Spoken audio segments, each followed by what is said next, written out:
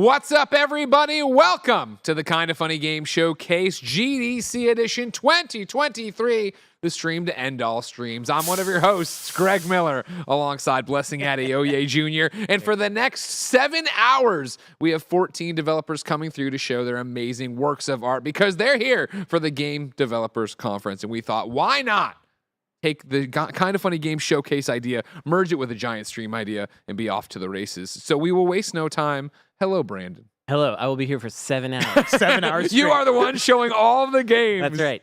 Brandon, how are you? I'm well. I came here through the luxurious suburb of Colma. Sure, of course. Yes. It was delightful. I heard some barking dogs and tweeting birds. Yes, of course. It was really nice. Yes. Yeah, so this is the first thing I'm doing. You're kicking off your GDC with us as we kick off the stream. That's impressive. That's cool. I am. Yeah, so hopefully I can bring the energy of waking up at 8 a.m. I don't wake up at 8 a.m. Usually I'm more of a 10 roll out. Well, you're one of these artist types. You know what I mean? You can dress like this in this cool outfit. You have this cool haircut I can never pull off. Shout out to the haircut. I love the haircut. Thanks. Is that fresh for GDC? Yeah, well, it's fresh up for GDC, of course. Hell yeah. Yeah, my partner did it. She's I find that you can't get a professional to do a choppy haircut. Okay. They just won't do it. They make it too smooth. But I like it to be like uneven and blocky and stuff, and she can totally do that because she's non-professional. So she lives by her own rules. That's right. So, Brandon, you've brought the game Demon School. I have. You caught my attention with this in October when I believe, is it Hallie, your PR person? Yeah. Hit me up and was like, I think this game would be great to showcase at the KindaFunny spare bedroom. And I said it sure would. And then I kind of jerked her chain around until right now. But she hung in there the entire time since October, always being very polite and saying, no, this is a game you would really like because you guys love Persona so much and you love everything else. She got us there. Yeah. It's a video game, all right. It's a maybe I should just start it. Yeah, show us what it's all about. We got 2 demos. We're going to show you the boss demo. Okay.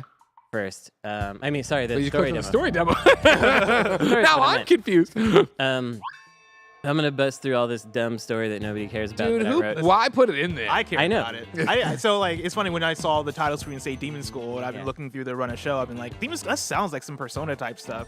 I didn't realize that. Yeah, legitimately, it's Persona. It's more influenced by Shin Megami Tensei than Persona. You lost. Though that's. Oh, that crap! Get me out of here. Yeah. It takes place on an island in a school. The island has a school and a prison, and if you fail in the school, then you go to the prison, as happens. And demons are coming through to the human world. No demons have been seen for hundreds of years, but our protagonist, Faye, is the last practicing demon hunter. She knows it from like book knowledge and stuff. Nice. And so she's collected a ragtag group of folks, and they're going to be fighting these demons. I'm going to do a little primer on how to play because I think that's a fun way to start things out. For sure. So our tactics are a little different. You basically move and act in the same motion. So whereas most games you would select a character, then select where they go and confirm it, then select whether you attack or defend or whatever, and select an enemy, etc. You just select an enemy and move toward it, and then you automatically attack them. We're in the planning phase right now, so we can plan all of our moves and move them forward and backward, fast forward and rewind. So as you can see, she did 1 damage. You can see it if I actually redo it instead of rewinding it. There, she did 1. But you have other kind of modifier type characters. So this character here can pass through enemies and stun them and debuff them, so that enemy's health is now, or defense is now halved. So now if I hit this guy, it'll do 2 damage. Nice. But another thing I can do is we got this healer here who can obviously heal characters and heal himself, but if he heals a full health character with no ailments, it gives them an attack buff. So then I will do 4 damage, and so that's basically how you kind of work things out. And I also knocked that enemy back into this character doing a combo, and so that's sort of how you work it. And now I can play it out. Just and let it play out. Oh, watch that's it really cool. happen. There's my combo. So that's the basics of it. This guy's gonna try to target us with a little explosion attack, so we're gonna have to get out of the way. We also have action points. You can see in the lower right there. Each character, their first move costs 1 action point, their second costs 2, third costs 3. So it kind of encourages you to use everyone. So I'm gonna just get her out of the way of this explosion. And you can see this is where the explosion will happen. So since this guy is a knockback character, he knocks all enemies back 1 tile. You can knock this guy away and it'll explode without harming you. Let's level her, buff her a little bit. Smack these 2 guys. And now we have opened up the portal or the ability to close the portal. Gotcha. And we can win the battles. So the battles are very quick and snappy if you know what you're doing.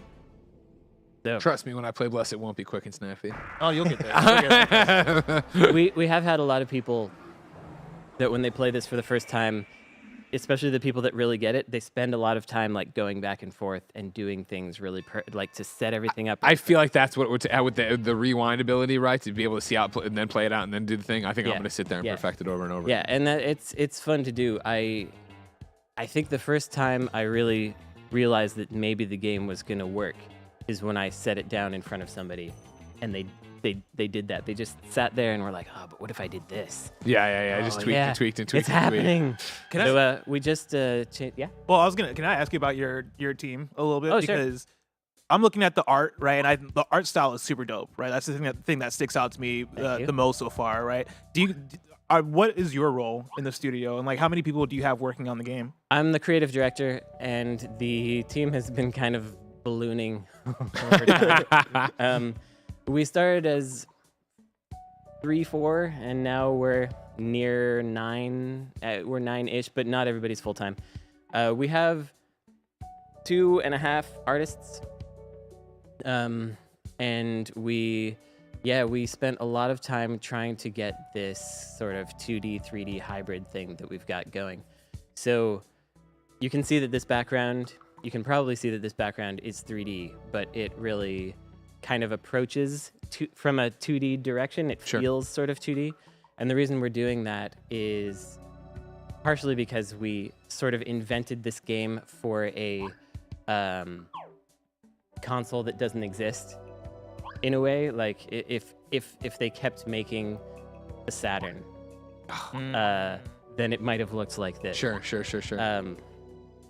And the other reason is that I'm just doing a little cutscene while we talk. Yeah, please.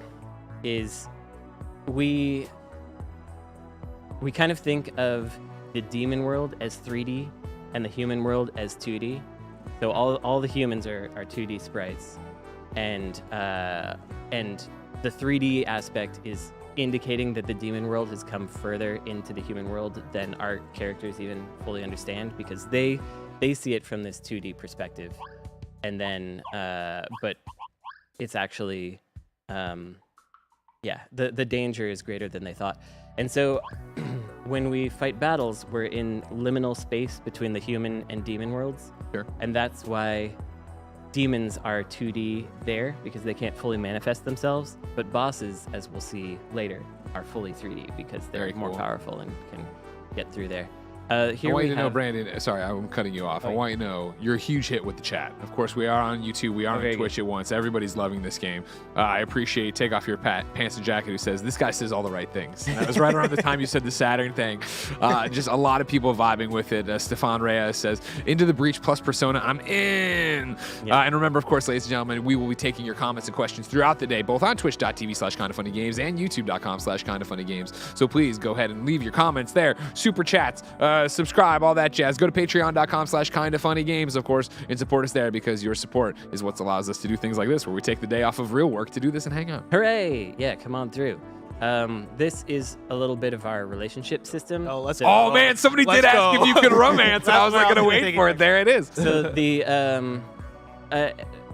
in a number of contexts, you'll be prompted to talk to one person or another, and the way that we do it is you always know whose relationship you're increasing and leveling up. Sure. Because in Persona games, no offense to them, you sometimes a lot of the time you're guessing. Yeah. What is gonna make someone happy? Yeah. What's the right answer? Yeah, and I just because I want to do it efficiently, I wind up like saving and going back, I mean, that's one of my big pet peeves when I'm playing Persona is whenever I'm looking to up a specific person's confidant level, or if I'm trying to upgrade a specific stat, I have guides open next to me just so I can make sure I'm saying the right things and getting the right answers on and I don't want stuff. people to need guides. I want this to be a very transparent game. So we chose Destin, and then Destin's thing went up, and so there, it's very clear. And just so you know, yes, there will be fishing. It's not available in this demo. But there's fish. One of my favorite things to do in this game is name NPCs. But legitimate businessman. Yeah. All right, I'll buzz through some more dialogue, and then we'll get to what was that? I'm just excited about the classroom. Oh yeah, nerd. Oh, cool. Just what I wanted. This is one of my favorite things is that I demonstrated this NPC in somewhere. I don't even remember where it came up. And we have so much fan art for Red Bag Haver. Oh, let's go. She's a mysterious hit. That's her only line. Okay. That you want us to know of. Yeah, that's right. One of those things. She's going to be a main character. Blasting through the story. We got this lady. So everyone on the island is losing their memories every day, except for our main cast. But also this lady is not losing her memory. So that kind of tells us a little something about her. She might be important in the future, possibly. But she's a rich person. Oh yeah, I should explain to you that time passes when you do main quests. So as you saw, I did some side quests earlier, and time did not pass. So you can do all the side quests you want, and then when you're ready for the main quest, you can go to it, and then that moves time forward. And then NPCs have new stuff to say. Oh yeah, one of my favorite NPCs is down here. I gotta go say hi to her. Nobody thinks this is that funny to me, but I think it's funny. She's standing by the recycling and the trash. She's a bad girl. She's a bad girl. That's the part that makes it funny. So like how I see as you're going through the menu that you can go to the rooftop, you can go to different areas. Yeah, you can go there whenever you want. How explorable is the world? Are there things you're doing in the school? Like, are there extracurricular activities that you're doing? There are. Yes, you can do. Gonna get into a battle while we talk. You can do. It's almost like a slow motion skill tree in a way. You can level everyone up by having them take classes. So you gain new skills. You gain like HP plus, defense plus through doing those kinds of classes and things. And you gain class credits by beating demons in the world. So that's kind of the loop on that. But there's also all kinds of... Yeah, it's gorgeous. The lighting here is pretty sick. Thank you.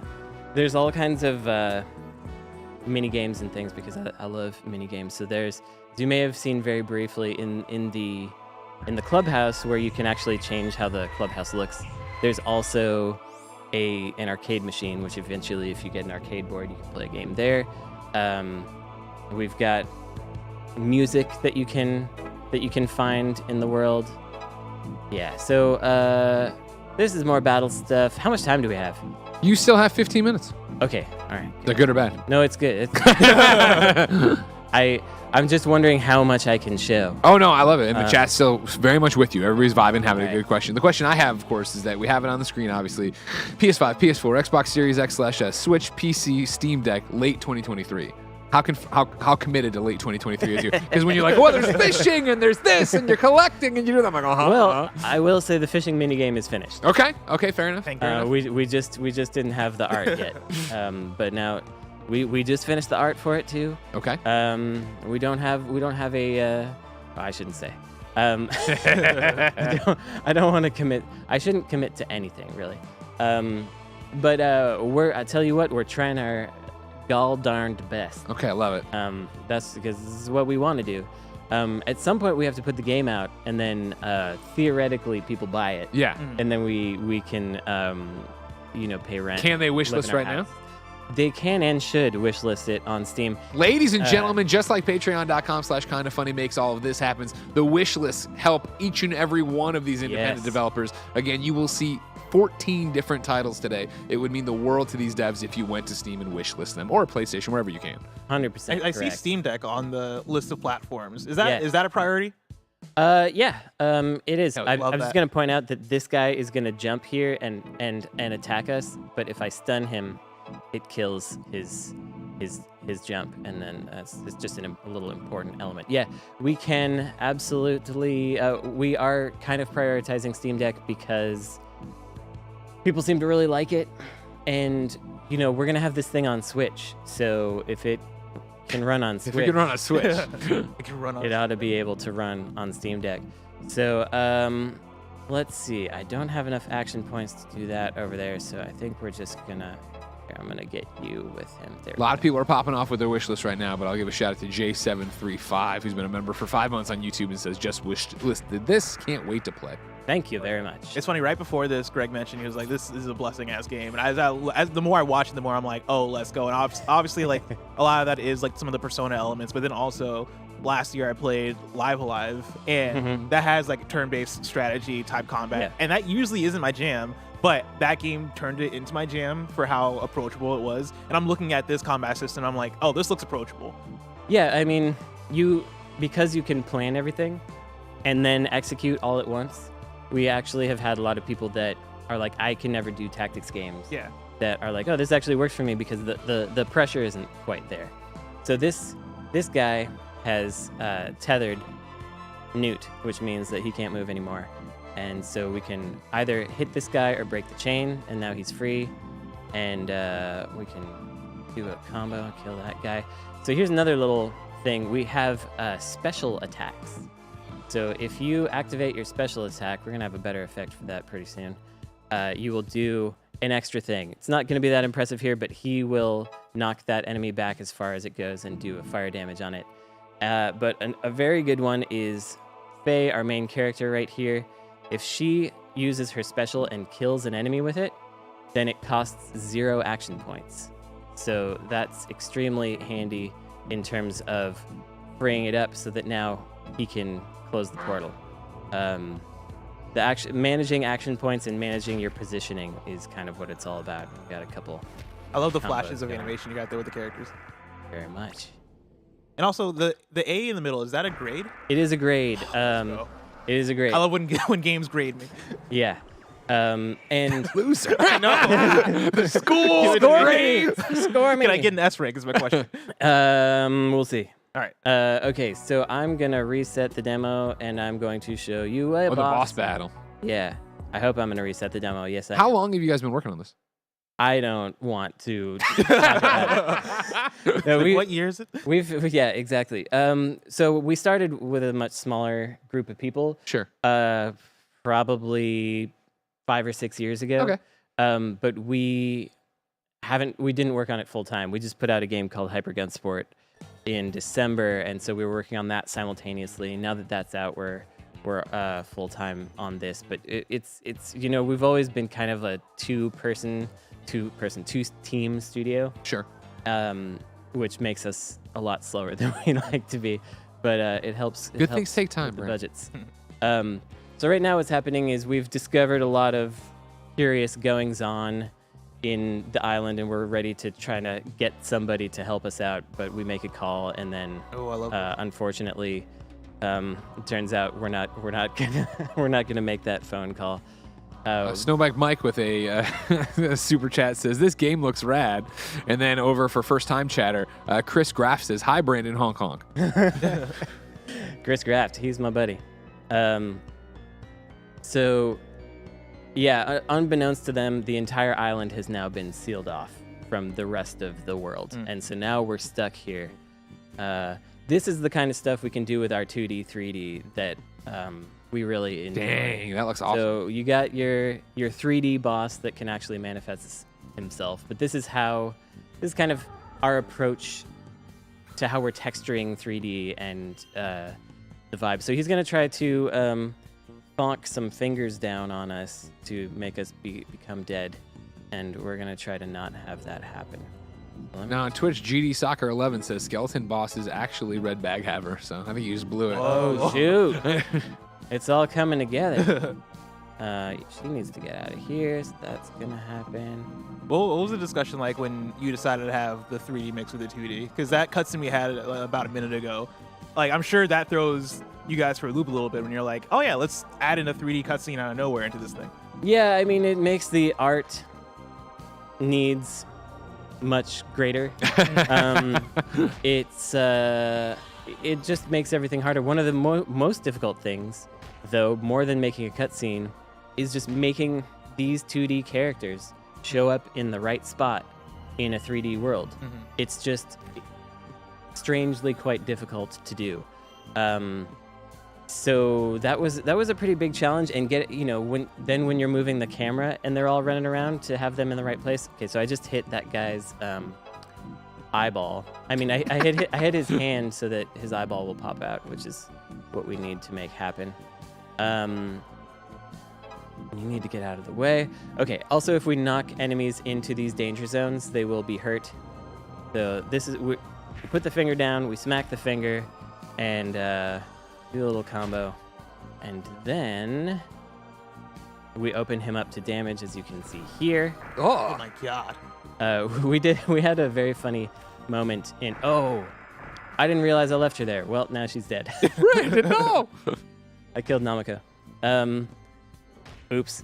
Anyway, we had a funny moment at the Tokyo Game Show when someone who was playing the game did not anticipate the eyeball popping out, and they actually got scared and ran away. Wow. They came back. So funny. But they ran away. Sounds like Andy. Yeah, Andy worked that shit right there. It was really good.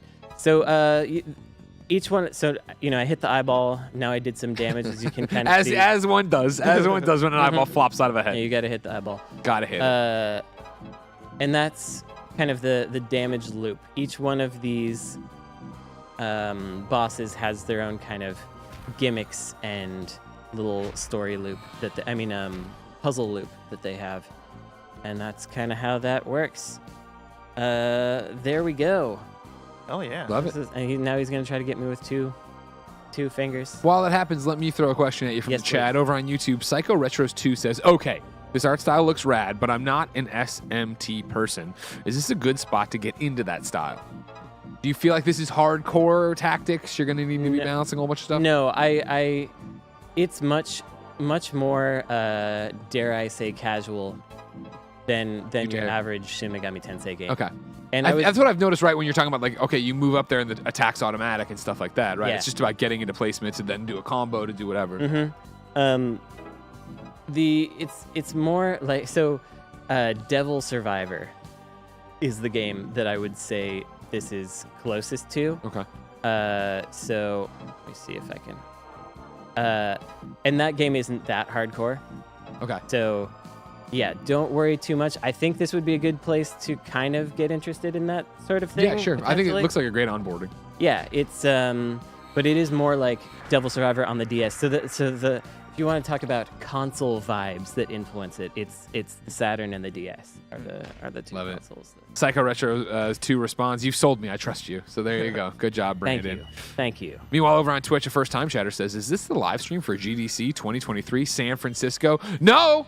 This is the Kinda Funny Games Showcase GDC Stream 2023. We, of course, are Kinda Funny Games, an independent troupe of YouTube and Twitch and podcast creators out here sharing our stage with 14 different developers today, all coming through to share their works of art. If you like that, please consider subscribing on Twitch, subscribing on YouTube, or heading over to patreon.com/kindafunny and supporting us there. Again, this isn't our day job. We aren't doing our shows. We're hanging out today and just showing games, which is great and, sharing it. So wishlist everything, but help us out if you can. Please do. Brandon, can I talk to you about some of the games that you've been into over the years? Because Sure. you talk about this game being inspired by the Saturn and DS in terms of style, and then also you talk about Shin Megami Tensei in terms of inspiration. What have been some of your favorite RPGs over the years, and are there any other inspirations that you'd say you've pulled from in order to apply to this game? Sure. So, I was trying to figure out a game that would have the least number of clicks for the player. So, like, really making things efficient. And when thinking about that, I looked at games like Valkyria Chronicles. And visually, I was looking real hard at a game that probably a lot of people haven't heard of, which is called Black Matrix. That's a Saturn and later PlayStation game that has it kind of does the opposite thing of us. It's fully 2D, but the backgrounds almost look 3D. And we took some of their art techniques and applied them to 3D. So something that we do is, you may notice that there are a lot of hard, like, cubey shapes in this stage, but we don't allow any cube to have a sharp edge. They all have to have a little, like, gradation on them, because those are just straight, sharp 3D cubes. But if you decay the edge a little bit in the visual texture, then it looks more organic and it kind of looks a little more like something. And that's we took that from or we got inspired to do that from Black Matrix. Oh yeah. Yeah, but I got like a couple hundred tactics games. A couple hundred is exactly. I have 800 tactics games. Do you have a top 3? Top 3 tactics games. Jeanne d'Arc on the PSP. Oh my God, yes. Probably Devil Survivor, and actually maybe Valkyria Chronicles. Hell yeah. Oh, yeah. Valkyria. Me and Brandon are meant to be best friends. I know. Brandon, this is your 2-minute warning. Just a heads up. Son of a heck. 10:30. Another right. Crab's Treasure Okay. runs in here. I'm just gonna beat this boss. is Sounds what I'm great. gonna do. Just destroy him. So we have a lot of influence from Italian horror films and Japanese horror manga. Manga artists like Suehiro Maruo and to some extent Junji Ito, because people know who he is. We're also influenced kind of story-wise by manga like Dorohedoro and Jujutsu Kaisen. In Jujutsu Kaisen, in the way that it just gets straight into the story, it's just like right in there and keeps going, which is something that I really... I've been putting out Jujutsu Kaisen. I need to watch it. You should watch it. It's good. And Dorohedoro is just this kind of weird vibe where you've got like... Got him. Got him. You've got a bunch of bizarre, horrific stuff happening, but everyone gets used to it because that's what their world is like. And that's kind of the vibe here. Because the game is spooky, not scary. And it's a very friendship-focused horror game. And the horror is not over the top, but it's really all about these friends. And eventually there will be 15 of them, by the way, 15 characters you can choose from. These friends propping each other up, helping each other out. This is someone that you'll get to unlock later. Ooh. And He's good looking. that's what it's all about. Yeah, he's got his JoJo pose. You said there will be romance, right? There will be romance. Okay, good, you can't good. romance 100% of everybody, but he's romanceable. Okay, I was gonna say, can I romance this guy? Yes, That's all I care about. You can. He's in there. Okay, good. All right, Brandon, thank you so much for coming by. Thank like we you. said, PS5, PS4, Xbox Series X/S, Switch, PC, Steam Deck, later in 2020. Buy it on all of them. But right now, go wish list it on Steam. And Please. of course, follow Brandon on social media. Go to demonschool.com. You can do all that jazz. Yeah, demonschool.com, Necrosoft Games on Twitter. I'm Necrosofty. You can check out my podcast, Insert Credit, insertcredit.com. It's me and Tim Rogers from Action Button. Oh, I and love Tim Rogers. Frank Cifaldi from the Video Game History Foundation. Do you love him too? I do love him too, actually. Okay, good. No, they actually have beef. I hate that guy. There's a huge fight between Yuck. them. Video game history. Yeah. So thanks so much for having me. Thank you, Brandon. Oh, yeah. It's been lovely. Thank you No for coming problem. through. Please, a round of applause, everybody, for Brandon and Demon School. Remember, we are taking no breaks and making no cuts. So just get your ass out of Bye. here, Brandon. Just walk off. Send me aggro crab next. Bye. But this will be a good chance to remind you, ladies and gentlemen, that this is the Kinda Funny Game Showcase GDC stream 2023 for 7 hours. We are going to stream 14 different games because it is the Games Developer Conference here in San Francisco. And that means there's a whole bunch of cool devs here with cool games to show. And we thought, why not let them show off those games in our studio, the Spare Bedroom, that we opened in October. Remember, if you like what we're doing, this is not our average workday, and it is not a moneymaker. So it would mean a lot to us if you went to patreon.com/kindafunny, or if you're watching on Twitch, gave us a sub, or if you're on YouTube, gave us a sub there. We'll do our best to read through those, the first-time chatters, all the different, special the super chats. That's what I'm trying to say, right, Mike? Super chats. Don't, Mike. And as I said there, no cuts. Everybody comes on and comes off, and it's just going to be pandemonium. Like, your friends are going to come through. They're going to have a good time. They're going to do the whole thing. Don't worry about it. Mike's here, everybody. Shout out to Forever Ender for gifting a whole bunch of subs right there. We got, G Dasher says, yo, Crab Souls, because that's what's up next, of I course. can't wait for this. Another Crab's Treasure. Me neither. I forget where they first debuted this, but I remember being into it from the debut. This is the one I'm taking over to? Yeah, if you'd like that, this Sure. should have all the analytics that you need, so you can call out all the subscribers. Go get me Aggro Crab. Go yell for Aggro Crab. Aggro Crab team is right.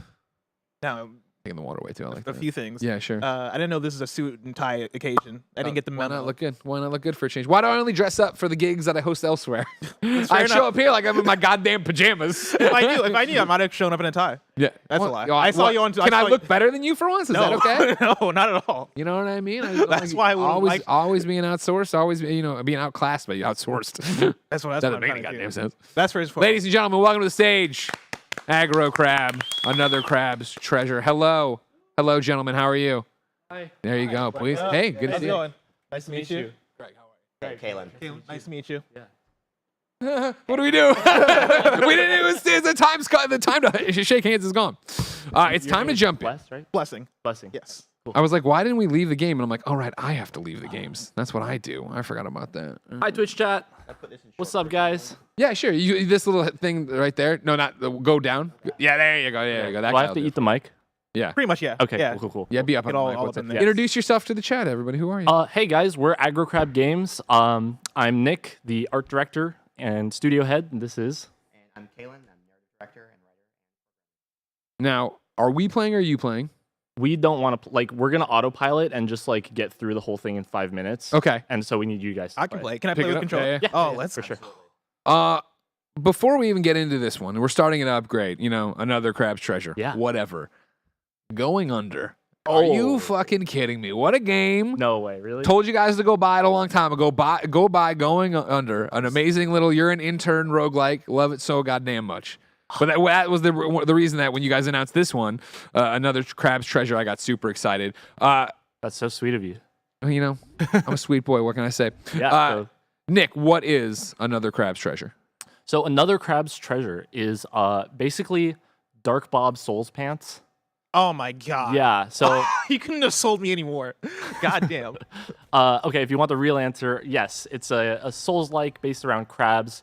Kind of the presentation is like, what if Nintendo took an approach on a Souls-like? What if there was a kind of cutesy entry to the genre that's, generally been a very grim, dark, realistic For sure. sort of vibe, right? We kind of want to, we love the Souls-like genre, but we want to expand it. So another Crab's Treasure is, it's a Souls game. It's got a bit of that platforming essence, and basically the story goes, there's this ocean that's gotten polluted from somewhere. We don't know who's doing that, but it can't be good, and it's corrupting all the ocean creatures. And you, as this hermit crab, have had your shell, your actual normal shell, repossessed by the loan shark.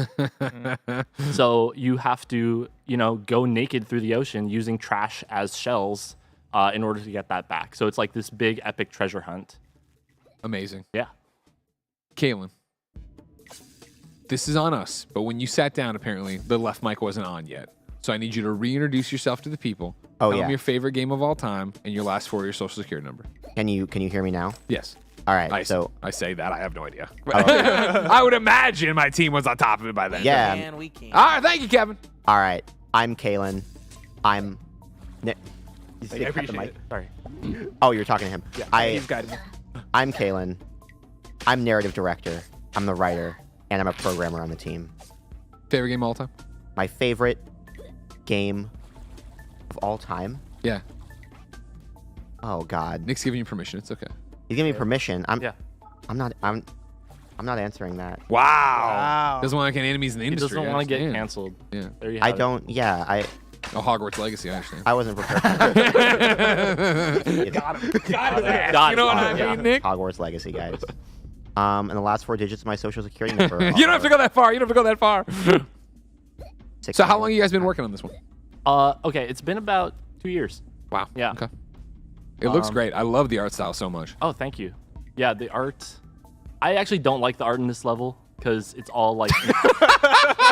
Yeah, this game sucks. Actually. Nick was just complaining about the art here, and this is what he'll do. Is he'll be like, guys, we need to like work really hard on this demo before it goes anywhere. So I'm happy with the art, and then we do that, and then he's still not happy with the art. But like that's my job to be never happy. Right. Constantly is improving, right? Right. Meanwhile, you are just like one draft in the game. No. Absolutely. Is this like a yearly review or something? Well, also, if my yeah, I mean, if there's not a lot of there's not much text in the demo, you know. If there was more of my writing work here, maybe I'd be more self-conscious. Yeah, it's actually a very like narrative-heavy game, much like Going Under was, right? Yeah. Where it's like a roguelike, but the roguelike is there to serve like this greater story. And we're kind of doing the same because you know how Dark Souls, you know, and Souls, you know, all those games, people love the lore videos like VaatiVidya and all that, and just like kind of taking in all the environmental storytelling. That's the one thing we're not doing. Oh, Embarrassing. good. Yeah. You know what No, I I mean? wasted all my heals at the beginning because I was trying to figure out the buttons. Oh yeah. Okay, so let's talk about the game. Like you're playing it. What do you like?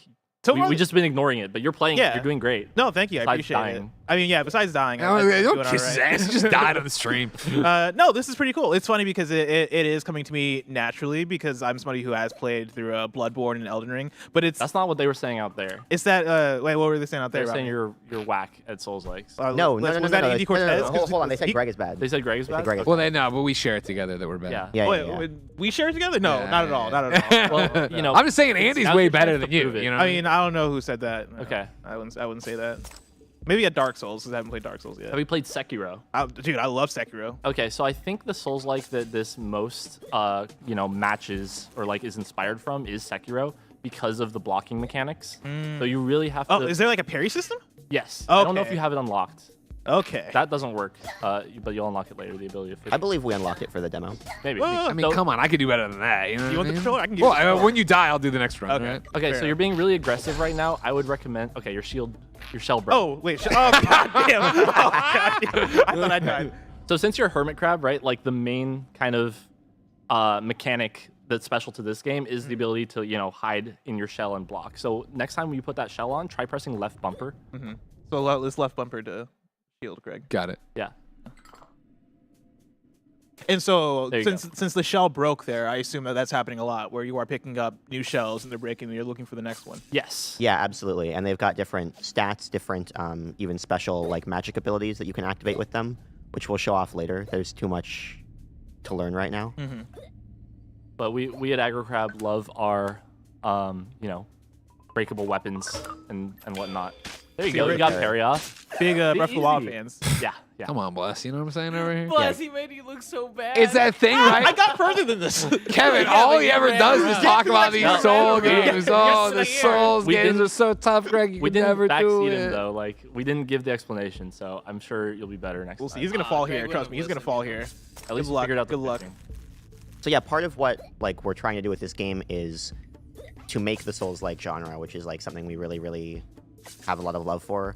Jump into Something that's more approachable for like people that haven't gotten into it for one People reason like or me. another. Yeah, whether that is for like difficulty reasons or for like this grim dark kind of environment Greg, if reasons. you pick it up, you'll pick up your souls. Or is there? What's the name of that mechanic? the currency is microplastics, microplastics.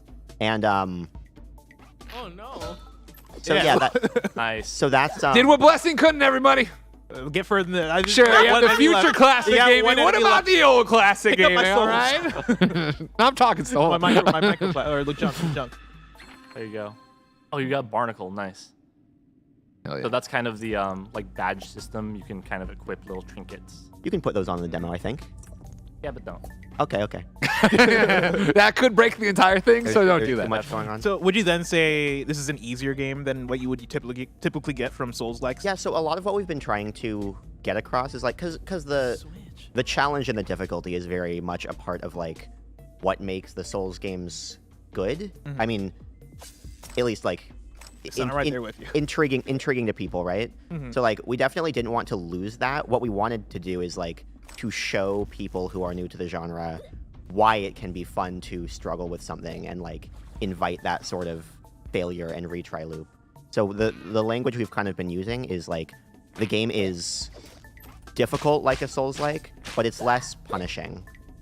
So a lot of what we try to do is like eliminate the long replay loop. That God damn it! Did you know you could dodge roll too? All I hear is how tough all these games are. Remember when I played Bloodborne and almost beat Father Castigliolo or whatever right away, and everybody marveled. Everybody marveled how good I was. Look at this. I'm born to play these Believe games. it or not, you can dodge roll in this game. Bless didn't know that, but I taught him. No big deal. Taught him everything. Listen, I've Kevin, never I played taught as him a everything crab he before, knows, right? man. I didn't know what the crab mechanics were. So why a crab? Why not a crab? It's a fair answer. Fair answer. Nick's actually wanted to make this game before we even named the studio. Yeah, that's the real lore. This has been a long time in the cooking. It's been cooking for probably 7 years now. Wow. Like before Aggro Crab was a twinkle in my eye. Wow. Yeah. So I mean, a little unfortunate that there's kind of it's a little confusing what's the studio and what's the game name, but Yeah. you know, why not double down on crabs? We haven't gotten Aggro Crab's treasure in articles as much as I thought. Yeah, we've got it once. Got it Definitely once. heard it. Yeah. We got Down Under more though. Down under. crab. I actually found out the other night that when you like literally translate going under to French and back to English, it is Down Under, but like that phrase that they're using in French just means the same thing as going under. So it's still like Oh yeah. it's still like the correct To the French, name. probably doesn't mean Australia in French. No, Okay. but you know, it's still Or maybe they For the record, combine the two. acknowledge knowledge is a pretty great advance on that. Yeah. Oh, Shout out to quite a- Storm, our programmer. that's actually from They Storm. they fought for that very hard. I wanted Good it job, to Storm. just say accept or something No, no. boring. So Now we have to. you talk a lot about Souls type Panicking, I'm games. panicking. You got it. You mentioned Sekiro. Are there any other action game inspirations you'd say you took for this game? Well, you guys never asked me my favorite game of all time, which is Donkey Kong 64. Oh my god. Give me a hug. Brothers. We're brothers. Great game. My childhood. Probably learn how to play your brother's game because I haven't taken a hit yet. I haven't even hit If once this yet. You know controlled what like I mean? Donkey Kong 64, Actually, I'd already finished this demo. He's goated. He's actually he's Cracked? He's kind of cracked. It's So tell me about your love for Donkey Kong 64. oh, he's hit. It's just great. That Like was my there's first so hit. many All right, first hit. little Sorry, things to collect, which is not something that has aged well. But when I was 5, I'd come home every day and collect more bananas. It felt like it went on forever. I know. It was Yeah. great. Perfect game. So yeah, I mean, I don't know if that's a huge. I don't know if there's a huge amount of Donkey Kong DNA in this game, or like Banjo or any of that. But But like I would say some of the energy is there, right? Like I feel like if you didn't know what this game was and you showed somebody Yeah. a shot of this game, you'd go, "Oh, it's like a rare style platformer. Like it has a lot of the color And that's a lot of been personality."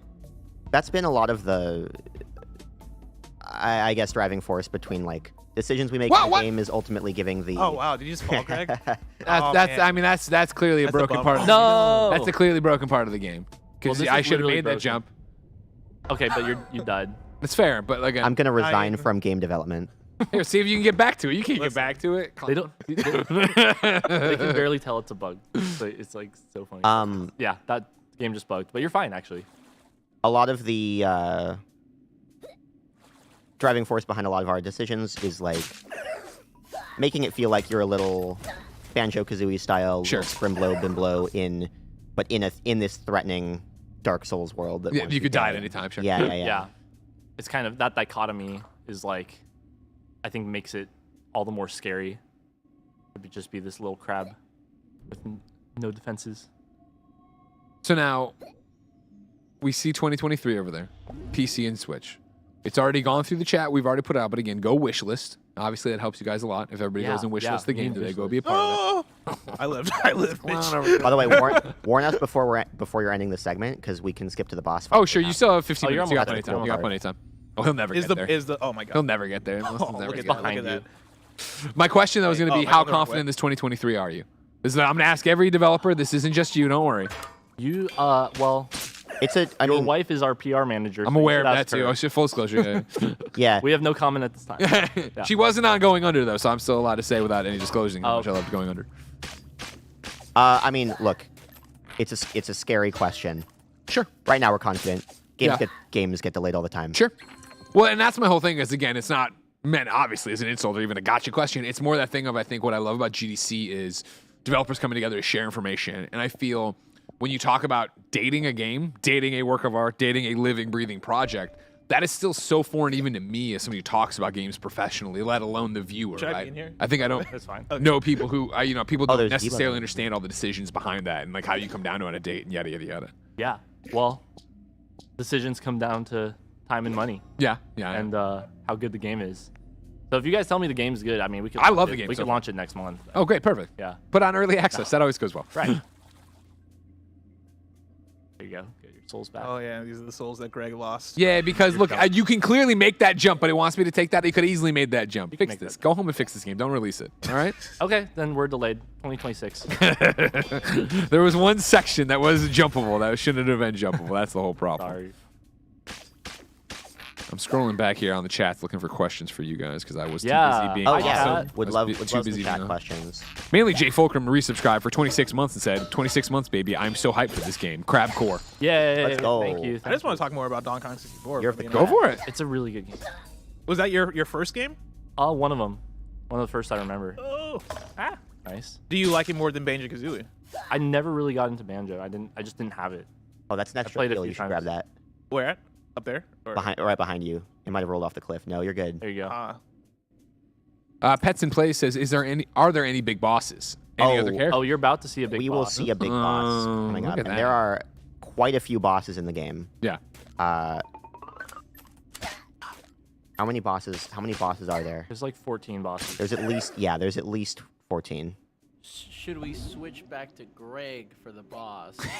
I mean, so far I'm doing real great. I'm doing You'll way better than reset- Greg. if you get to here, the boss, back you'll seating start you. Go that respawning. way. Go forward. Go Go forward. to that island on the left. Hold on, should I get this thing? No. No? Oh shit. Jump over here. Yeah. If you get to the boss, Oh! Blessing! I thought you were the best! I thought you were the best, Blessing! Oh, bro, this is the old demo.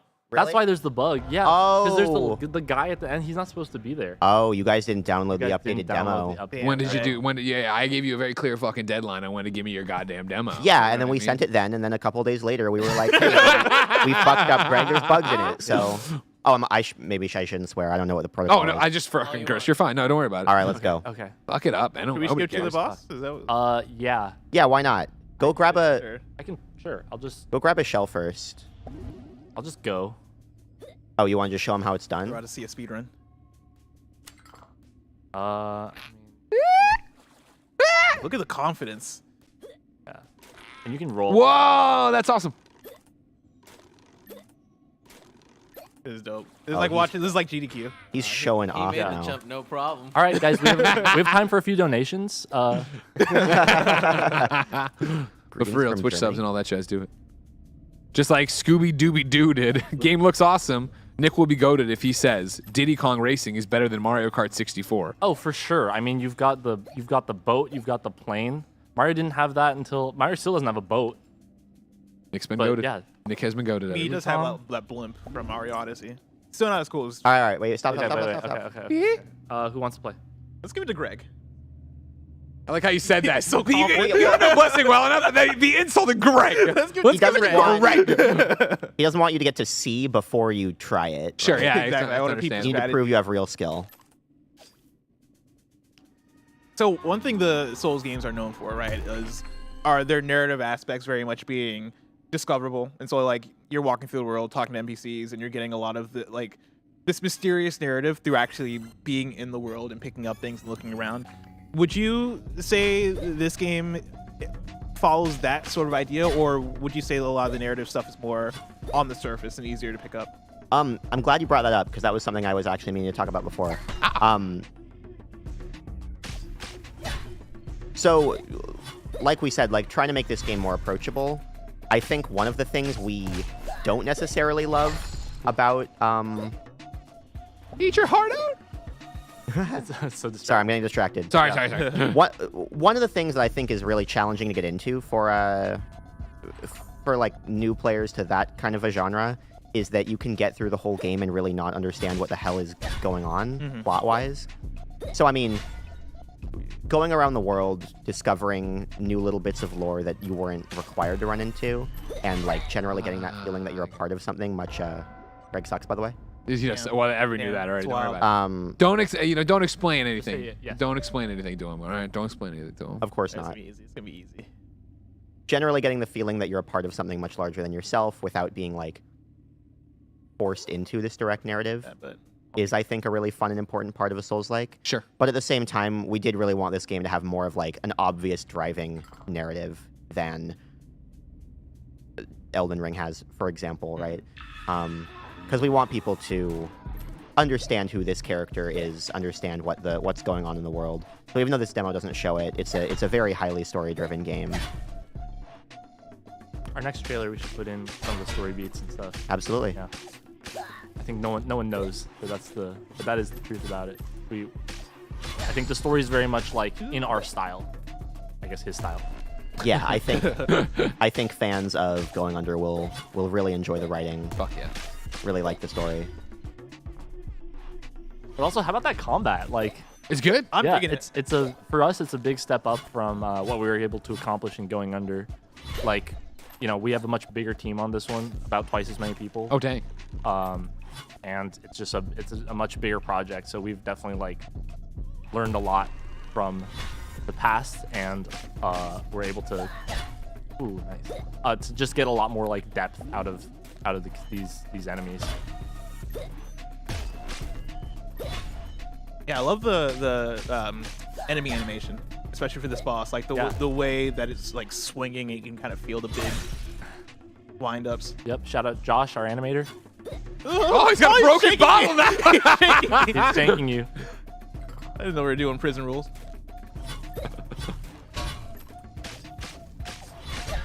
We're gonna heal. I said don't talk to him. Oh, oops. I would have doing done it. better. I played enough of these games. You're doing better than Greg.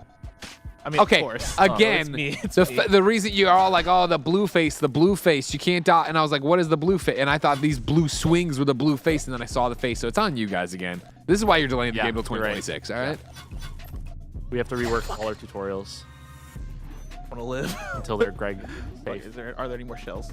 I'm getting a little too into it. I should be bantering. No, let the game speak for itself. You're fine. Okay. We're all watching. All eyes are on Blessing. Yeah. Thousands of people right now. Now, trying to is save the you. broken bottle? Is that the second phase of the boss? Yeah, that's basically the second. Gotcha. Yeah, when he does the big I love overhead that. slam, the bottle breaks. Is the boss design aspect of the game, is it fun? Because I feel like because like when I get to boss fight in games, right? Like as a player, I'm like, man, this is so cool. Especially when you're talking about From Software Souls like type bosses, where it's like, damn, like this guy for his phase 2, he grew another head, and that head started like blowing fire and shit like that, right? Is that do you have fun with that aspect of like getting to be creative in how you design a boss, or is it a thing of like, oh shit, all right, here we go, like let's figure out this fucking like big thing we gotta throw at the player? I think it's definitely the most fun part. 6 minutes left. I got this. I got You got this. it. You got it. It's both, I think. I mean, it's both one of the most fun and like most frustrating parts of development, just because like a boss fight is just a way, the most complicated type of enemy in the game. So seeing a boss fight through from like design to testing to completion is definitely like one of the places that always takes much longer than we think it will, just because like even a boss that's fairly like I would describe this as like a fairly simple boss, and it's got a pretty large AI tree, a lot of different moves it can do, so something always bugs out. The design is a very fun part. Oh yeah, it's basically the process is just, okay, we think of a sea creature, and then we think of a funny piece of trash it can be using as a weapon. So, this one's pretty simple, but it is a, Ramune bottle, specifically. I hit the wrong button. You get little, like, specific moments like that. We've also got like the chopstick boss that we've shown in the trailer, right? So his second phase, he splits the chopsticks, and now he's got 2 swords. I love that. So it's just thinking of stuff that would be like interesting mechanically. What's the balance of making a boss that's tough but also fun to fight against? That's the thing that I found for me in a lot of games can be make or break, where I get to a boss and I'm like, oh, this is bullshit, and I get mad. Or in a lot of FromSoft games, right? Like I fight a boss and I'm like, damn, I died, and then 2 hours later I'm still dying, but I'm having the time of my life. Yeah. Is that a tough thing to balance? Well, I think for us, I think for a lot of devs, right, you get so familiar with your own game to where like you balance it for yourself, and then damn, I was feeling on that one too. I was feeling it. That's rough, buddy. For a new player, it's like You got 4 minutes, bless. way too Then it's hard. Venba time. We're cooking. 3 more minutes. You got this. You got this. So most people have to Damn, dial my down. heart is pounding. I was like, God, I almost had him. I thought I had it. Feeling, Greg. I love it. Pick up Elden Ring. You got this. Okay, wait. Okay, I'm just gonna say my thing. Most game devs have to dial down their difficulty at some point because they've over-tuned it to like be something that's fun for them, but they're really good at the game, right? So a new player, it's like totally too hard. He's crazy. He's crazy. He's parrying. For Souls-like, I think we kind of have the liberty to make it What's he doing? fun for us to play ourselves, right? So when we tune these bosses, we make them hard enough for us to have fun playing them with our familiarity with the game mechanics and all that.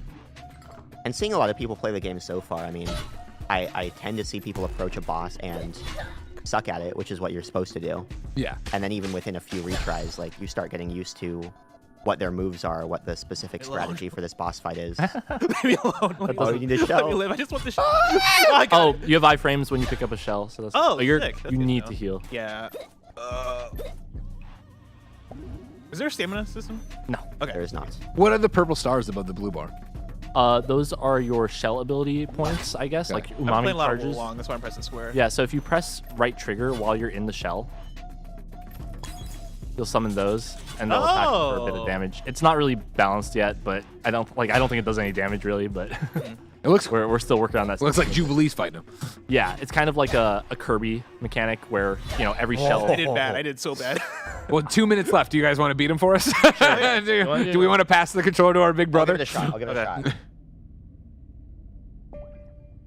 No pressure. Yeah, this is for all the marbles. I feel like this is one of those ones we played through and didn't talk enough about. Remember, it's another Crab's Treasure. Yeah. You can wish list right now, coming to PC, Switch, 2023 probably.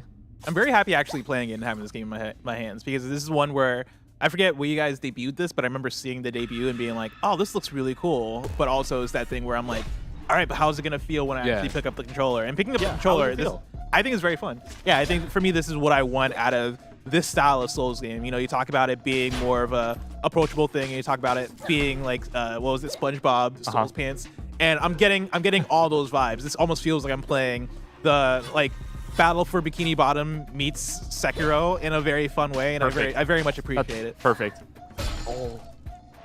Colton in the chat says, are there more weapons and or upgrade systems for the fork? Oh yeah, there's a whole skill tree.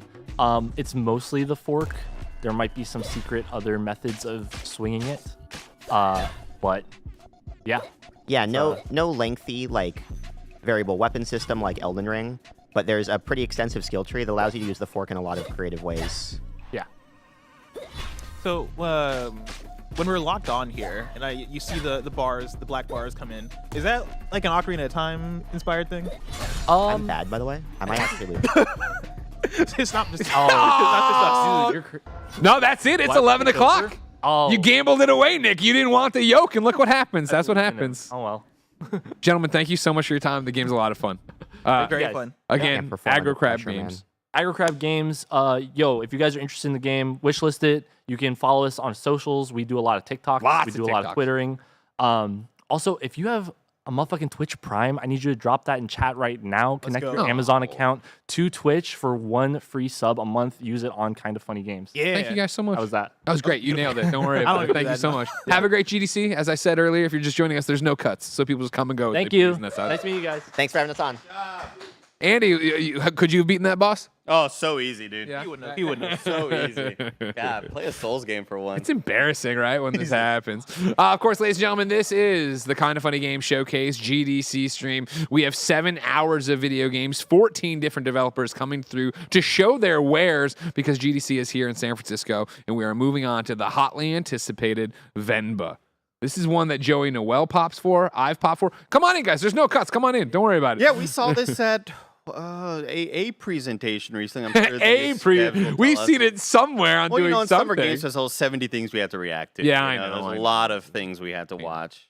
Hello, gentlemen. Hello. How are you? Hello. Meet you. Hi. Andy, What's your name? Great to meet you. I'm Abhi, and this is Sam. Abhi, nice to Sam, meet you. how Sam. are you? Thank you both for joining us and coming out to talk about Venba. Thank you Of for course, having like I said, we're hanging out playing games all day. If you like that, make sure you use your Twitch Prime sub on us here and subscribe to Kinda Funny Games. If you're on YouTube, give a super chat and do something over there. And if you want to go the extra mile, patreon.com/KindaFunnyGames. YouTube, it's like, do something. super chat sub. Who I'm knows? looking at it. I see it all popping. I Yeah. see the things. Shout out to Ordinary Robot. 50-year-old talking about TikTok. Goku ate my homework. Lee05, Adam Vision. So many people are subbing. Panda Finn right now. Thank you all for your support. But for now, let's talk about Venba. Venba. I screwed up as mean as I get there. You wanted to go Venmo. Yeah, right? Yeah. I could yeah. tell. You guys I could get that a tell. lot? We'll take Venmo also. Are you going to play or are we playing? We can play. Okay. And do you want a controller or do you want mouse and keyboard? I can do the controller. Perfect. Yeah. Okay, then you should be all set to go. Sam, while he gets set up, give me the pitch. What's Venba?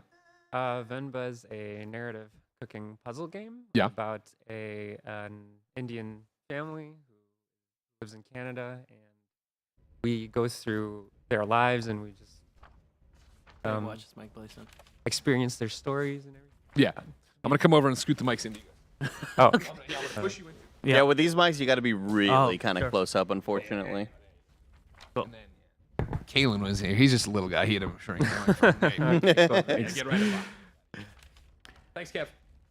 Yeah. Like Sam said, it's a narrative cooking game. And we wanted to mostly what's interesting about this game for us is the idea of telling the story through cooking. Yeah. And I feel like there's been a gap in cooking games in the recent while. And Well, Cooking Mama, where have you gone? Yeah. You know, we miss you. yeah. And so we Missing in action. yeah, exactly. And we want to do a different take on it. And it's more like how this family grows and changes every level. Sure. And the relationship to food changes. So the one thing that's constant throughout the level is food. But the way they feel about the food they're cooking, it's different per character. And that's what we wanted to explore with the game. Amazing. So Am I going to cry?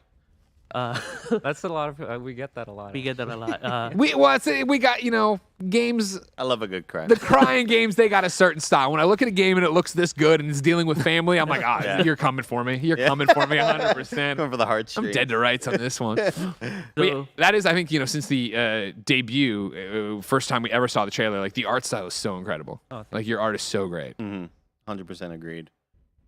Yeah. So this is like the first level in the game, and this is so that's Venba, the titular character in the couch, and that's Pavlin, and she's feeling a bit tired. She works as a supply school teacher, and the idea is that every level it starts with this narrative setup and gives the player a reason to cook. Okay. And then you'll see why they cook and how that feeds into the game, sort of thing.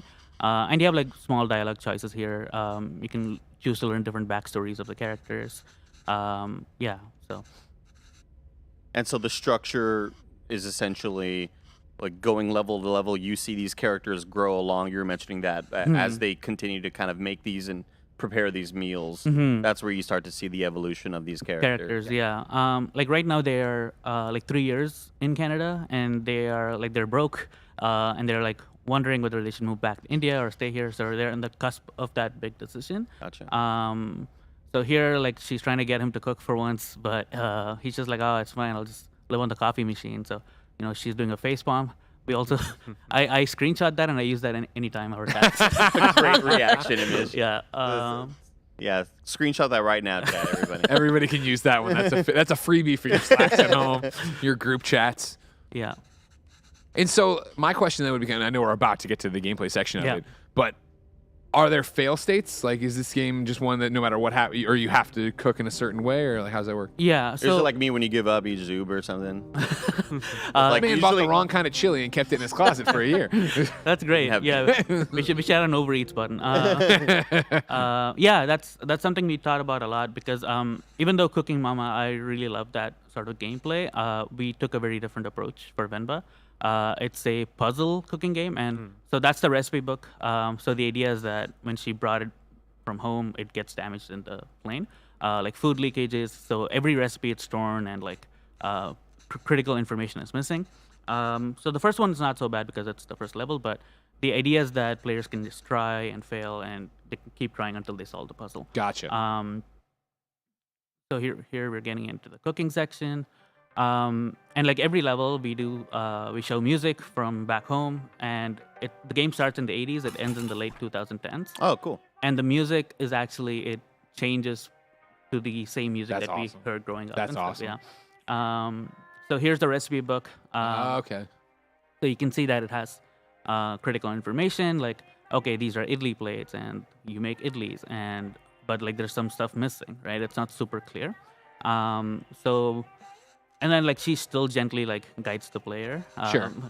But the idea is like this is the first level. It's pretty straightforward. Does more of that guidance happen like in the beginning of the game right here, and then later on it gets a little bit more eased off? Yeah, for sure. But one thing, and I'll show you, one thing we did was I didn't want the player to ever leave the game and search for a walkthrough. So Nice. you can just press Y and just ask, and then we'll just give the Love hint. that. Love that. And you can also, like, if you want to learn more about the food, because we see a lot of players are curious about that, she'll just go like full food nerdy and give you a full history on the history. So here, I'm just I'll emulate what a lot of players do. They realize that, okay, there's only a few things, right? So they're like, okay, this probably goes in here. And then they'll start lining these things in. Will I be able to emulate this? This is what I was wondering. Are we going to walk away being able to cook these recipes? Yeah, for sure. So the idea for us, like, I spent an unhealthy amount of time making sure that these recipes are accurate and That's authentic. awesome. How sick of this? These meals were you by the end of this? Yeah, so we started the game 2020. And the idea was that I would get the team together and we would cook the meal before we start making the level. But then the Corona thing happened, and then it was just me cooking for myself. But we did manage to cook some things together recently, though. Which yeah, kind of helpful, but a little too late. Yeah, no, you're like, it's too late. The game's coming out this summer. Coming out this summer, PC, Switch, PlayStation 5, and Xbox. Wishlist while this is happening, ladies and gentlemen. Go over and wishlist right now. Yeah. So here the player, they failed, but it's just an easy reset. And if you try to fail the same way, Venba will stop you. So you'll be like, Oh, nice. Yeah, You're like, oh, I know that. I have to do that again. So, Would you say the recipe book is kind of a character unto its own? Like it kind of grows with you? yeah, that's a great way to look at it. It's a motif that we use throughout the game. So even, for example, the way the words are obscured, when she has her son Kevin and he grows up assimilated and he speaks English really fast, his words will be obscured the same way there's recipe book from Venba's perspective, right? Yeah. To us, it's really a game about loss, love, and language. Lost. There's the crying. There's the crying. So yeah, Bring that's on a the great way to look at it. And because it's like a conundrum for us. Like, do I design a good recipe for you to for good game design, or do I make it accurate and for you to use it? So the way we do it is we're hoping to do this while the game launches. We have an in-game recipe book that we'll launch with, and those will be super accurate, and it'll be based on every recipe you cook in the game. You can access it in-game. You can see how to cook it and stuff. Okay. Yeah. So we're hoping that gives players a lot of. Can we pull the mics a little closer? Yeah. Oh, yeah, sorry. I'm right on it, brother. Here. Got it. But then push, and then cradle it with the controller here. Do that thing. Like, Oh, there you go. there you See, go. now you're not right getting on it. that mic. There Now you I'm go. locked in. Yeah. Yeah, and the puzzle with this recipe, for example, it's like you have to steam the plates properly and rotate them in a certain order. So there's a very physical aspect to it. And yeah, I think we should solve it now.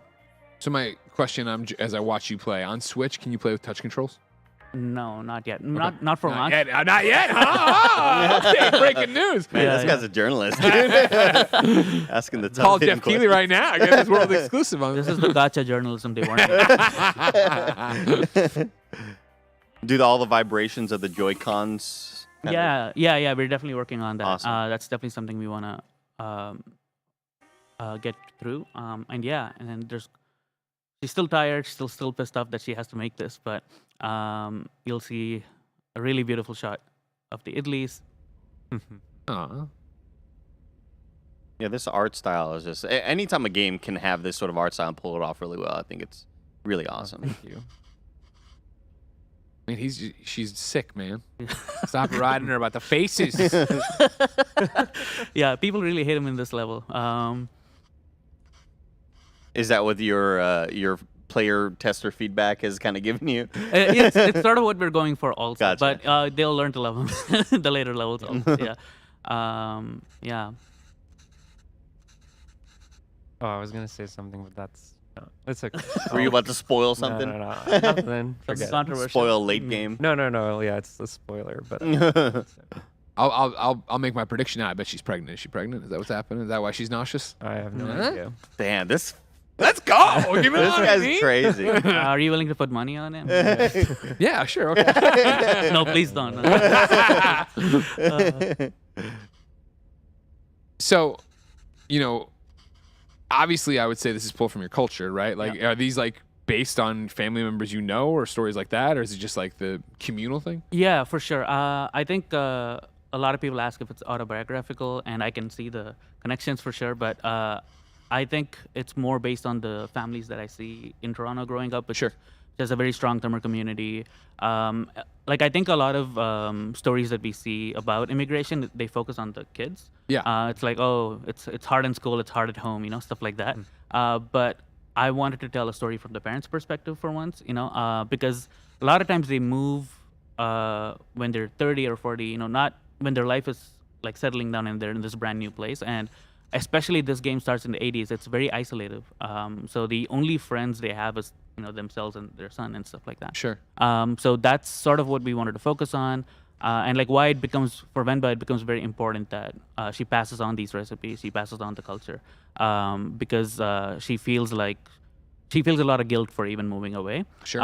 Sure. And that I see a lot with the parents in my community, and that's sort of what I wanted to focus on here. How many sort of personal Easter eggs are you implementing into these scenes and I like the things on bookshelves and posters. Is that like all pulled from your childhood home? So the coolest thing I would say is like I told you, like the music, like in the 80s we take a music director that we really like, and the song is made to like pay as an homage to him. So what happened, the coolest thing that's happened so far is the second level, the director that we paid homage to, we got him to sing in that song. Oh, wow. So we didn't expect that he would say yes, but yeah. It's Well, I guess that's a question too, and I don't know. I know you're so heads down on making the game. Like, did you expect it to get as big as it has? Because like this is a game that has like broken through. Like on first trailer, it was like, oh my god, this looks awesome. And then I would say like consistently on Twitter, like I see people talking about it. Every time you guys pop up in a showcase, people are stoked about it. Yeah. Sorry. Yeah, go on. So it's a little bit weird. It's really big now, but we also, I don't think it's really sunken in how big it is. Yeah. So it's kind of like grounded us. Like a I little can't bit. believe you're here for example. Yeah. Oh, are you the one?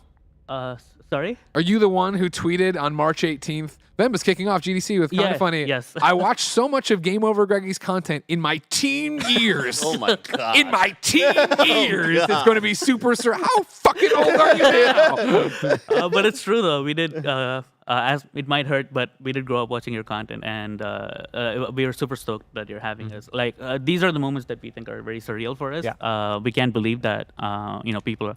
It started as a very intimate and small game. Right? Yeah. I did call it though. Yeah, he did. I did know it was going to be a big deal. Yeah, I'd be like, are we gonna make it? And you're like, it'll be fine. And then now it is fine. Well, I definitely didn't know that. The reception we got, it's such a blessing, and we're very grateful for it. I didn't know it was going to be as big as it is, but I knew that people are attracted to these kind of stories because it hits home a lot. Right? Yeah. So. Yeah. So here, Oh no, how old are you? I'm 29. Sam 29. Okay. 27. 27. Okay. Yeah. Okay, that's not terrible. It's not terrible. It's not terrible. So It's my late teens. Okay. I was gonna say, yeah. If you started like day one, that'd Yeah. be what, 13. Yeah. Okay. Yeah. Okay. Yeah. Okay. You should have been listening to Knockin' Boots that early. So here your bet will come true. So Venba's back. She's a lot more happier, and she's cooked again. And if you remember, for lunch she made 2 faces, and she's gonna use cooking as a way. Bun in the oven. Wowee. Yeah. Wowee. It's like deeper than environmental storytelling. Right there, Greg. Yeah. Yeah. Aww. What a cute way to say it. Yeah. My lame wife just walked out of the bathroom crying. I can hear Jen laugh. That was Kevin. If you hear a laugh, it's always Kevin. Right now, you have a super chat. Thank you so much, of course, from Manny Bagel Boy Sanchez, who says, "As the son of immigrant parents, I never considered the perspective how they left their friends and family behind, and me and my siblings were their friends and only friends. Already got me crying." Yeah. Oh, thank you. I'm in, he says too. Wish list. Wish listed now. Oh, right now, what are you doing? Break out your Steam Decks and wish list. Is it going to work on Steam Deck? It should. Okay. It should. If Steam gets back to me on my dev kit request. This is your chance, Gabe Newell. What's your problem? So what were like the early stages of development looking like? Did you always have the sort of, was it one of those things where in a dream you were like, oh my God, I have the idea and it's all sort of set? Or was it like, did it evolve over time? Was it something else ever at another point? Well, you know the. Yeah, so I remember I was with my mom and my sister at a Chinese restaurant when I got the text from Abby, and he said, "Oh, what about this game?" And he basically did like a paragraph pitch of Venba, and I was like, "Wow, that's something that I can really relate to." And I think a lot of the idea in that paragraph, I think it's all still there. Yeah. But I think throughout the process we changed a lot, especially the art style. I think it went through a lot. Oh, really? Changes. Yeah. And I think gameplay-wise as well, I think in the beginning you tried to make it really realistic. Yeah. And I think one of the things that comes to mind is in one of the levels we have like a pipe, and then we put things in it. But we didn't want to show what's in the pipe because we wanted it to be realistic. You can't really see what's in the pipe, but now we have like a transparency thing. See through. Yeah. Just so that make it more gameplay like so. Yeah. X-ray vision. I really got in my head about like, oh, if people play this game, I have to make sure it's accurate, right? So, Sure. It's like and Indian recipes are very complex. So it's like 25 different steps. If it's a UI nightmare to show all these ingredients in, Sure, right? yeah. So it took us a long time to figure out how to simplify it, but still keep it authentic. Keep it relevant. It's funny if you cook. You're gonna have a much easier time with this game. I don't.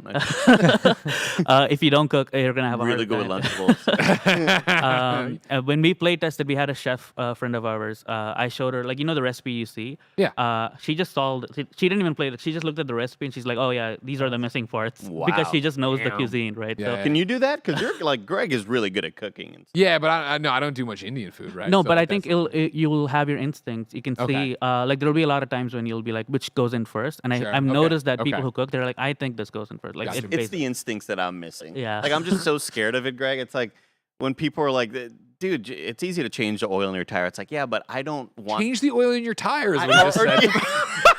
change the oil in my car. God, Andy rolls up to the mechanic. He's like, I need to get the oil changed in the tire. The guy's like, I'm on it. $150, but I'll cut you a deal. I'll do it for $100. Yeah, you got it, brother. You got it. Yeah. Yeah, but it's like it's those core sort of easy principles that I just have The basics, no yeah, idea of even where to start. Fundamentals. I don't know what I don't know. Yeah, You know what I mean? yeah, And yeah, that's for the sure. stuff that like maybe Greg, maybe you can teach me. You know? For sure, yeah. Maybe I can live with you for like a couple years. Dude, I would love to fire my nanny and you are Ben's caregiver. You know what I mean? Yeah. Uncle Andy's right there doing it. Yeah, see you, Andy. And so that's another question, I guess. You're talking about, not about my son, about making it authentic, right? Yeah. And how you went from this realistic thing and the Yeah. pipe and all that jazz.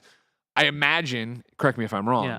part of that has to be the pressure of introducing this to such a Yeah. wide audience, right? Yeah. Because again, like I've never cooked this kind of food, Yeah. so it is my first, it's going in there. But then, let alone the people who did grow up on it, right? That's Right. been the other really cool thing of watching my friends react to this like, oh my God, this is just like what my mom or grandmother or aunt used to make. Right. Like, yeah, for sure. Is that where the pressure comes from? Is like, oh my God, everyone's going to come. This is going to be so many people's first introduction. Yeah, I would say it's a responsibility, right? I think Yeah. I think a lot of people who are excited about this game is because they don't see something like this often.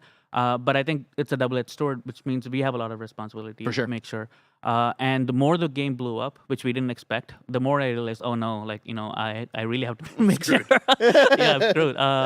And I think a thing that helped with that is it's hyper specific. So Indian cuisine, it's almost like the European EU. Like every state has its own different. Sure. Right, it's very different, and we focused on Southern Tamil cuisine, and I did that because that's the cuisine I grew up in. And a lot of people are like, "Oh, this is super cool. I'm Indian, but can you show North Indian stuff or like, things like that?" I'm like, I could, but the research to even show this DLC. like it killed me almost, right? Like, so I'm not comfortable passing off recipes that it would take a lot more research, I think. Yeah. Yes. But it's Stuff that isn't necessarily like from your like background. Yeah, for sure. Yeah, and but the hyper specificity I think helps. I think a lot of people don't recognize the recipes that we show here. Like I think it breaks the traditional stuff like butter chicken or tandoori stuff. None of that is here. It's more like dosas and idlis and more Southern cuisine, and a lot of people are excited about that too. Yeah. What's the have you tested this out with people who aren't necessarily even gamers, people who haven't even touched video games before? Yeah, so because I had to talk to a lot of my home cook friends or chef friends, they're not necessarily gamers, and they've played it. They usually have the harshest feedback, but it's been very helpful because I think a lot of times I get a message saying like I want to play this game with my mom or my dad and stuff like that. So it's accessible enough for them, and that's been a focus for us to make it very easy, but at the same time give a bit of a challenge also. Yeah. I got a couple questions for you, if you don't mind. Yeah, sure. Well, first is just a compliment. Ruchur writes in and says, recently my sister shifted to Canada, and she had a son last year, and I just can't wait to show her this game. I want to be a game dev too, so hopefully I'll be able to meet you guys, parentheses, all four of you someday. Good luck on your journey, of course. But jumping off of that Canada business, Darwin is a first-time chatter over on Twitch and says, if it's Toronto in the 80s, is it related to the Sri Lankan diaspora, or is this part of the general South Asian immigration of the 70s/90s or through 90s? Yeah, so Venba is from India. She is not part of the Sri Lankan diaspora, but the Elam community is such a huge part of Scarborough, and they've built basically all the stores and theaters and restaurants that we take for granted today. So in the game, what we do is when you start, you have access to very few ingredients, and the recipes get more complex, not just for difficulty, because you have access to these ingredients now. And we specifically highlight stores and stuff that made it possible. That's awesome. Yeah. And then question, I guess, I'll kick it over to Sam for this one. You said you're out, you're eating, you get the pitch for the game. Oh, this is a great idea. Talk to me, what came before that? Had you guys made other stuff? Had you met in school? Like, what? How did why are you eating and getting texts from this guy? Well, it's. I don't know who you are. Leave me alone. How'd you know I was eating? Well, we were working on a game called Balloon Man, actually, and it's about a superhero whose superpower is making balloons. Sure. I think we had a lot of. We spent. How long did we spend? Like 6 months. 6 months on it, and I think there were some maybe challenges or not roadblocks, but as soon as I got the text, it was such a good idea that we kind of had to Goodbye, abandon. Oh yeah, sorry, Balloon Man. Put that on the back burner for now. Yeah. Maybe someday. Yeah. But I met Sam. We were at a mobile game studio. We were making mobile games, and that's how I met Sam. Gotcha. And at lunch tables, we would just be like, look at the games we're working on and look at the games we want to work on. And we would always talk about things like that. We always wanted to make a game together. So, yeah. Awesome. And you all eventually left that mobile game studio to kind of team up? Yeah, for sure. Gotcha. Yeah. Mm-hmm. Yeah. Very cool. How dope would it be if they're like, no, we're still there. We just we don't called know. in sick today. They don't know.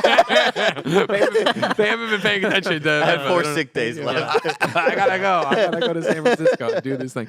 The chat's been popping off, of course, about the game. Everybody's super in. But Mr. Hawks, of course, calls out this is coming to Game Pass as well. Yes, we just announced that like half an hour right before. The Oh show. wow! Okay, good. I felt like I wow. didn't know it. I'm like, Yeah. all right. Yeah. And that's been a great help for us to help with the job and stuff like that. Oh, I bet. Yeah. Can we, don't give me all the business side of it, but like talk to me a little bit about that, because that's something we talk about on Games Daily and Games Cast a lot of like, well, we know that the power of Game Pass is, you make a game independently, you are running on usually on a low budget, you're worried about things, Game Pass comes in and like, was there even a debate for you of like, well, we could sell more copies if we weren't giving it away it's interesting. So I think we started 2020, we were making Venba, and we were still part-time, and we were pitching to publishers, and it was just too weird of a game for them to understand immediately. You were still part-time at the other studio? Yeah. Okay, got it. Yeah. And I was only able to quit last year, by the way. Oh, wow. And so it was a big transition. And every publisher, like, it's cool, but, we haven't seen too much like this. Is there a market for this? And I get those concerns completely. Of course. And we were part of a Wholesome Games trailer. Like, once we got all the rejections, we were part of a Wholesome Games showcase, which really blew off in a big way. And then platforms started talking to us directly. And look who comes crawling back. So the platforms we could never talk to because we didn't have access to. It was the publishers we were talking to. So Microsoft, Sony, Nintendo, they were all great. And things like that, that support was, it showed us that they believe in the game, and that was amazing for us to see. It gave us a lot of courage to expand. Stuff like that music director thing, like I could have never done that without proper funding. Yeah. Oh, yeah. What were the slimiest pitches? Like, I can imagine, all right, what about pizza and burgers? Like, we get those in the game DLC. You can buy those later. Like, no, man, we're just trying to do our own thing. Yeah, exactly. Yeah, we didn't have to face a bunch of those things. Really? Yeah. I think we had to. They wanted a more commercial version of the game. Wow. But I'm really glad we stayed true to what we wanted to make. Yeah. Sounds like a conversation with Jim Ryan, right? I was trying to say, fish and chips. I was like, what? I was like, what British food is there? I was like, what would Jim Ryan pitch? I want to point out a really funny comment that made me laugh earlier.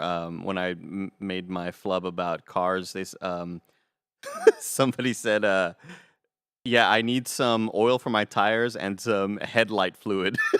The worst. Great comment. 8-Bit Luis, thank you, by the way, for gifting out subs a little while ago, 8-Bit Luis. Well, our time's about up with you guys. Before we go, Venba's out this year. Yeah. Whole bunch of different platforms on Game Pass. I said that. Wishlist it now, as we've said that as well. Anything else?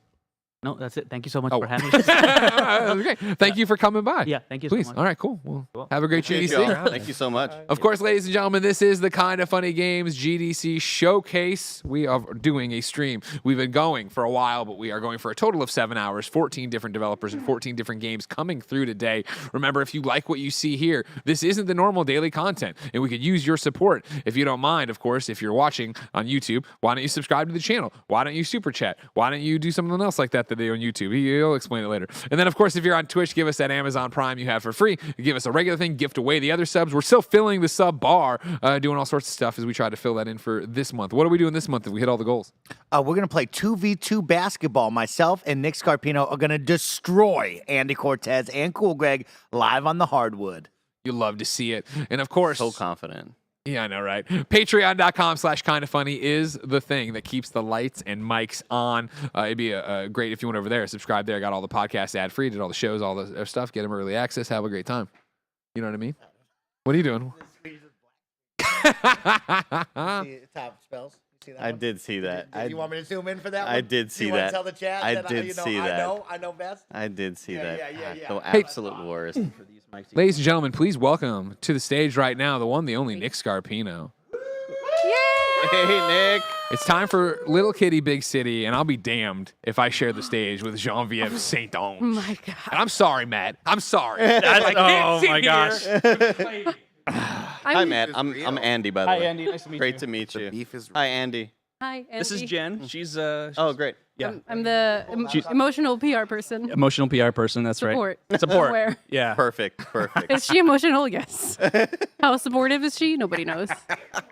I know. Now, Greg put me and Nick on this game because I think so tall. Can I get the? I think Nick has a very big affinity for cats. As you know, especially black cats. We discussed the costume. We did. I heard you had a costume. That's a real cat that is around our office. That's true. I apologize. Lady the Cat. I apologize. And she, Lady the Cat. I didn't know she had a name. Yeah, Lady the Didn't know Cat. she had a name. Thank you, DJ Killer, by the way, for gifting 10 subs. Again, we're able to show off all these awesome games with your support. So thank you, everybody, in the Twitch chat. But yeah, this is Little Kitty, Big City, and this looks like the most adorable little romp through a town. Yeah, big city, in fact. Oh, yeah. big city, Yeah. huge city. Very tall, very vertical. So tell us a bit about it, Matt. What exactly were the inspirations? Where did this idea stem from? Well, so Little Kitty, Big City, first of all, is a game where you play as a cat in the big city, and your number one priority is to get back home. Well, it's actually probably more like a guideline, but it's definitely on your to-do list because there are a lot of other things to do in the game, like perfect. Mess with humans or wear adorable hats or what else? Nap in the sun. Sounds like normal this cat is just the you and me of this world. Yeah, exactly. Yeah, and there's a lot of animals to meet, so you meet animals and talk to them and become friends with them, and but once you do all that, then your number one priority is to get back home again. Okay, gotcha. I know you have some setting up to do before you start. Yeah. So Nick and Andy, you have to distract everybody. That's totally fine. We're just is there a little bit of a setup here? We can't give away all the secrets, everybody. Okay. So I'm just gonna fly to a better spot. We can't give away all the secrets. We're gonna take the kitty to a better spot. We're in dev mode, right? Yeah, okay, the kitty didn't like that little alleyway. Recam dev mode right here. And this is what development looks like. Yeah, don't look. There it is. Close your eyes. Here we go. Oh my All gosh! right, And we we're are watching good. right now. The chat is seeing all the trailer, by the way, and they're seeing all the cute little accessories and hats you can put on this cat. So cute. So here's Little Kitty. Is there a name for the kitty? Little Kitty. Oh, great. Little kitty. Yeah. Yeah. Should have known. Great name. Middle Yeah. name or? Little T Kitty. Okay. Beautiful. No, so naming the cat is actually part of the game. Okay. Which Can we name this cat Andy? you could That'd be eventually, yeah. Perfect. Yeah. But for now, Not lady, huh? No, there's already a lady. We've already Yeah, there's already established. a lady. She's the game lady. Lady is already a fixture in my life. I'm already seeing little things to collect. What's this little ball over here? Can you play with it? so this is Oh my god. God. He's playing with the yarn. He's Oh, that's so fun. Put on this cute ass Put little that hat on right now. Cats and hats, man. They don't like them, but I like them. yeah, my cats don't like hats. They don't like them, man. They freak out. I've never seen a cat wear a hat my and be like, God. "This is my jam. This is my vibe." Oh my god, this is This the cat is cutest little loving thing it. ever. So the initial mission statement is again try to get back home, but Right. as you are just Listen, I'm not even here. I'm not even officially here. I'm not even at Anthony. GDC. This is the game of the show. I saw a ladybug hat from over in another room, and this is the game of the show, and everybody shut it down. You get Nobel Prize. Congratulations to you, sir, Should we on just- ladybug cat game. Wow. All right. Game of the show. All right, thank you. 2023, I'll tell you So right we just now. we should just do everything on hats. Here we go. Oh, here we perfect. go. So this is the show is just about hats now. I didn't even know Carboni was here. I didn't either. And Me I'll tell you, neither. can I tell you something about Anthony Carboni that I've never really noticed before? He smells amazing. It smells amazing. Yeah. He smells. Got a great. He smells oh like my a sensitive. Look at that. That is a breeze. tribute to Is this an aggro crab. crab Oh my little God. tie? Yes, no, The this is lobster. a this is a very pleasant crab. It's not angry at all. Oh, gotcha. Yeah. But I like that it makes a cat look like it has 4 eyes. I love it. let's Manny find a- Bagel Boy let's find a hat. Sanchez. Which one's over your favorite? on YouTube? Let's see. Oh Says, yeah, Nick, you let's look forgot through it. the cat is in the hat. The cat in the hat by Dr. Seuss. Oh my What's the god, the most cat in the kind of rat funny hat. hat? There's just so much rhyming up. I want to see this pumpkin. That's a Can we see the mouse pumpkin. hat. Oh my god. Oh, the- I think the- Do you think that when the cat wears the mouse hat, he's very conflicted? it's an orange, Nick. It's an orange. It's so I cute. thought it was a Let's pumpkin. see. Satsuma. Mushroom. This is great. How much do you feel like the hat creation portion of the development will ever end, or is that constantly something that you're like, oh, that's a hat idea right there? We had to cut it off at some point. I got Yeah. you. Yeah. It would feel never that. Do ship? you? No, we just we've got over 40 in the game right now, and we just kept wanting to make more hats. And See, this is why I could never be a game dev, because I would just obsess about all the hats that I could make, and they'd be like, Nick, you got to ship the You'd hats. be so annoying. The hats are ready to ship. Oh my god, this is adorable. Have you thought about making a cat hat? a cat hat on Yeah, a cat. so the cat wears a cat hat, and it's just a bigger head. And the catception. Yeah, concept. exactly. Yeah. Andy gets me. I Andy do. understands where we're at. I right do. now I in wish this I life. didn't though. Yeah. No, I know, but get you're it. corrupted by me. I get it. All right, so let's Let's move on. So Oh my gosh, there's a little critter stuck Yeah, in that. who's that? What's going on with that raccoon? Yeah. all right, so this is a Become a friend? tanuki. Oh, those are real, by the way. Did you know that, Andy? Yeah, I did. They really have those in Japan. Yeah. They're freaky. They're everywhere. Oh my god. And so now, would you say a lot of the gameplay as we try to rescue this Tanuki becomes is there like a physics-based sort of stuff happening, or are we moving the pipe to break it? What are we doing? How do we get this little freak out of here? Let's find out. So she's stuck in the pipe. She's a friend that you meet. This is the first time you meet her, and she's a little bit stubborn, you know. She wants to do everything herself. Yeah, she's like, I don't want help. Yeah. But she eventually realizes, oh, maybe she needs a little bit of help. So let's try to pull her out. Give her a little pull. Oh, there we go. Damn, they're that big? I didn't know that. They're big, bro. Yeah. Wow. They come at you. All right. Be careful. You be real careful. Although I'm on camera right now. So this becomes like an NPC that you can maybe see in the future again, or yeah. So this is a character that you'll have multiple interactions with. So at the moment she's kind of working on something, and eventually she's going to need your help. But now she wants to tell you all about her Geku fascination. So Geku is our character that we created in the game, which is basically kind of our equivalent of Godzilla. Oh, okay. Yeah, so it's she'll tell you a little bit more about it. Tell us more about it, Tanuki. I'm glad that we defaulted to the cowboy hat, though, by the way. It seemed like the right strategy. It feels like the right call for it. I feel like it's the one that's like the most tame and gonna get Carboni to not run back in. Yeah. Which I think is a good vibe. Could we close out that to use dictation? Oh, settings yeah. thing on the top. Thank you. Let's see, that's gonna be tricky, huh? I think because of some of the buttons that were hit, I think did I hit some buttons? Can I alt tab and not do anything crazy? Oh, there you go. Yeah, it's just some weird Windows thing. It's like when you actually you activate sticky keys. It's like, leave me alone, Windows. All right. There we go. Good. We Yay, didn't crash. thanks, Kevin. Yay. No problem. The first time I hear Kevin's voice of God, It's always very sorry. reaches You've never heard that deep. before? Yeah, I've it does. never. Well, you have to stop yourself from looking up like he Yeah. is God. Yeah. Because if you say that 3 times, he starts. I like when you look up. He starts to believe it. Nick, look at me. Look no, up. No, look I at can't me. do it. No. I'm here for you. The guy. Most people think the devil's down there, but it's up in the rafters. If you know what I mean. Oh my God. Who brought the donuts today? Because they're so good. Really. Ah. I wish I could take credit. Well, apparently they got him at the donut place that Kevin's beefing with. Oh, so it's no, a whole vibe. what's It's a this, whole the vibe. I'm We're not not supposed to say. beefing with him. I'm sure that she just spent like easily $65, maybe even more. I mean, worth every penny of it. Do you smell feathers? Can you smell feathers? It smells like smell feathers. Smells like Carboni. What does a feather even smell like? Yeah, let's do that.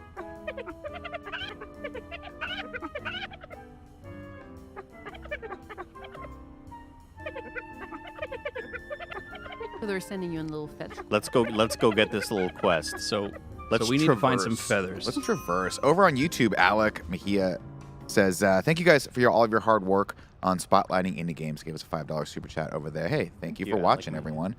And shout out to all the indies who are coming through today to show off their wares. Once again, this is Little Kitty Big City.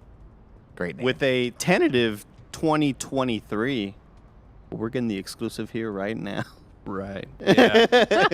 Yeah. As the VR person, no. We are no. not. Jen, I would have preferred if you were just in the back corner, just like giving me like this. Always be pushing forward, Andy. Good job. Good job. Coming to You're a great PC. So is this Steam? Are we thinking Steam Deck as well? We'd like to. Yeah. Okay. Yeah. Are you like the Venba dev team also waiting for a Steam Dev Kit? I actually have one. Oh, Yep. great. Okay, beautiful. Yep. Right now, it's just my only limitation is time. Oh, gotcha. Matt Yeah. has history at Valve. I do. Yep. I worked there for a long time. So right now we ran into another cat in the game. This is our veteran cat on the street. And he is giving us some instruction on how to catch birds. Okay. Oh, Which is right. where We're on we'll the get hunt for feathers right now. Yeah. Got it. Yeah. There's an easy way to get feathers, there's a tough way. Yeah. All right. This is just like that scene in Ghost, Andy. I know you're thinking where Patrick Swayze has to learn how to move things in the subway. Wasn't thinking about that at all. Exactly. Yeah. No, it's exactly like that. the bread proposition. It works as follows. Obtain bread. 1, obtain bread. 2, use bread as bait for birds. 3, 4, ounce. Oh. Got it. Profit. Profits. Oh my god. All the sound effects. All the sound effects. Damn it, this is perfect. I love With this is the vibe I needed today. Now, I gotta assume this isn't the only cat in the game that we're gonna meet. It is not. Okay. Yes, you will meet more cats. Do you have a cat? Because I know that cat owners know that, like, orange tabbies are, like, insanely, like, they have, like, a huge, funny character, and then these types of cats are very, very kind of calm and mellow. Was any of that research taken into account? Oh, my God, this is Oh, yeah, absolutely. Yeah, I have 2 pretty awesome cats, and they are both, sorry. You just killed that. Oh, Sorry my about God. that. That man is dead. Are you still? That's going to steal his phone. Lawsuit. No. Did you just steal his? Oh, my God. Is he coming after you now? Oh, no, he doesn't like that. Oh, well, I mean, you stole his phone. Yeah. You're out there very trading important cats. email. Japan to steal phones. It's Put it in the crazy. puddle. Hold on. I got to find somebody with bread. That's what we're actually looking for. Oh, so you're You're gonna going to trade bread for the phone. Is this like I have a laser pointer and you trade up to like a car? That would be really cool. Now, sometimes people they'll have like a sandwich or they're he got him no. out. Shoot. Everybody, you saw that. Oh, Somebody well. record this man. Just beat up a cat. Yeah, this guy's animal. wasn't This cruelty. guy's going to get all. canceled. I mean, you did steal his phone. All right. Look at him. He's angry. Yeah, nuzzle. Come on, nuzzle me, bro. Aw. Oh, wait. Is he going to take Come my on, picture? Nuzzle me, bro. I think Oh, you no, did, no. yeah. All right. Easy to forgive. Where's Forgive the and forget, bread? you know. Let's see. Let's look around a little bit more. What's on the other side of this yellow There we go. construction area? There's construction over there. We Development. can't. Gotcha. Yeah, they're building a house, I think, but we can't quite get there yet. This guy has a bagel. Give me your bagel, See bro. if he Manny can Bagel just Boy trip- Sanchez. Oh, my God, no. please. He just blew out his ACL. Yeah, he's all right. He's cool. We'll just use this bagel. Over in the YouTube chat, Karina Sandy says, "Thank you for the incredible calendar. The image of Easter Bunny Nick is now the centerpiece of our apartment." Didn't know that was a thing. Ah, how about that? They don't tell me these things. Oh, so now we wait for the birds, and now the Now he strategy pounds on comes them. in here. Yeah. So here we go. Oh, there's one. There's one. Get ready to Look at pounce. this idiot. Has no idea. Do you think the hat helps, or is it deterrent? I think. Yeah, it definitely. It gives you a little more hang time in the air. Let's see. Oh, that was actually a really bad jump. Oh my God! I can't. shorted see, it. no, look, there's something wrong Shorted with the it. controller, I think. Oh, No, it's we have back it's- controllers here in it's this a- office. gotcha. So I've been meaning to talk to Tim about that. Yeah. Tim, you're fired. Put a Give us meeting more on the books Xbox for that. controllers, please. Thank you. All right. We got one more. But again, this bird fooled me once. Get Come on. pounced on. There we go. All right, I'm just gonna run. I in this love way. the Max Payne bullet time, by the way. All right. We got, we Oh, got one. no. Oh, no. We let him Oh, go. cool, We just okay. took a feather. Little souvenir right there. Just a little feather for the Taduki. Faster than you look. That's like me, Nick. You are fast. I beat Greg in a foot race. Is that a compliment? Yeah. Jen, how fast do you think your husband was? When you think of speed, do you think of Greg Miller or do you think of other human beings? I find it paralyzing when he runs because it's so scary. So Because I he's can't. there's a lot of movement. what and can stop such a big this? body. Yeah. Yeah. So maybe it's not as much about pace as it is. It's just about momentum. Velocity. Yeah. Have you ever seen him like run and then not be able to stop himself and then bang through a wall? When he was running, no, but when he was running with the stroller on that bike path Yeah. at one time, I don't know, it took him a while to stop. Yeah.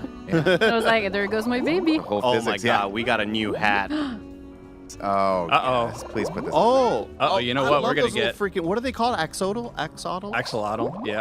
Oh man, have you ever seen those? No. Like little underwater. They look like just straight up Pokemon. It looks like a real life Pokemon. Are we able to restart here? Because we got a fun little bug. Oh no, a translation bug. Is that an easy thing to do? Otherwise, we're gonna have to sit through getting That's all a these hats. phenomenal question. Tech outside. How do we restart this whole thing? Kevin, can we restart this? What are we saying? The whole thing? Just the game. Like We the need to restart game. the game. Restart the game and I start don't it know, I imagine over. you go to settings and Are we close thinking like an Alt F4 sort of situation, or? Yeah, I think Let's it's speed let's speed. see if we try that. can sit through this. I will also Yeah. sit through all the hats. I do not Dev care. Is Let's see, amazing. we have the trailer to run, so nobody sees anything. There you Yeah, go. look at that. Yeah, Look at just that. from the trailer. All right, It's a good trailer. let's let this run its course. And what do you guys want to talk about? I will go to the chat actually because we have a couple subscriptions that I want to shout out. Alejandro Rea has subscribed with Prime, And Chilean Thunder 95 has subscribed with Prime for 16 months. Thank you guys all right there. Remember, queue up your questions if you guys have any. I'll read them for all of our devs today. And yeah, let me look and see what we have here. Let's see. Arrow52 says mass plus velocity equals Greg momentum. Not your best joke, Arrow, but you know we'll figure it out in there. Pretty good. Nothing yet. We can talk about the music because you can't hear it in the trailer right now, but it's jazzy. I like it. It should be jazzy, and I'll tell you why. Because jazz and cats go together, like peach and pie. Oh, there it is. Now we hear it. What was the So how big is your team?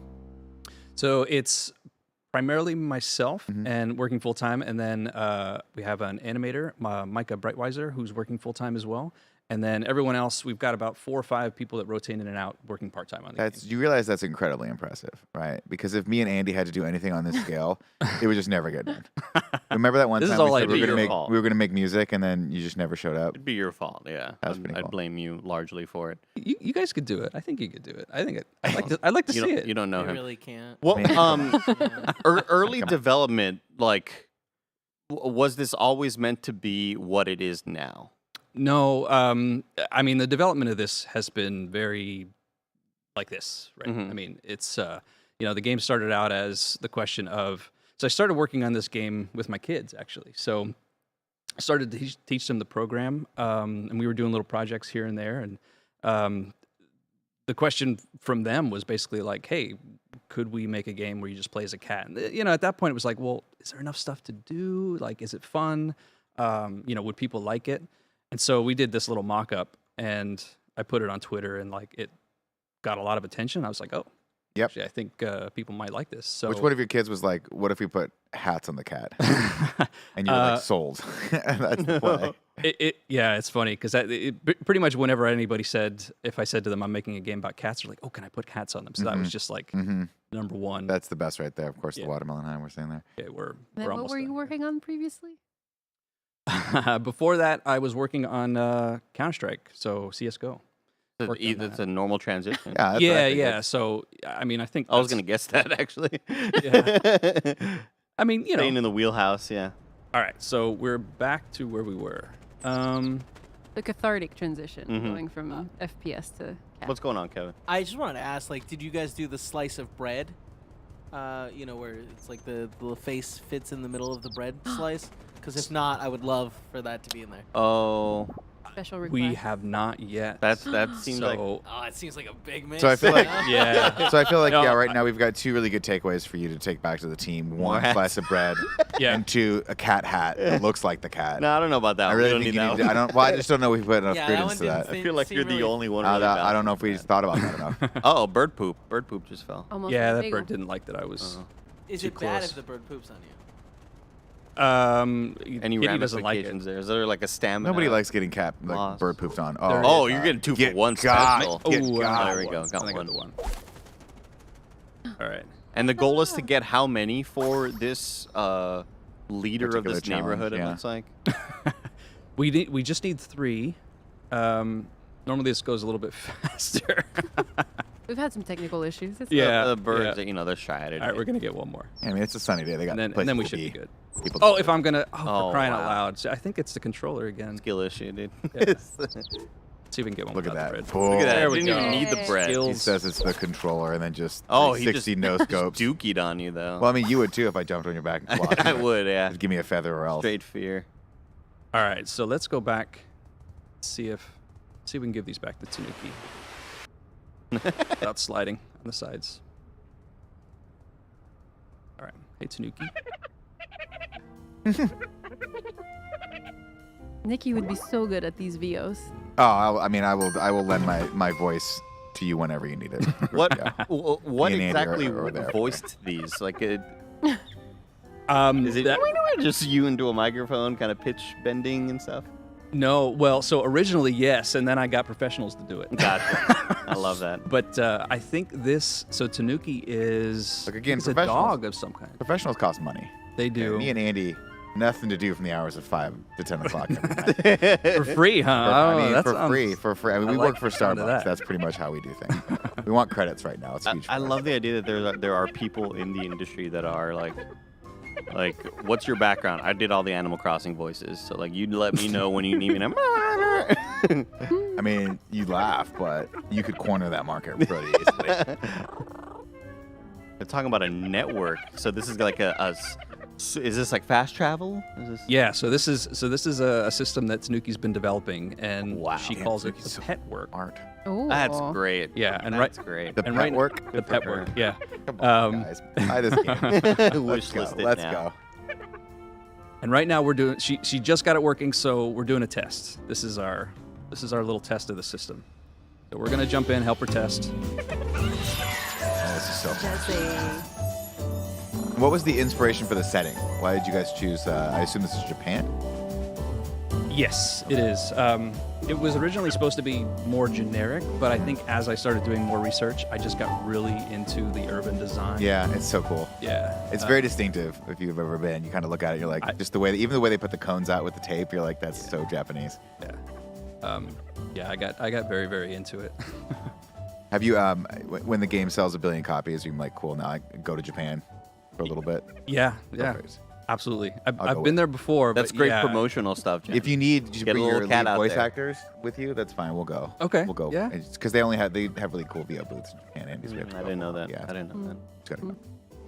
All right, so we did the experiment, but it didn't quite go as planned.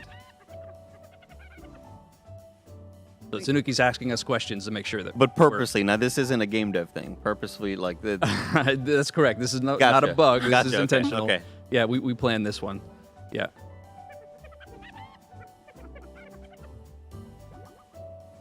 Are we in possession of our own eyeballs? Yes. I think so. I think so. Andy, can you see my hand waving in front of your face? Is this one of those like when you get beamed up in Star Trek? Like you got to make sure all your molecules are back in place. That's I what think we're so. testing Yeah, out here? I think that's what she's like making that. sure. Yeah. Andy, Do we have? Would you beam up with me? No, Cool. not a chance. I figured as much.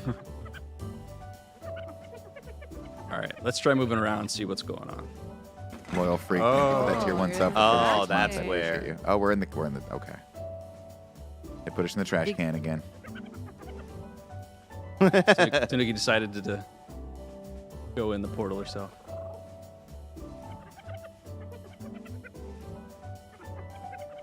Now, what is the dev team's thought when Stray starts popping off on the internet? Excitement? We had a bit of a uh-oh. I mean, the way I look at it is that I think it gave everybody the idea that, hey, cat games can be pretty cool. Could be fun. Yeah. You know, and they can be exciting, and I think it opened up a little bit. I think it was good for everybody. It's good. Anybody It is making a good cat for the game, cat. I think it was good. Yeah. So useless on this show right now. I don't know why. That's why they put me a second share. I don't know why you're here. People love me. Tanuki doesn't like deadlines. I can relate. All right. Well, Yeah, we see Dave in chat. There's never enough cat games. Never enough. no, I agree. I mean, this game just Absolutely. looks chill and fun, man. Like, it looks relaxing and, like, I don't know. I would play the hell out of this. Dre, on the other hand. No, we can't. We can't make fun of other games. Uh-oh. Oh no! Oh, no. Oh, you're in bad territory. All right. So I guess we're not supposed to be in there. But what But- if you had a hard hat? What if I had a heart attack? Ooh. Actually, Haven't. Was that really that do guy's have a only? hard hat. What? That was really that only guy's like precluding factor. Like the cat into that. It's not OSHA compliant.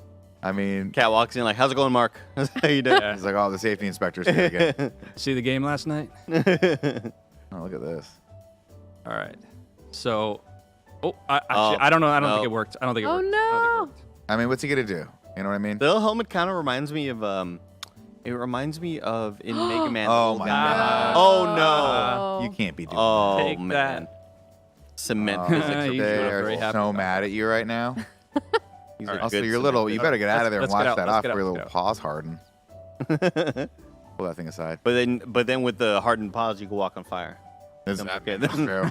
Part of the mechanic. You can also like you. Oh, a little shortcut. oh, Look at okay. that level design, everybody. I like when All cats right. do that. Where they just squeeze. We through. made it Yeah, out. It's cute. So, you'll notice here a puddle. Clean your feet. Oh no! Yeah, We don't cats don't like like that. water. Not happy. So, Let's see. Go break some stuff. Yeah, let's go see what Go we can cause some break. chaos in the city. Some cat stuff. Anytime Let's I go. see like big city in a tile, just think of Baby's Day Out, Nick. Which one was Baby's Day on? The little baby. Oh, where the baby just kept going through. It was like, stop the baby, and the baby Yeah. just they couldn't catch that baby. Yeah, couldn't catch the baby. Yeah. Uh-oh. Did you know this that lady's Home Alone? not going to like it if you mess around with any of her No. product right here. Did you know that Home Alone 2 was a sequel to that movie? I don't think it is. You needed to repeat the joke. You needed to get it through You cut me off halfway. Oh, through. no. Oh no. Are you on the internet? Awesome. Oh, that's great. That's beautiful. Yes. Okay. Now you're just being mean. to this Knocking old things lady. off of desks. Did she see that? Got a question mark. Like, what's going on? Now you're gonna steal something? Oh, she's like, uh-oh. Oh, okay, wait. Let's do... What else can we knock down? Make people mad. No, you're stealing. That's theft. Oh, no. Who's that cat she up won't there? miss it. Oh, wait, maybe she will. She misses it. Oh, no. Oh. She's Again, you Mess can't, that like, lady. you just got to let the cat do that. It's like in those videos when bears just walk into convenience stores and take stuff, they leave. Yeah. You just got to let the animal do what it's Yeah. going to do. I'm gonna wait for you to leave. It's like, No, she doesn't. She's a keen eye. doesn't trust you. All right. What's up with this cat? Who's that? A bodega So cat. this... Oh, that's Yeah, great. I love that. Let's talk to him. Take a little nap. Excuse me. I love that. Ladies and gentlemen, we have 5 more minutes left Oh. for Little Kitty Big City. Please keep your questions if you guys have any in the YouTube chat or over on the Twitch. And remember, with all of your support, you guys are making this happen. We appreciate you so much. We're able to actually do showcases like this because of you guys out there. So make sure you are getting in those super chats and or those Prime subs for us today so that we can keep these shows going all year round. It's wishlistable? It is wishlistable. Wishlistable, Yep, everybody. on Steam. Go wishlist it right now on Steam. Go do it right now, everyone. Send your cat photos on Twitter. Yes. Yeah. And send me cat photos, please. Let's see cats reacting to this. Yes. You know, those that are would my be favorite. Oh, that's a great marketing idea for me. I mean, that was so much of what like I think popped off with Stray. I think it's right, like you did that, It's such a yeah. great no, but I think like, you no, take it up a notch. I it's think okay. you get do it. No. Yes. I think you get a cat to play the game. Yeah. And that you take that up a notch. Really. A live That's a stretch stretch right How there. long That's does the it take for the cat to finish? That's a big stretch. Ooh, big stretch. Ooh, big stretch. Ooh, big stretch. You think cats know they're doing the downward dog? I'll show myself. Downward cat. See, sometimes he plays with me, guys. Sometimes he does. It's Oh. fun. Oh no. Oh, no. Oh. That was pretty anticlimactic. Let's find another one. Just wreck it. Oh, I see one. I see one up there. Oh, that pod plan is not long for this world. Great little animation. Oh, there we go. Kind of, you know. I love Yeah, it's that. perfect because it's the perfect, Perfect. level. Come on. Ah. Meow. She's very tolerant of you. Yeah, she's pretty tolerant right now. You are destroying her shop. She's like, what? She's like, whatever. I'm busy. I'm having a bad time. Okay, fine. We'll just hang out in this box. Dun, dun, dun, dun, dun. Joe Slash, thank you for those 2 gifted tier 1 subs to our community. We appreciate you guys very much right there. I think maybe we'll just Aw. And that's how we end our time here with Little Wow. Kitty, Big City. Thank you, Matt, for coming in to show Thanks off so this much. game. Again, coming sometime this year, hopefully, on Steam. It's wishlistable right now. It is wishlistable. We haven't announced the release date yet, but I was given just like a loose 2023, so that's all I put on the graphic. It's great. We'll keep it up. Because I know people have those questions. And here comes Carboni, because Carboni wants Best this game, only immediately. game. Remember, order every game. 5 copies of Cat Game with hats. Please, thank you. Thank you. The hat Best game. game. There are other This is the developers in highlight. studio This is right the now. highlight of your career. I mean, I think my career peaked about 10 years ago. Thank you, Matt. We appreciate you coming everybody. by. Thank Thank you you. so much, Matt, everybody. this is awesome. Right. Thanks, man. Thank you so much. Get out of this chair. Oh, you got. Oh my gosh. What are we doing here? Thanks. How do we switch over the game? I mean, I think it's just the same way we Escape, always yeah. do. Yeah, it's a PC. I mean, but Alt like, tab. I don't know. Alt the F4. step. Am I Alt F4? You just hit the control button. You hit the little mouse. What are you doing? What are you doing? help him, Greg. Just Why is this a All right, Mac Casino Bala, I don't like this keyboard on comment. Windows? Don't. I got bullied into making a bad decision. Okay, Tim was like, just buy that one. It's mechanical. It's better than the other one. Here's what I want you dumb. guys to know, all right? How to Escape is up next. Okay. This is a game that will test your friendship. It will test your communication skills. We're already on the brink of it. One of you is going to need Andy, to... we're the best friends that anyone's ever seen. One Get of you outta will here with use that. a phone and not look at the screen over here. Oh, okay? It's one of those things. I So love I'll that. leave I it love up that. to you. I'll leave it I up to you. appreciate Let's that. bring on the devs for How to Escape. We are joined by Maximilian and Vincent. Hello, welcome to the Hi, stage. how's it going, Andy? Great to meet you. Nice to meet you. I'm Great Nick. to meet you. Nice to meet you. Thank you. Thanks. And How to Escape is a really kind of interesting, fun game that Now- requires co-op play. It requires one person to be on their phone, Okay. one person to be on the computer. I'll down. Shall I do? No, the we have phone? the phone here. We have the phone here. It's Yeah, not. we You don't have want the my phone. small phone? You don't want me my small phone? Phone's too Now I'll tell you small. one thing right now, Andy. Let's get it right into it. You know that I'm a sucker for any time anyone uses the number 2 instead of the word 2. How to Escape. You've already got my interest. I'm peaked in this already. So tell us a Let's bit get more into it. about it. Yeah, so How to Escape is a co-op game, obviously. And the fact is that you will have to play on asymmetrical devices. So one will play on PC or console, the main game, let's say, and the other one will be on the smartphone. And the two people will not have the same information, and you will have to talk together and help each other Oh God. Okay. I love and this. try to get out from this train, which is going at full speed into I love something. This, Andy. I might just let you die. I think If you I'm being might. 100% honest with you, you're dying at least 2-3 times before I get off my duff. What was the inspiration? Was like how did this sort of come about? Well, we wanted to make an escape game with Breakfast, which is the developer. Mhm. So I'm part of the publisher team. But we wanted to do something a bit different than just an escape game. So we played a lot Escape Simulator and all this kind of inspiration.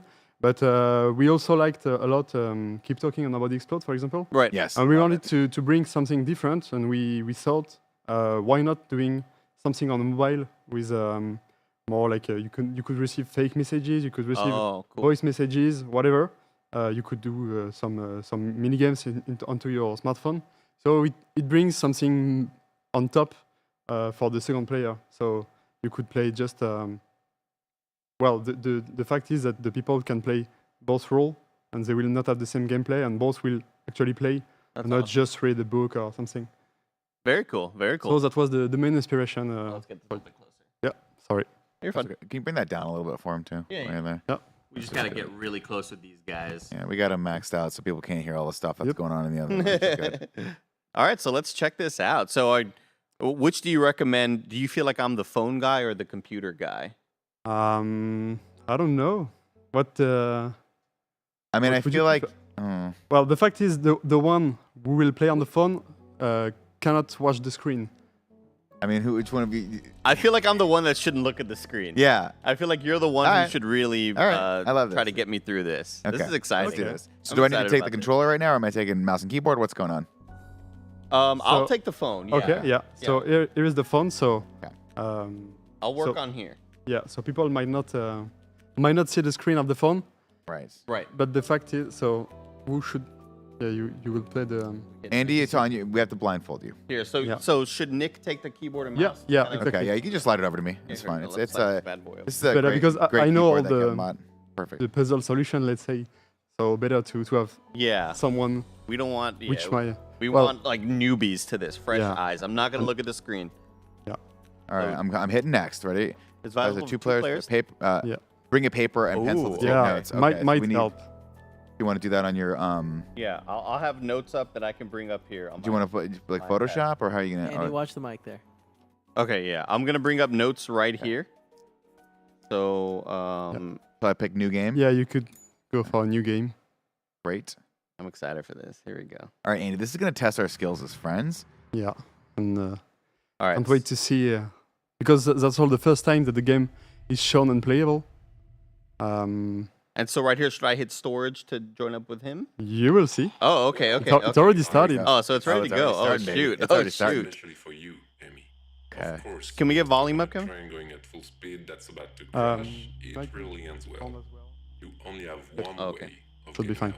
I'm walking Head toward up this to thing, the Andy. locomotive, I'm walking find toward the this thing. brake lever and activate it. but this is easier said than done. Joanne, you may not be in the Is that train, better? but your sister needs your help to get out. Oh, If got the not, cap lock's on. well, Cap lock's off. you know where I'm going. It's not pleasant to hear, but your Okay. sister's Is life it advisable for me to listen to this?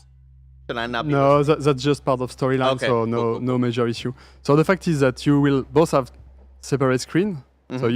So people on Twitch will see the main screen on console and PC. All right, Andy. But you have something different. But you have to figure out how to help each other now. All right, Andy. I will just let you a few minutes to see if you're able to find out how to start. Let's say. Got it. Okay, so I'm looking at. I got pretty easy stuff here, Andy. Got some clues. I'm in a room. It looks like a storage closet. There's a piano here. You said the word storage. It's sort of like a storage closet, I think, on this train. It looks like there's a ladder. Train? You said train? Okay, Nick. So on my screen, I've got a bunch of boxes, and one of them says like storage, and there's a lock on it. Yes. One of them says locomotive, and there's a lock on it. What are the locks on that little storage closet look like? Do the symbols look like sort of hieroglyphic? No, they're just. I mean, it's a lock. It's an icon. Okay, that's not. You should click on storage. Okay. To start because you are on the first wagon, which is storage. Yeah, we're in the storage wagon. Okay, so now on my screen, Nick, I've got a little silver box, and there's a grid of 3 by 3, so it's like nine dots. You know what I mean? 9 dots. 3 by 3. 3 by 3. 3 by 3. Nick, that thing on the side by the door. Oh God, Kevin's Right Kevin's there, already top in here there, to help right out. there. Yeah. That's the light. No. Oh, this thing right here. 3 Okay. by 3, Nick. Andy, there you go. So I want you to start at the bottom left. Okay.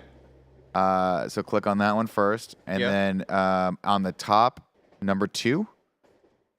Then bottom right. So it's like an unlock. Okay. So you have to. So yeah, you got to do that, and then you got to go bottom right, and then all the way to middle bottom. Got it, brother. Got it. Awesome. You're good. Oh, I got a phone call. Hold on. Get to answer the phone. Well, to be honest, it's not looking great, especially for you, Demi. Of course, when you're stuck on a train going at full speed that's about to crash, it really ends well. You only have one way of getting out. Head up to the locomotive, find the brake lever, and activate it. Love games. But this is easier said than done. Joanne, you may not be in the train, write that but down. your sister needs your help to get out. If not, well, you know where I'm going. It's not pleasant to hear, but your sister's life is in your hands. All right, Nick. You did you hear that? You need to go to the locomotive and look for the brake lever. Sounds good. I don't know if I can get out of here or not yet.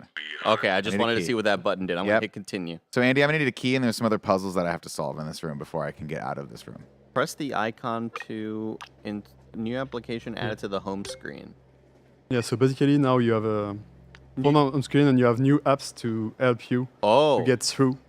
Very the wall. cool. So in this build, you only have one puzzle for this room, and then we will go for another room to do another puzzle. Okay, sounds good. Which puzzle, or do I have to figure that out myself? You will see. Okay, cool. So Andy, there's one thing I want you to remember: 1789 is the code for something. Can you write that down? 1789. 1789. I got you, brother. 1789. The year the Batman came out. Oh, okay. 1789. Batman 89. Keep that in mind. Cool. 200 years. Okay.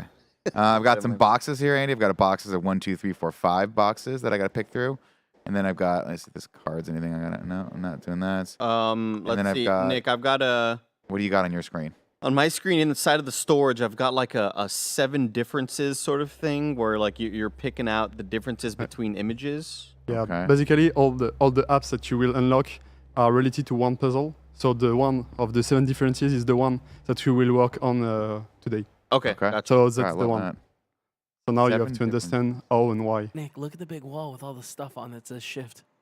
That's just Oh, the it's just tutorial, move, Big okay, Cat. okay, all right. Yeah, I'm looking around. Don't Yeah, worry the about it. 7 differences thing. It's got like images of cows on it, Nick. There's like a cow. There's 2 cows, and it's one of those like spot the differences in the images. You know. See what I can do here. Spot the images. I don't see anything like that in my. Oh, you know what? I have a codex here. Give me a You codex. told me 1789. I'm gonna type that in try on this that, codex. The codex. Again, if that doesn't work, type in Batman. Okay. I don't think that's.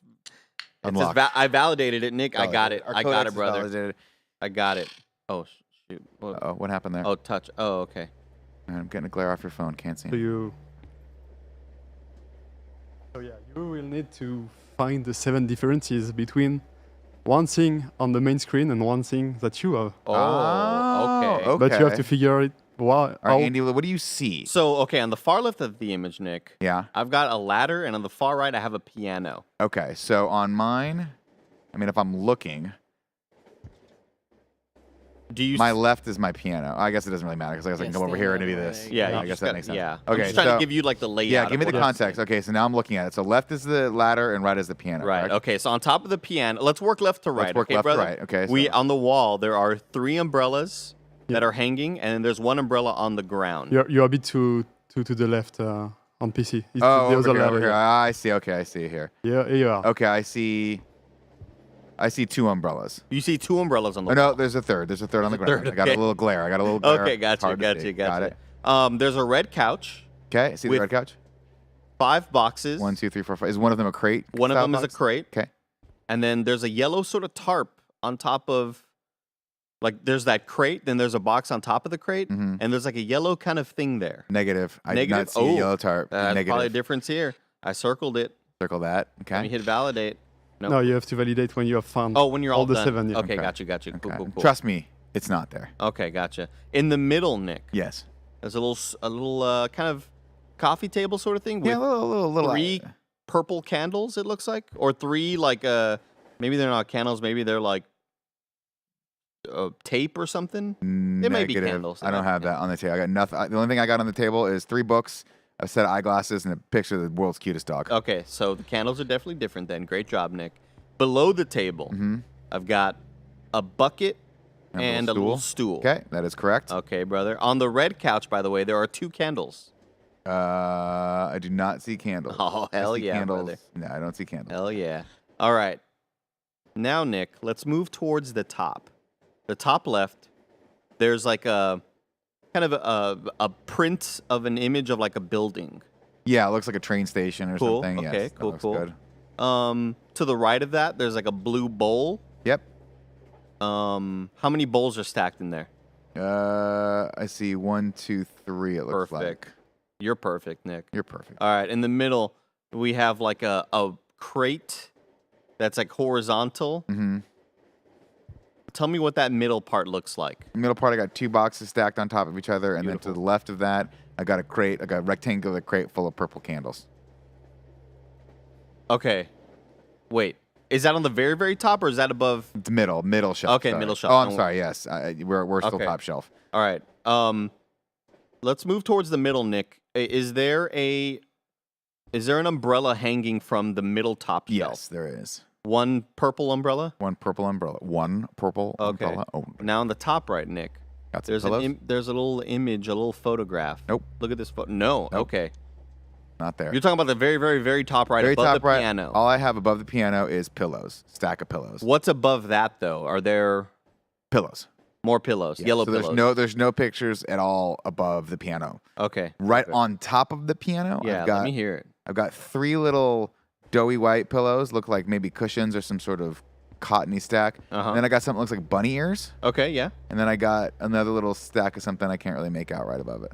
Is there a red lamp? There's not a red lamp. Oh, baby doll. All right. So now that's 5 things, dude. And all then right. right below it, I've got a little tiny bookshelf that's got it looks bookshelf. like a little tiny shelf that's right below or like a little tiny like console table with some drawers Below the piano. below the piano. Okay. One of the drawers is pulled out. There's nothing inside. Gotcha. Then I've got 2 looks like candles on top of it, a scrub brush. Only 2, not 3. Not 3. Oh, baby doll. Okay. Not 3. Okay. Other than that, underneath, let's see. So now we have 6 differences. We need 1 more, Nick. Over by the ladder, do you have a stool at the bottom of the ladder? I do. It's kind of toppled sideways. Yeah, toppled sideways. Along with an umbrella kind of leaning against Yeah, the the crate. umbrella's there, unfortunately. In the middle above the table where the little cute dog is that you told me about? Yeah. Is there a little icon there? Is there a little thing on the wall? Yeah, but that is the code that I gave. Okay, gotcha. So that's Perfect. probably not. What about the trash can behind the red couch? Do you see that at all? I see that on the far left. Yeah, far left. Next to the ladder. Let's go. Let's see. On the piano, Nick. Yeah. Is there a little jar of something? No. I think that might be it. Validate. Damn it. No? That wasn't it. Oh, man. We were so close, Nick. Shit. Does it tell you which ones were wrong, or is it just? No, it kind of it like game is- clears it. It clears it. All right, so let's go back, Nick. Let's go back. Let's go back. All right. Let's go back. Place in time. Go back. Space Damn it! I forgot what I didn't have selected. He'll help you. He knows. Yeah. Oh wait, which one? Can you The bring me top. the big jug of Starbucks coffee. Yeah, that'd be great. Nick, one more time. I like that blazer. The top right, is there that photo that you mentioned? With Top the right, pillows? no photo. No photo, that's right. Okay. We talked about the little purple candles on the table on the No bottom purple of the candles dog. on the table. Okay, so that's 1, 2, 3, 4, 5. What else did we have that was wrong? Were there candles on the couch? No candles on the couch. No candles on the couch. Right here? How many umbrellas do you have on your left? Yeah, I asked if you had 3 on the far left. Oh, I only have 2. Oh, god damn. Well, no, you said there's 3, but there's one leaning against the right. thing. But is there 3 up top? No, there's only 2 Okay. hanging up top. 4, 5, 6, 7. I think this is it. Sorry, God, dude, if you- Because the thing that I you've asked done him already, about I'm was just like, saying. what about that thing? And he. that's Okay. So I think this is it. We got it. Okay. All right, we Validated. got it. Crushed Validated. It. Crushed it. Okay. Now I'm you looking go. at. Now Thank I'm you, looking Carl at Jacobs. kind of like a hieroglyphic thing that you were mentioning earlier, some Yeah. sort of codex type thing. So now I've got, I've got. Yeah, you could skip the box because it's part of the other puzzle. Oh, okay. So we can let's get out focus now? on this first. Andy, open the door. Open the door for me. Open the door. No, you got to go to the lock. I have codes. Right there. Nick. Oh, you got codes? I have I have a thing that I need to read to you, similar how you gave me 1789. Okay, start with the first one. All right. What's it look like? The first one. There are 3 circles on the left side of the symbol. Got it. 2 of them are kind of being crossed out on the top. The top 2 are kind of being like I think that was it. strike We're through. good. You are right. Yeah. Next one, middle. The middle, it's like a box sort of shape, but the left side wall is missing. Got it. And the far right is like a letter P, like a horseshoe kind of. Well done. Oh man, you're great, Nick. Listen, let me tell you right now, You're Andy, great, dog. If I had $1 for every time I opened up a hidden storage thing and a letter just said Paris inside of it, I have a letter that says Paris. What does Paris mean to me? I don't know. then? You tell me, bro. Hold on, You let tell me me. open We'll always up. have Paris, Andy. Well, We'll always have Paris, Greg.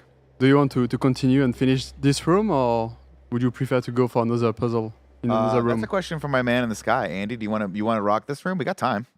We can continue with this. Okay. room. Yeah. This is Yeah, fun. so because this is the tutorial from the game, Okay. so it's cool if you. Beautiful. If you Yeah, want let's to do this. I don't want to spoil. I mean, this game's great. I don't want to spoil too much more Yeah, this for is anyone awesome. else. This is cool. Okay, And so also, you can- ladies and gentlemen, if Andy and I can do this, and we hate each other, you and your real friends can absolutely enjoy playing this game. Yeah. All right, so give me Paris. Paris, je t'aime. I don't know what that means for me. That means I love you. God, It's a note. Look, do you have any notes or anything that have question marks on them that I saw on your No, screen? I have do a. anything with it, Nick. Oh, I texted Mr. Hindis Paris, and he said that does not make any sense. Okay. I don't know who Mr. Hindis. Oh, I can is. look in boxes. Oh, I'm taking boxes. I got 4 boxes in here. Does he want us to move on or Why? go to the next one? Okay, let's go to the next one, Andy. Okay. We're being asked to go to the next Oh, one. let's go to the next. We've already rocked this room. We're being asked to go. How do I get out of this room? So you could do by escape the button. Yeah. Okay. No. That didn't work. Now you're totally stuck.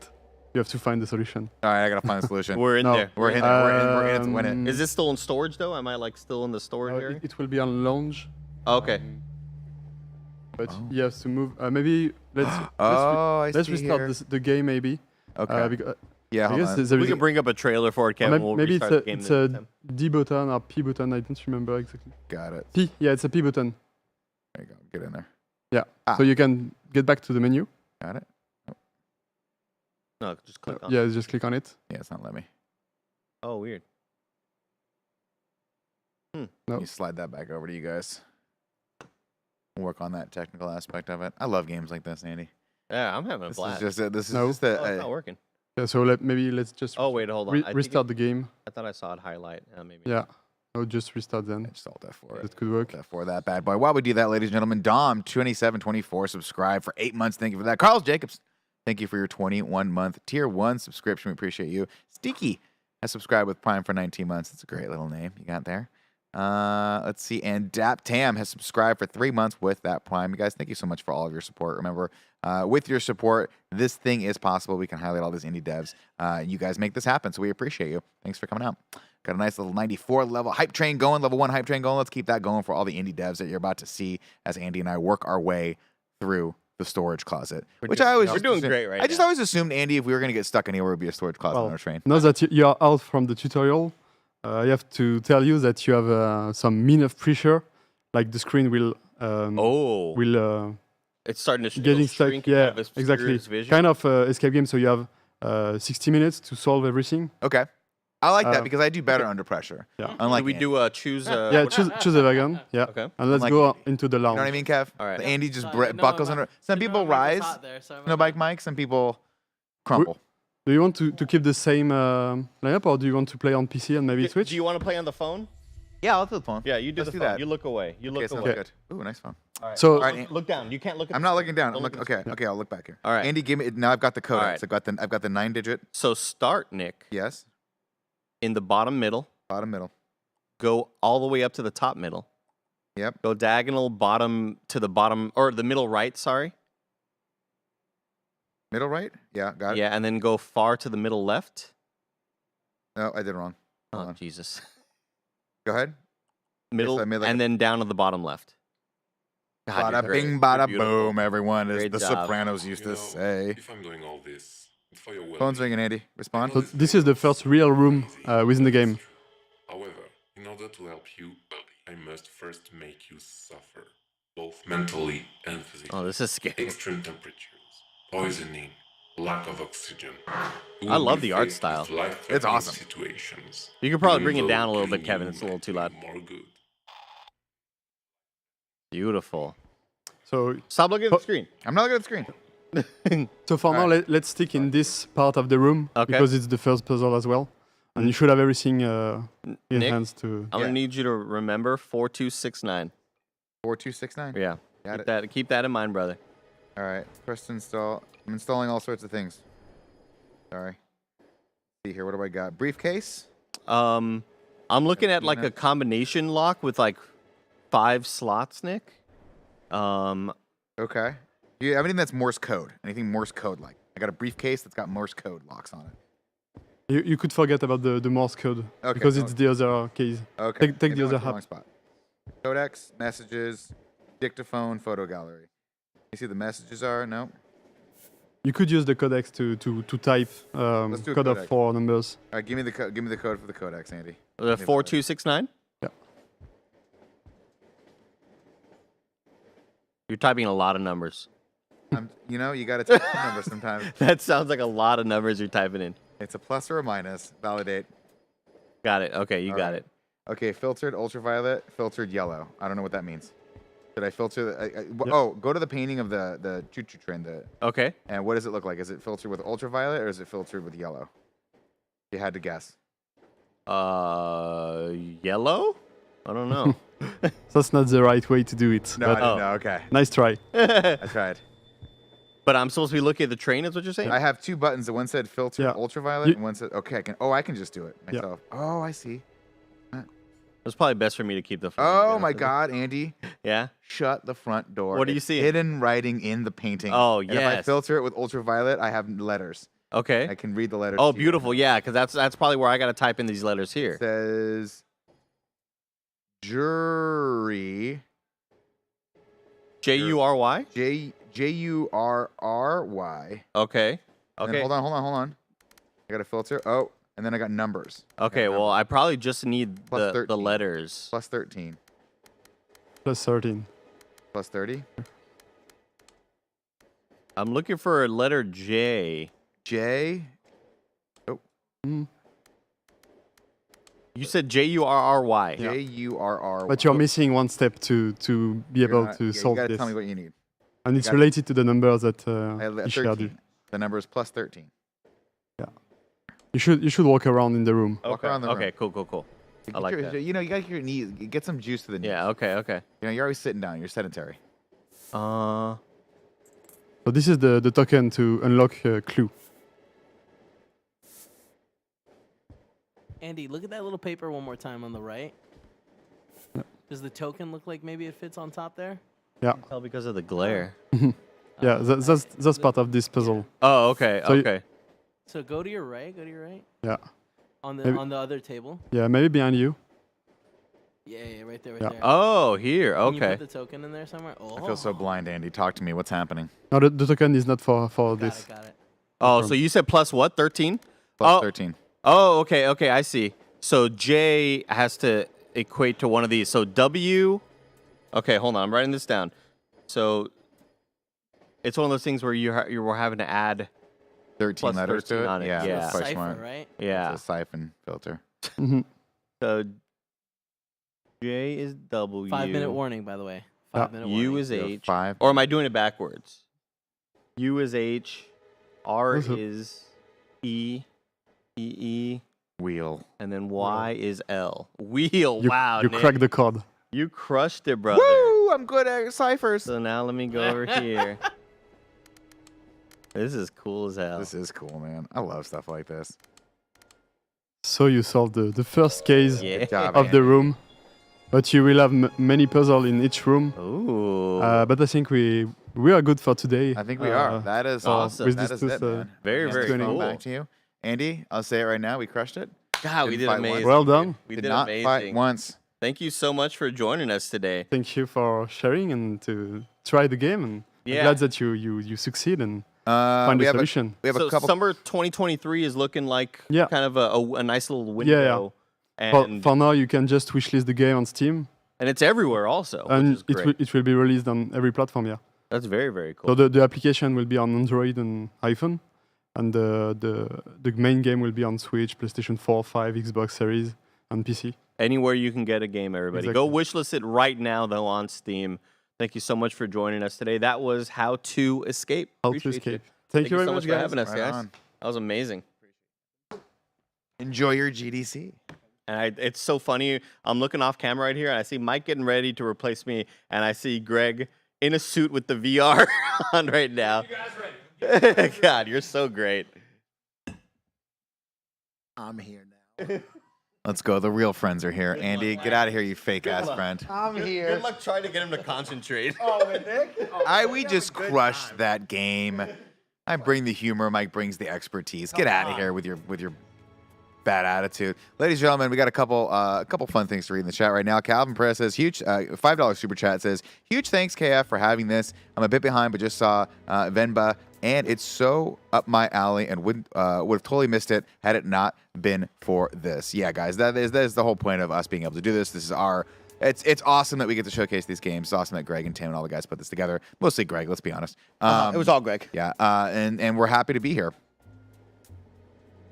I'm feeling good. Nick, I'm happy to sit down. It's finally my turn to come out and check out some awesome games with some great game developers, which I'm really excited about. It's Monday, my favorite day of the week. And you know what? We got a headset out, which means it's time to jump into virtual reality, and I'm all about that. Oh, I can't wait. And I love that Greg is bathed in his his red light. Nice like he red likes. light. Just Let's like the get these devil. guys. Let's get these guys on here right now. Come on out here, everybody. What's going on, dudes? Welcome in. Happy Monday, dudes. Ooh, my man. Welcome. All right, guys, sit down. Get on the microphones. Let's talk about today's game because we're jumping into virtual reality. We got the trailer playing. Introduce yourselves, and what the heck are we going to play right now? Hi, so yeah, I'm Hans. This is Gianluca. We're Bonsai Studios, and we're releasing this year our first game. It's a roguelite VR shooter, Gazzlers. Heck yeah. Okay, well, first off, congratulations. Heck yeah, first game. That's a big deal. Congratulations, guys. And exciting to get to show it off right here today, which will be pretty fun. So how long have we been working on this? For about 2 years now. We've done some stuff in between. But yeah, we're almost done. We started with 3 like 2 years ago, and now we've grown to 6. Wow. Hans, I think, joined last year, so that's been really fun. Okay, Hans is the newbie. I like that. I like that. Kind of, yeah. Kind of like a year ago, something like that. Yeah. That's exciting stuff. That's great, guys. Well, of course, Greg is setting it up for us right now. You want to hand it to me? Yeah. You gonna play? No. Okay. I can if you want. Oh yeah. No. I'll get the cast on at least for sure. Why don't you chat with these guys while you get sucked into the virtual reality world for just a moment? Fantastic. Let me cast it over to Kevin. First game. No pressure, guys. Not really. First off, your tattoos are awesome. Have we talked about that? I was in the virtual reality world. Your tattoos are awesome. Thank you. So what is Gazzlers? So yeah, it's a VR game. It's a shooter. It has some roguelite elements in it. But we chose to make a really, as opposed to the more realistic, gritty, zombie-like VR shooters that are around, we chose to make something more cartoony, more colorful, very fun. So yeah, that's Gazzlers. The Gazzlers themselves are the enemies. It's kind of like we like to say it's kind of like Mad Max meets the Raving Rabbits. Yeah, that's kind of the vibe. Mike feels that. Mike's feeling that as he turns around. Yeah. So it's kind of the Gazzlers drive around in all these crazy vehicles, like planes, motorcycles, cars. They make themselves, and you're riding a train which they're trying to stop. So you have to fight wave after wave, try to get as far as possible. The roguelite elements are that you will die a lot, probably, and buy upgrades to become stronger and finish the whole run in one session. How long have you guys been working on it? 2 years now. Wow. No pressure. No. Here, I'm gonna scoot on in so you're closer to this mic. Okay, yeah, sure. Mike, how you doing? Are we ready to Gaz, Mike? Yeah. Let's take down some Gazzlers. You're casting to the PC. That's in there. It's going to be signed in as me. Now you want me to play so you can interview Mike? All right. Greg, do you want to be Do you want to be mic'd? No, let them interview. Okay.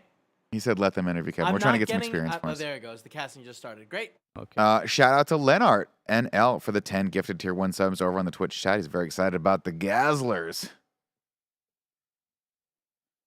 All right, guys, I'm back. Go, getting Mike. the gameplay up, which is exciting. So I like the theme and I like the choice. Let's start off at the bare basics, though. Why VR? All right, yeah, I'll go. It's we've kind of done VR from the start.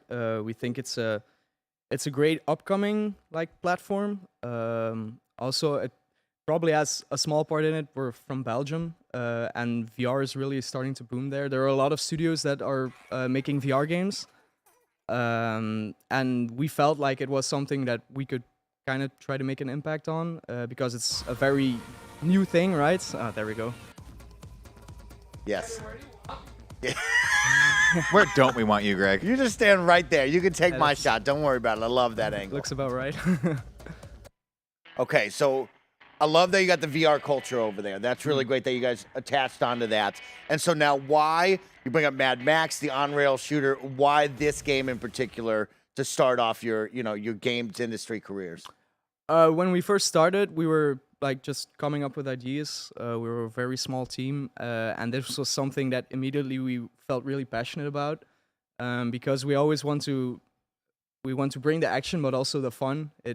You need to chuckle a lot and spend a lot of time just laughing at all the absurd scenes and stuff happening. And me myself, I'm also a big fan of cartoony games and more colorful stuff. My favorite game is probably Team Fortress 2. So there's some of it there, I think, with the guns and the crazy cartoony violence. But also because we think it will cater to a lot of different people.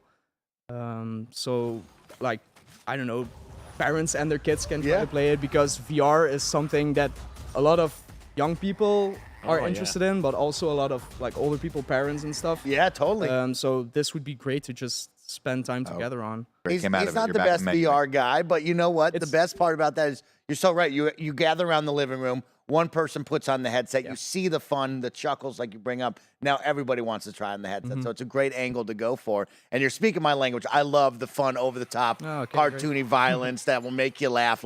This is exactly what I'm looking for out of it. And so when we look at this, when is this releasing? What is the release window? Where are we looking at here? Yeah, at the moment, we don't know the release date yet, but we're certainly aiming for this year. So we just got a message today that we signed our publisher.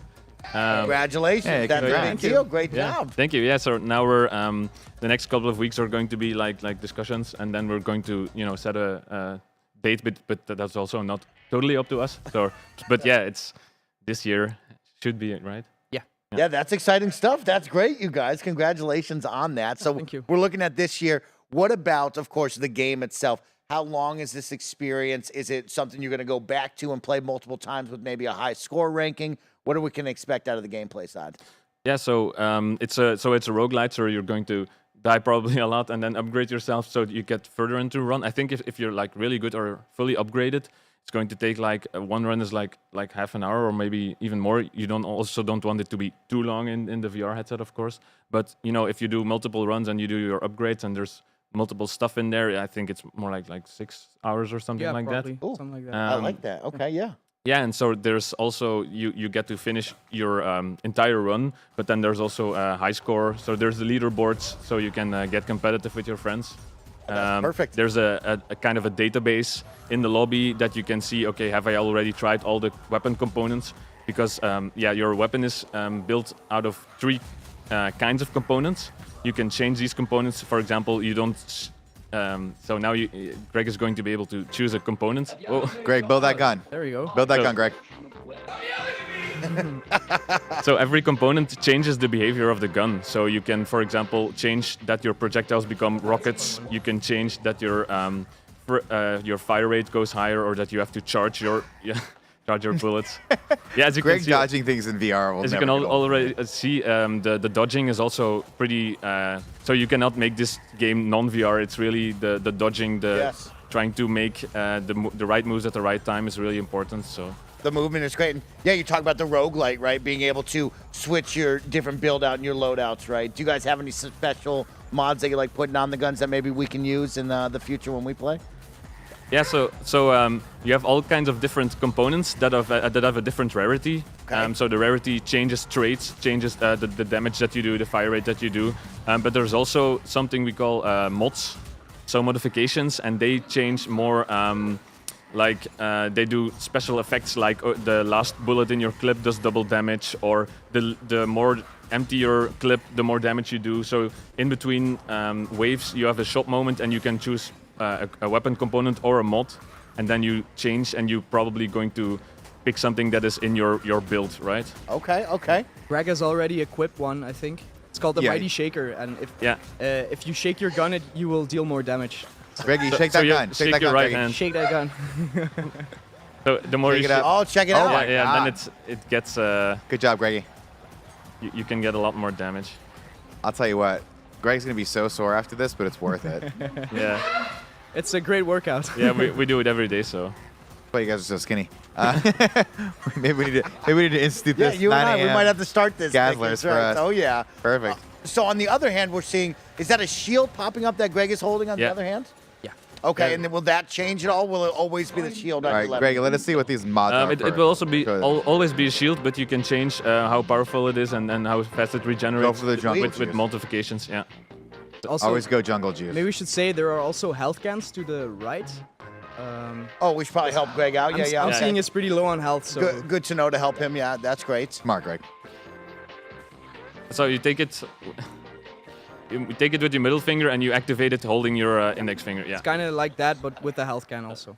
Yeah. So you guys bring up your first game. We're jumping into VR. What was that like creating and developing for the headset itself? The tracking, the fingers, and all the different buttons on these cool little handheld controllers. What was that like for you guys? Yeah. So we're using Unity, and there's a pretty good like a Unity XR integration. So pretty much the tracking and the input system and things like that is really straightforward. So another thing that I was personally afraid about, because I joined about a year ago and I get really quickly motion sickness in games. For non-VR games, I get motion sickness, like the Witness or something like that. I got really sick, but I still finished it. But so I was afraid, am I going to have to work like hours every day getting sick? But for some reason, I think it's the reference, maybe the terrain. So you have the railing, fence and the railing. Yeah, they give you that'll do it for most like people. Anchor points. Yeah. But so I don't get sick at all, luckily, in this game. That's cool. That's very cool.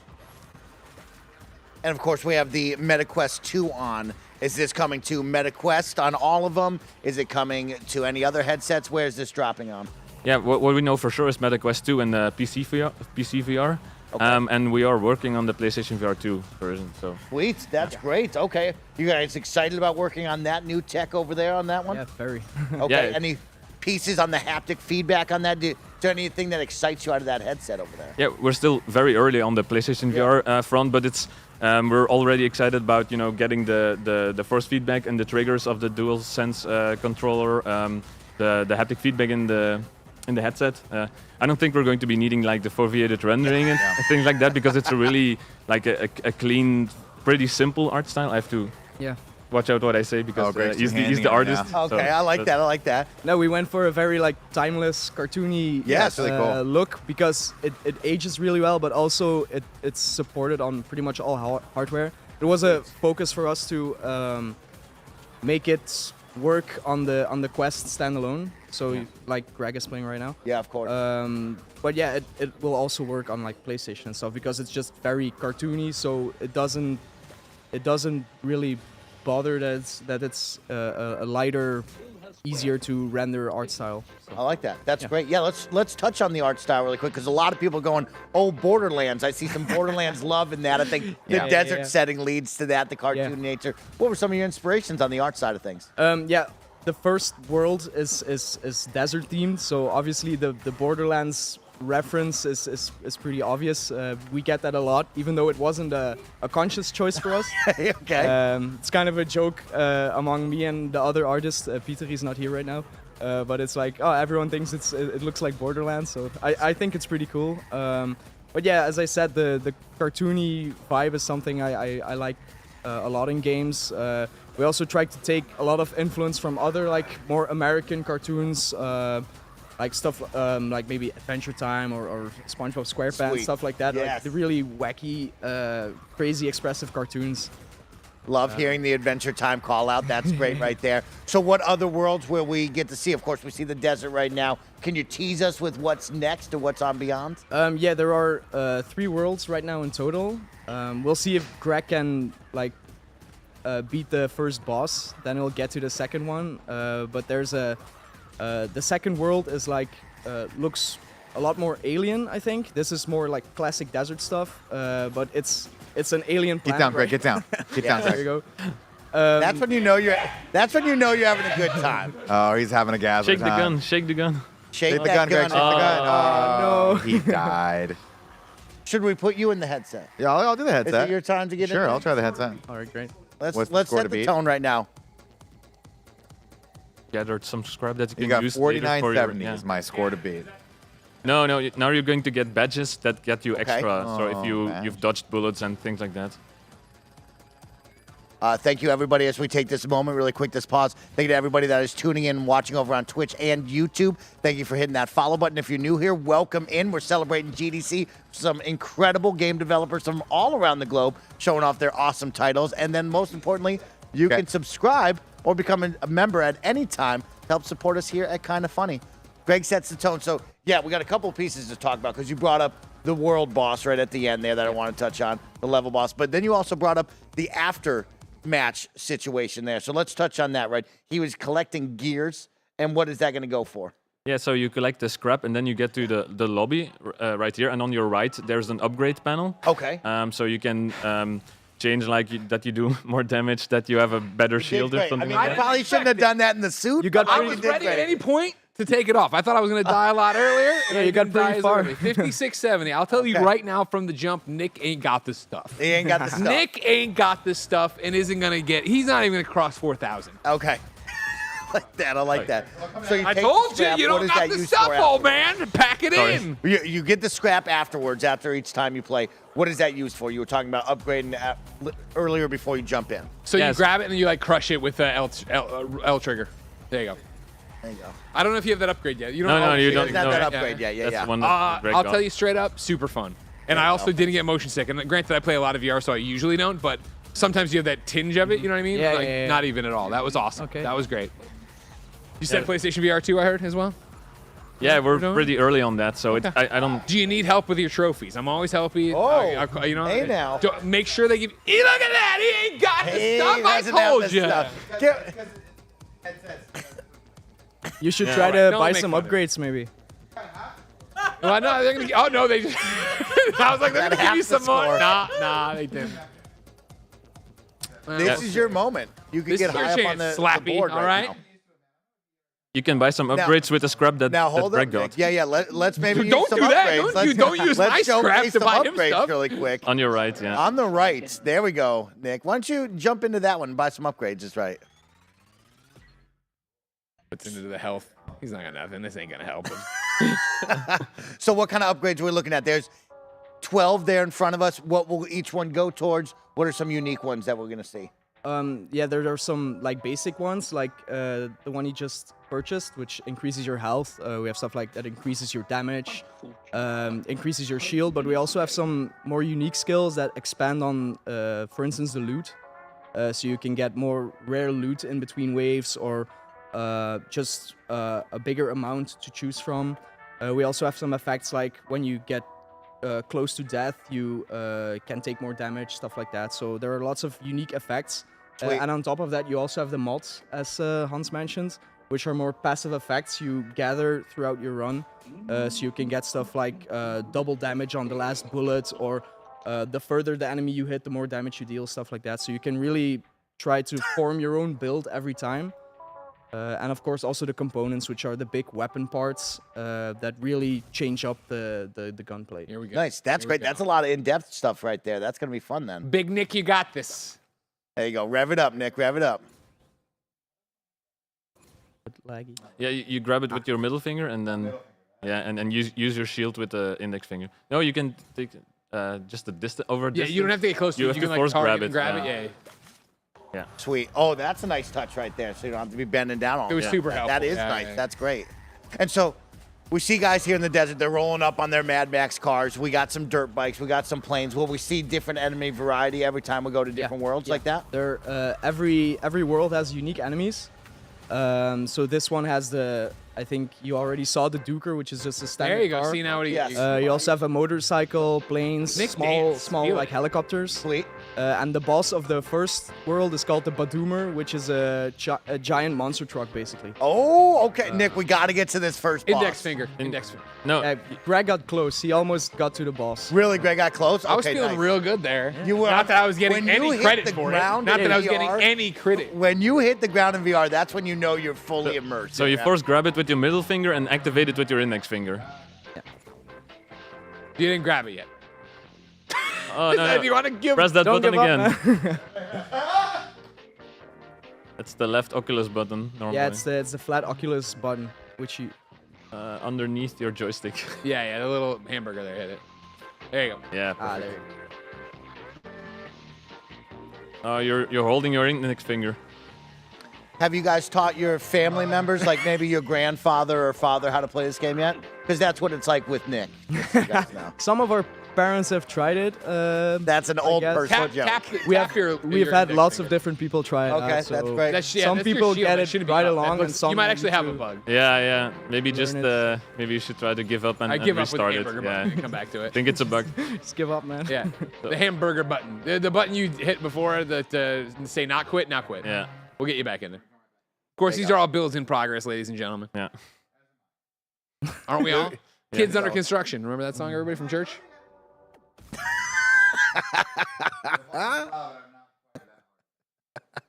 And also I think something to call out is the soundtrack is really cool. We have a young guy named Andries from Belgium, and he's doing all the sound design, but also the soundtracks. Awesome. And we hear the music every day, but we're even outside of playing the game, we put it on, and there's regular music for every biome, but also boss music. And, Oh, wow. and the music really slaps. You hear some influences from Mick Gordon and things like that. So sweet. Really, the boss fight music is Yeah. really We nice. always said, worst case, we have an awesome soundtrack. There you go. There we go. We got a killer soundtrack. It's great.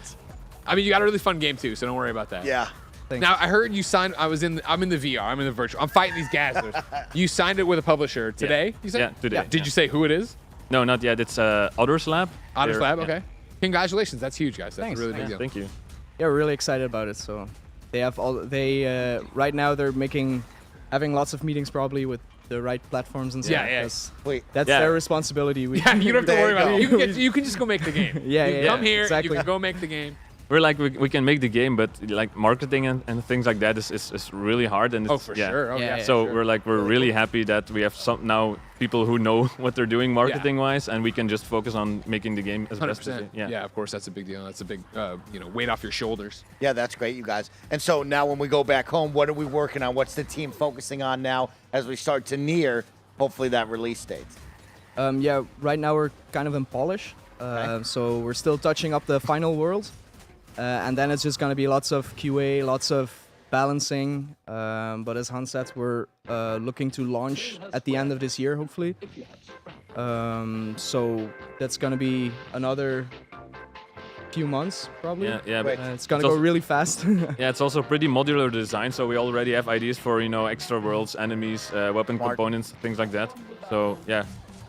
There's more ideas than we can implement.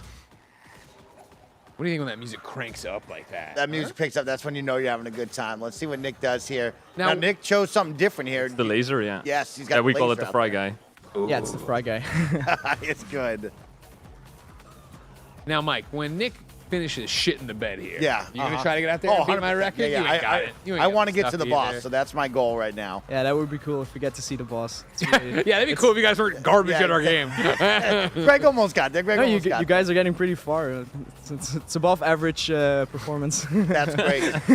Well, people are afraid to use the space, not me. I got the Quest 2. I got no cords. I'm gonna be jumping You around. know the rules, Greg. I told you. When you go with no cords, you got to get on the ground and have fun with it. Yeah.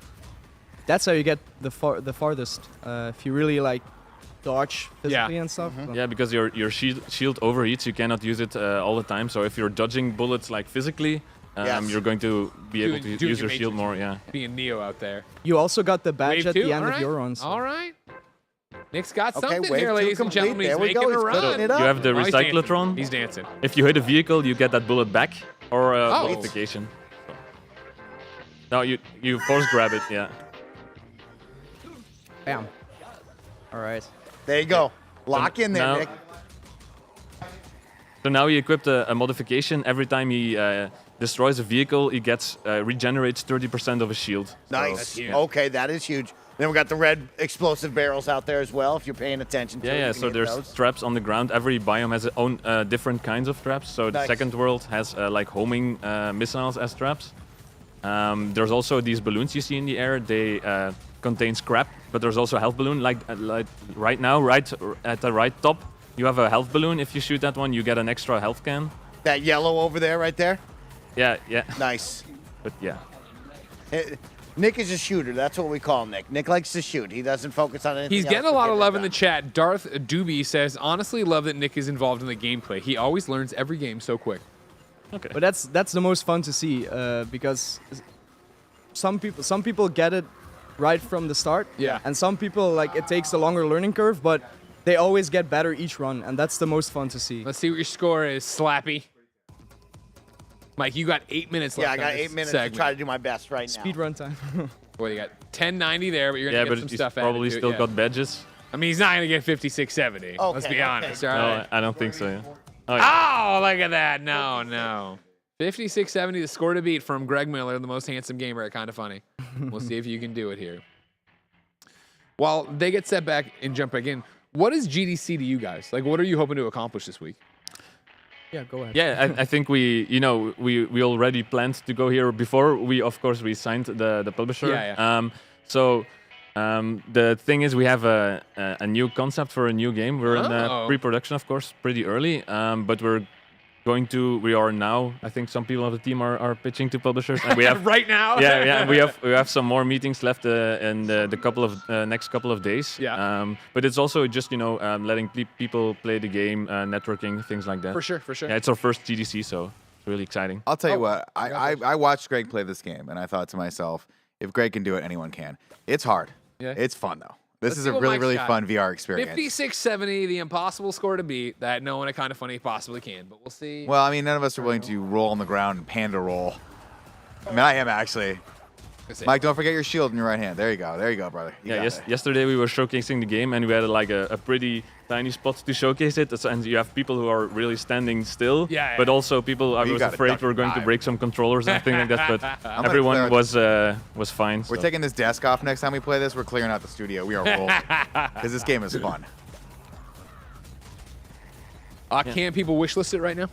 On Steam, you can wishlist it already. Everybody go wishlist right now. You're looking for Gazzlers coming in 2023. I also think the PlayStation page is already up yet, but that's, it's public. Oh, great. So I think you follow, can follow it. there. Yeah, follow the PlayStation page. Get in there. Get a part of that. It is a really fun game. Mike, watch that. There you go, That's Mike. what today's Use that all shield. about, of course, supporting these awesome indie devs. Do not rely too much on that shield, brother. You got to duck and dive sometimes, too. I see Mike is going for the scrap balloons, so that's also going to help him in his high score. Maybe he's going to beat the 5K. A little too late for me. I was using the balloons, too. All right? Okay, so, yeah. Don't act like I didn't use any. You know, I didn't know the balloons existed. I thought they were just pretty. Could have watched the champion at work out there, but you chose Well, I not was to. too busy watching Mike interview. No, Mike is taking the charge component, so you hold it to do more damage. Yeah, Hold that's it, a Mike. tricky one. Do You more need to damage. hold Don't it help to him. charge. Don't Hold cheer that him shit up. up, Mike. Charge it up, Mike. 5670, an impossible score to beat. There's no way for him to do it. Good job, Mikey. If you hold it, you can get something to aim better, yeah, and then it does a lot of damage. But Mike just taking it in the shield, not Karen. I mean, that's the way to Shield do and it. everything. Like a real It's shooter. when I was using the shield early on to great effect, but then when it really got hairy in there, it was kind of pandemonium. Yeah, you got to panic. keep ducking and diving. I appreciate Yeah, that. you can choose to like build your shields and take the upgrades for your shield so you can use it more efficiently. But it's also like trying to anticipate. Oh, I'm gonna dodge this. I'm gonna block this. Also, the component he's using right now supports more of a sniper type build. It's called the slow and steady, which you have to charge, like he's doing right now. It's one of the trickier ones, but it does a lot of damage. Nice, Michael. You can go for the one shots. Michael, the score to beat 5670. He's burning calories. Yeah, that's the other thing. It's a workout. I like that. Yeah. Not the way I played it. You just stood there like a tree. Yeah, like an idiot. Everyone else will move around me. I took a lot of shots there. Yeah, but we're also joking in the office. I mean, some people, when Nice, they play, Mike. they stand up and they play it like this. But a lot of the time we're just testing one bug or something like that. So I'm just playing it on my seat, just trying to move as little as possible. Yeah. Or we put on the God mode for developers only. For developers only, yeah. Mike, get that health. Mike, you got to use the health. You got to hold the health down. Whoa, Wow. nice. Matrix. You still got your health there, Mike, if you need it. Yes. His posture is amazing. You're at 65. You don't have to worry about your health right now. Don't listen to Greg. He's trying to Shoot these sandbag guys. you. Shoot these fools. Use those barrels. Nice, Mike. And also, every enemy has a weak spot that is glowing a little bit. So if you hit that one, I think you standard you do like half damage more or something. Yeah. But you Nice also shot, Mike. you can upgrade your weak spot damage and things like that. Mike, get that health. Get that health. What do you got? 65. You're okay. You're okay. You don't need it. Put it back. There will also be there are also more complex enemies in the later worlds. Some like charge at you, kamikaze style. Some shoot energy waves. There are some that bounce off walls and stuff. So Yeah, there's lots also of some that different enemies. that drive on walls. Enemies, yeah. Yeah, the third world is basically like a giant canyon, and the enemies drive on the walls and stuff. And awesome. every There you go, enemy Mike. has like a Don't let really people leave Mike, 3-minute warning. similar You got to kind of beat my name. score in 3 minutes. 500 right there, Mike. You got this. What wave is he at? Is he at 3? I think he's this is at the third wave. 3, yeah. Greg only got to wave 1. So. That's not true. That was you. Oh. I remembered something like that. I don't know what it is. Yeah, I remember a wave 1. I don't remember who was there. What happened? That's all. It is what it is. Yeah, I don't think you're going to reach the boss, but yeah, you have the build now, so I'm playing interested hell when out of when you'll be able to reach the boss. We're gonna start. And then the next We're gonna world. start sweating in this game as soon as you guys leave. Well, Feel how cold it is in 50 the studio? We're gonna get that. We're gonna get the heat up right His now. dodging is on point though. Mike, you're great. Looking great, Mike. Looking limber. That's what a gym a day will do. Dodge that, Mike. Oh, didn't quite dodge that one. Took that one right to the dome. If you can't hear me say that, I might have to go give him one of these. And that's what he's saying out there, chat. Oh, Nice. Michael, big shot at the end for 544. 541 right there. Boom. You are on target, my friend. Let's get this little critter behind you. Watch the Gazzlers. Oh, Mike, nice that was grab Good shot. use. Oh, man. Good use of the huge. exploding Do tank. you see this gamer right here, everyone? Whoa. This guy is a freaking gamer. Damn. Yeah, Mike's a real deal. We might take him out on the golf course later to see if we can get a couple hole-in-ones. 795 right there, Mike. Good for you. Damn, Mike. One-shotting. I'm going to call you the nitro rifle from now on. No one's going to use that term. Hear that, Andy? You're done. You suck, Andy. You suck, Andy. Boo, Andy. Mike, you got 1 minute left.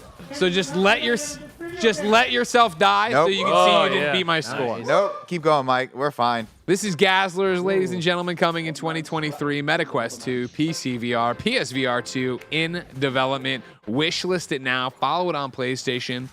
Gentlemen, congratulations on your first GDC, signing your publishing agreement, and having a great game. This is so much fun. You guys are awesome. Thank you so much. This is so fun. Mike screaming that this game. Let's see what he did. Did he do 56-70? That's what we need to see here of what Mike did. Defeat, as you knew it would be. Nope. Sucks. Dude sucks. I couldn't even do it! Greg Miller's the best, everybody! Welcome back to the stage, Andy Cortez, ladies and gentlemen, as Mike takes off his headset here for the next game, Luna Abyss. I'll leave it. I'll clear it for you guys. I picked this one just for you. I think you're really going to like it. Remember, patreon.com/kindafunny. Remember, twitch.tv/kindafunnygames, youtube.com/kindafunnygames. Subscribe, tip. We're looking at it. We got the things pulled up for chats and whatnots. I love you. We're not able to do this without you all support out there. And Greg Miller said that he picked me for this game specifically. And it's like he was reading my mind. We're joined right now by Holly and Benny. Hello. How are y'all doing today? Doing good, thank you. Yeah, doing really great. All right. This is very exciting. So we get a lot of emails, right? We get a lot of like press stuff in our emails. And this is not like a joke or anything. I saw this game pop up in my emails. And I thought, Mike, it was one of those, like, request a code now. And I was like, oh, fuck yeah. And I went to, like, go, and I was like, oh, this is like a wish listed now. Damn it. I was, like, so excited to play it several months ago. But now we get to actually see it in action. This game is called Luna Abyss. Tell us a little bit about it. Yeah, sure. So Luna Abyss is a first-person bullet hell story shooter. So it's got, you know, I would say it's like got elements like BioShock meets like, you know, Returnal with some of the strangeness of games like the Nier series. So it's a bit weird and like really liminal. And so the setup of the game really is you're a prisoner who's been sent to this alien moon that's like appeared in the orbit of Earth like 250 years prior to the events of the game. And you're sent there because you've been born with something called the Mark of Luna, which is red eyes. And so you're kind of persecuted and sent there, and your job essentially is to go inside this alien moon to explore this strange kind of megalithic, kind of like brutalist kind of structure, which we call the Abyss. And you work off your sentence. So yeah, that's kind of the setup for the game. But it's a story-driven kind of title. You're going to meet lots of strange characters. You're going to fight lots of weird enemies and avoid a lot of bullets. Yeah, so that's kind of the setup. So I love the setup. I like the pitch a lot. And yeah, when you see the trailer, people are writing in, love the art style. Brutalist. That's the vibe of the game. Very this is going to be a bad time in here. I like that a lot. What sort of inspirations did you all have? Like, I know you all mentioned already some Returnal and stuff like that, and that's definitely kind of what got me really excited for it, because it seems like it's going to be very fast-paced and kind of intense. So we had a number of different inspirations, didn't we? We were really inspired by, you know, like the manga and the anime that we kind of watched growing up. So there's like a bit of Evangelion in there, you know, Blame, you know, which is, that's very brutalist as a kind of manga as well. And so that was kind of like the world building kind of inspiration, but we're inspired by all sorts of different things, you know, really quite a passion project for, you know, from our perspective anyway, would you say? Yeah. Yeah, absolutely. Like some of our characters, things like Jinji Ito, stuff like that, really inspired like some of the character designs that you see in the trailer that's playing right now. Yeah, trailer really badass. Really, really cool stuff. Let's talk about the gameplay. Of course, Andy loves a good dodge. What are we looking at when you say bullet hell? What kind of movement can we expect here in this? So our movement set builds over the game. So we don't have everything from the kind of get-go. You start off with quite a limited move set, so we can get people to learn like weaving in and out of bullets and stuff. So but as the game kind of develops, we start getting things like a double jump. You know, we get like a dash, which is obviously a great dodge. You know, the kind of last moment of the bullet attack. So we get a tether hook kind of mechanic in there, so we can get some elevation when enemies like flood the floor with bullets, and you don't want to be down there obviously because you're gonna die. So and that's kind of the general setup. We also we use a lock-on mechanic in this game like Metroid Prime. So like a little different to kind of say like Iron Sight. We use the lock-on mechanic to allow you to orient around enemies. You can snap to enemies. You don't have to, you're not worrying so much about aiming. You're worrying more about prioritization. And you're worrying about getting that anchor point so you can weave in and out of the bullets or sidestep or strafe. Sounds a little more up my alley. You know, I don't got that precision like you. But man, oh man, can I move? I can move, y'all. I got a lot of moves. I doubt that. What was it like creating the world and the levels? You bring up the movement and all the different things that we'll progress and get. What was that like building out these cool rooms and making sure that we have a lot of play space to have? Yeah, it's kind of an interesting kind of process. So we obviously start off like really early on where we're like just working just with like blank space, you know, and trying to figure out how that space kind of feels and get that kind of, you know, pace and kind of movement in there kind of working. And then we start layering kind of the art and getting that detail in there at the same time and trying to get those nice like flow lines through kind of a space. So because with it being bullet hell, it's a little different to, you want to keep your distance from enemies so you can see like bullets like, you know, kind of spawning. Rather than getting in their faces like you might in, you know, say Doom, for example. So, Yeah. So, Our studio and our awesome team, Bonsai Collective, but all remote-based as well, so collaborating together. Yeah. Using Discord to chat and collaborate. There's a lot of iteration that happened over the course of the 2.5 or so years that we've been developing the game as well. So we kind of work with a bunch of different spaces, don't we? So like this demo is very dark and like really brutalist kind of focused and quite like oppressive. And then as you start working your way through this kind of space, this more strange like interior of this alien moon, start finding really interesting environments like, you know, maybe more open environments with, you know, like flora and big kind of spaces to kind of explore and kind of fight into. Okay. Now, am I playing this? Yeah, say demo. Are you playing this? I mean, I can play this, or you can play it. So yeah, so you gonna bring it for us? I would love to. So like, Yeah, okay, you let jump me in, let me yeah. just throw it out there. No, I throw was it gonna out say, there. let me pull the curtain away. Right, when the trailer kept playing, I like at my heart kind of saying, I was like, oh man, there's not a demo for us to play, because I was really excited to play it. But now I see this up. I don't know who was controlling the demo to run it. I don't know if that was Kevin on his side or whatever, but I'm excited to actually get into this because I saw a mouse cursor moving, Mike, and I was like, who the hell's moving the mouse right now? All What the right, hell's all right. going on? yeah, well, So- it's not me. We got a little vertical slice here to show off. What can we expect out of what Andy's about to jump into?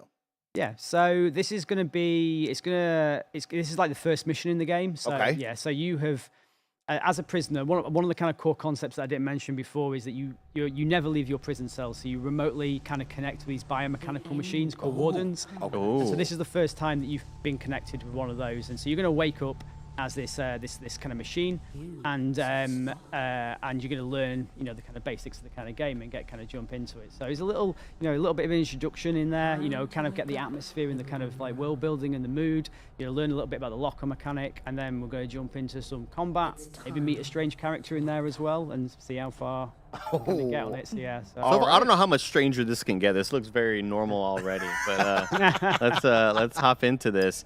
Mike, can I borrow your mouse pad? What's up? Oh, yeah, of course. You ready for this? Brother. Thank you, brother. Oh, man. Look at this, and that's You're a mouse hero, pad. dog. That's a mouse You're a pad, hero, everybody. dog. Thank you I so bought much. that for way too much money, but I bought it. Bought it for way too much money. What's it being developed in? Can you all disclose the engine? And indeed, it's Unreal Engine. Beautiful. Very cool. That's great. How's that been working? I mean, you brought up working remote. I definitely want to talk about that. How's that been developing the game and, of course, working remote? What's that like? You said a lot of collaboration, good and bad, of course. I'm sure some disconnect, right? Oh my gosh, we've learned so much about communication on the project. Oh my gosh, still loads more to learn as well within the studio as well. Like it's like we've grown the team with the with the game as well. So learning about how well the team communicates in different ways has been a challenge, but it's been incredible. That's great. Do it together. That's great. And then working with Unreal, what has that been like for both of you? Oh, it's been awesome, yeah. So We love Good font choice. Great font. Yeah. Don't even get him started with the font, okay? Don't even get him started. No, I've been developing in Unreal for my entire kind of career, really, and so, you know, when we first started out, we knew this was going to be an Unreal game. We're using actually Unreal Engine 4 still on this kind of project, you know, but it's such a great engine, and particularly for like remote collaboration, it's been absolutely fantastic. That's awesome. That's great to hear. Now, Mike, can I just let everybody know that if I do die, okay, it's because I'm not at 800 DPI at 5.5 sensitivity. Yeah, we're using some generic. I don't know Office what the hell Depot this mouse. is. Yeah. What the hell am I supposed to be doing? Finances with this keyboard and mouse? What am I doing here? You know what I mean? It doesn't even light up, Kevin. Come on, dude. Now, can we talk about the studio really quick? How many people work at the studio? What's the studio's name as well? So the studio is called Bonsai Collective. We've got 16 full-time folks at the studio, and then we work with a number of different contractors as well that help with things like environment art, voice direction, composition of the soundtrack as well. Cool. QA, we work with loads of yeah. different teams, to kind of help us kind of build the kind of team up effectively. I'm going to do a little shout out as well for Renaissance PR and Hyperluminal Games, who have been supporting us with the PR side and with the QA as well. Heck yeah, shout out to the team. That's awesome. That's great. This is where we do the welcome to the world of Luna Abyss. Let's show it off. A game where something weird shit is happening right now. This looks awesome. I just love. I mean, again, Mike, I've been playing the shit out of Destiny recently, and we have just been playing a lot. Hard light. I'm just such a huge fan, dude. Such a huge fan. Call out what you like, Andy. We got the team here. They're gonna tell you all about it. So if you see something, call it out so we can talk about it. That's right. I'm going to say as well, for anyone watching, if you like what you're seeing, you're at GDC. We are on the Epic stand as well. Okay. Nice. So everybody can come in, get hands-on with it as well. Absolutely, yeah. On the Talk some more with you. Yeah. That's cool. That's really great. How many of show floors have you guys done with this game? Is this the first one? This is the first time we're showing it here, actually. Yeah. Exciting stuff. Publicly, anyway. Yeah. Okay. So really exciting. So. This is the first live stream of the game. Yeah. No pressure. No pressure at all. Yeah, exactly. Oh, we gave it to Andy. That's okay. The right one. I want to find a way to break this. I'm so sorry. It's not going to be your fault. You could blame me completely. Here we go. Again, Mike, I'm moving my mouse like a centimeter. It's doing a 360. Oh, yeah. Like, blame Kevin on that. What kind of setup, dude? Come on, dude. We're blaming Tim. Yeah, thank you. I mean, you're talking like, I hit like silver rank in Valorant, okay, Mike? Like, oh, wow. Okay, perfect. With a little Valorant player. Yeah. I'm really bad at Valorant. I'm a Destiny player, so Okay. Absolutely. Here we go. Let's see. And now, what kind of weapons can we expect? Of course, we talked about the movement and stuff. Is there different weapons in the game? Will we always have this? What is the look going to be weapon-wise? Yeah, so we've got 4 kind of core weapons in the game, as well as a number of abilities that you can use in combat as well. So our kind of combat setup, there's like almost a bit of a puzzle element to it. So different enemies, you need different weapons to kind of break shields, or like stun, for example. Stun lock certain enemies. And so what we really wanted was like players to start prioritizing enemies and start thinking about what weapon they kind of need. So we don't have ammo in the game. It's a cooldown mechanic. So you can overheat your weapon. So you need to keep an eye on that and underneath the crosshair. So you kind of like always kind of keeping an eye on, is my weapon overheating? What weapon do I need? Like, what might be spawning in this kind of arena, for example, and thinking about that. So in this demo, there is another weapon that you'll pick up. So shortly, hopefully. So and that will. When we're done, we'll show you everybody. And that really has a very specific kind of function, within the game. I won't spoil it. We'll find out what it is in a second. So yeah. And the right call to put crouch on C. Can we just, as a gaming community, that's very Can we, as a gaming community, get universal crouch on C? Left control, my pinky just has trouble. Mike. My Pinky's not stretching out that way. Going over there. I get it. Yeah, it's a controversial topic. Especially if you're sprinting and then you just with the index finger, Mike, just a little. Oh yeah, little touch. Now, will we? You might need that slide. So yeah. Will we support controller? Where are we going out? When is this game targeted to launch? What is it launching on? Will it have controller support? What are we looking at here with this? You want me to jump in? Yeah, you go in with that one. I'll jump in with this one. So we're planning to launch on Steam, Epic Games Store, Xbox Series X, and PlayStation 5. Oh, okay. The whole gambit right there. Love that. Okay. We don't have a release date just yet, though. So keep an eye out on our social. That's why I just put coming soon on the graphic. Yeah, coming soon. Yeah. I was very, very vigilant with making sure I wasn't putting any wrong dates on there. Uh-oh, we got some baddies, Mike. Yes. So yeah, the lock-on mic for people like you who maybe can't. I don't have that precision. Yeah. But you will one day, Mike. I'm a runner. You know what I mean? I'm a runner. I'm a track star. The first time that we kind of got Mike playing games on keyboard and mouse, he was gripping the mouse so hard that his fingers are getting blisters. And I just had to tell him, Mike, if every game had a lock-on, you'd be way better off, We see the overheat start to fill up on the bottom there. Yeah. Any active reload, or did you ever talk about a possible active reload on that? We did talk about it. In this build, there isn't one. It just overheats and then cools down. They cool down fairly quickly. It's more like a small punishment in that kind of moment because the gameplay's quite quick, obviously.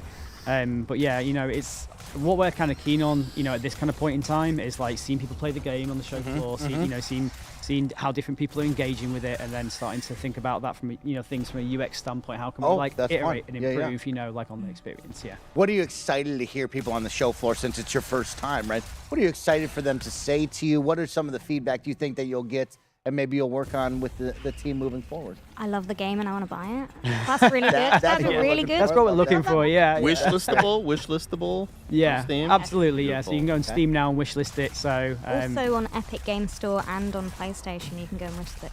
Heck yeah. Okay, there we go. I like that. So wishlist that up, support the team over here. And I like, you brought up the bullet hell and dodging the bullets. I like you can see them coming right at you. It is really cool. I was wondering, what's that going to look like in gameplay? Clear as day. Here's the fun stuff we're trying to dodge. Andy, this is it. This is the last wave on this. Yeah. So it's those homing ones that you got to get out of the way or get in cover. Yeah. I come struggling. Like, I got to auto aim. I got to resort to the auto aim. Yeah. It's so hard to aim. I highly recommend using the lock on. Yeah. It's so much easier right now. There we go. There we go. Again, Mike. Yeah. I'm just like I'm moving like. You can have a scientific camera and see how tiny my mouse is moving. Well, you know what? We'll go see them on the show floor. I bet you they got the best mouse and keyboard setup. That's what I'm talking If you want to elevate this, we'll go see them over there. 800 sensitivity, 5.5. All right, everybody. It's okay. Your health's filled back up now. Oh, beautiful. Okay, we're cleared with the room. I'm not trying to make excuses, Mike, but I am. All right. Now, No Caps in the YouTube chat says, can you talk more about the characters and the Axe Cat? Everyone in that trailer the Axe Cat. So cool. Okay, yeah, lay it on us. What kind of cool stuff? Because, we saw a little tease. We've seen some enemies now. Of course, we saw the red eyes as well. Tell me more about everything we're going to see here. Yeah, absolutely. So, the game's full of strange kind of characters to kind of meet that will give you little clues on the mystery of this kind of space. So I'll just go into a little detail about that. So you're in this, you're a prisoner and you're kind of exploring this space and you're trying to reduce your sentence, but what you kind of discover very early on is that there was a colony, a human colony, hundreds of years ago when it first appeared. Something was built here and by a religious kind of church, and really there's a huge mystery of what happened to that colony, what happened to the people that lived there. And so there's a lot of human stories that you're going to kind of discover, different people from different backgrounds, different identities that will kind of start giving you little clues about what actually kind of happened. So all of this black stuff that you're seeing is something called the Scourge. And it was kind of like a I guess kind of post-COVID, it was kind of like a pandemic, so to speak, like a spread of this kind of stuff. And a lot of the enemies that you're facing were once human, and they were kind of turned into these monsters known as the Adrift, right? So we're about to meet a character, called the Waif, which is just through this kind of door.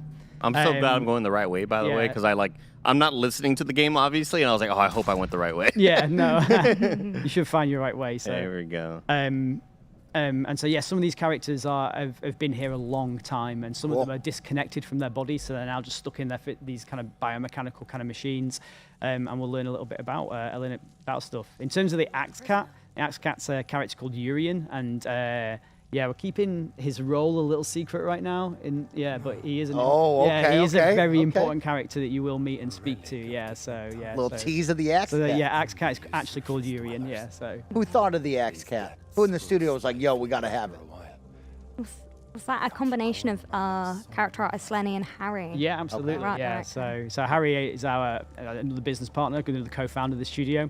Amazing, incredible artist, and Lenny's a fantastic kind of character artist. In fact, this character was kind of made by Lenny. So I love this presentation. Yeah, this is cool. This is awesome. Like the key art with this is awesome.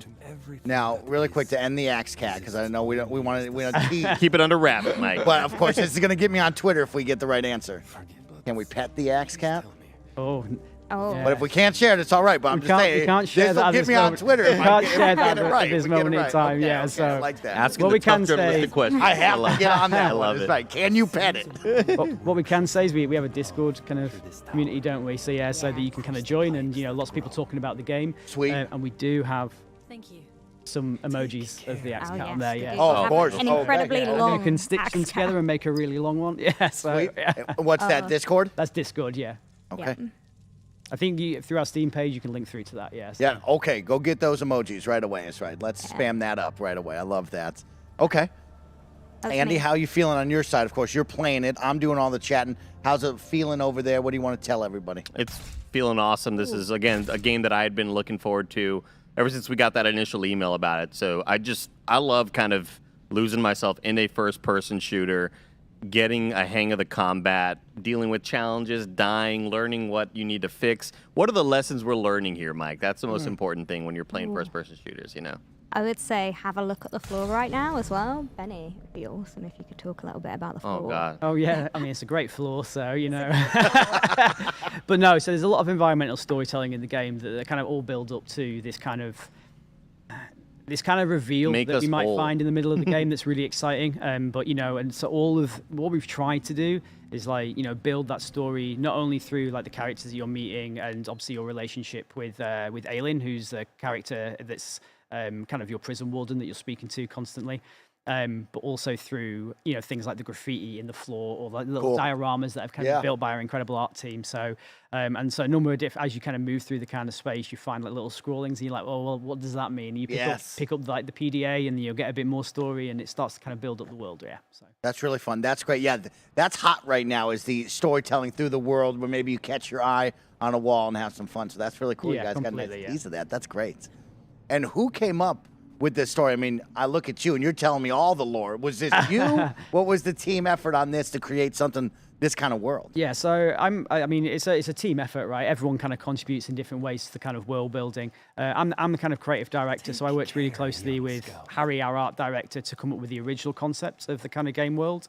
And then we work with our writer Laura Mauro, who's an incredible writer, to kind of write the script and kind of build the world up. So Laura's done an awful lot of the kind of writing on the kind of project, working with all the different kind of people, whether working with art team, the tech team, design team, to kind of make it cohesive. So I went the wrong way on my bed. We had a process. Oh, you fell down.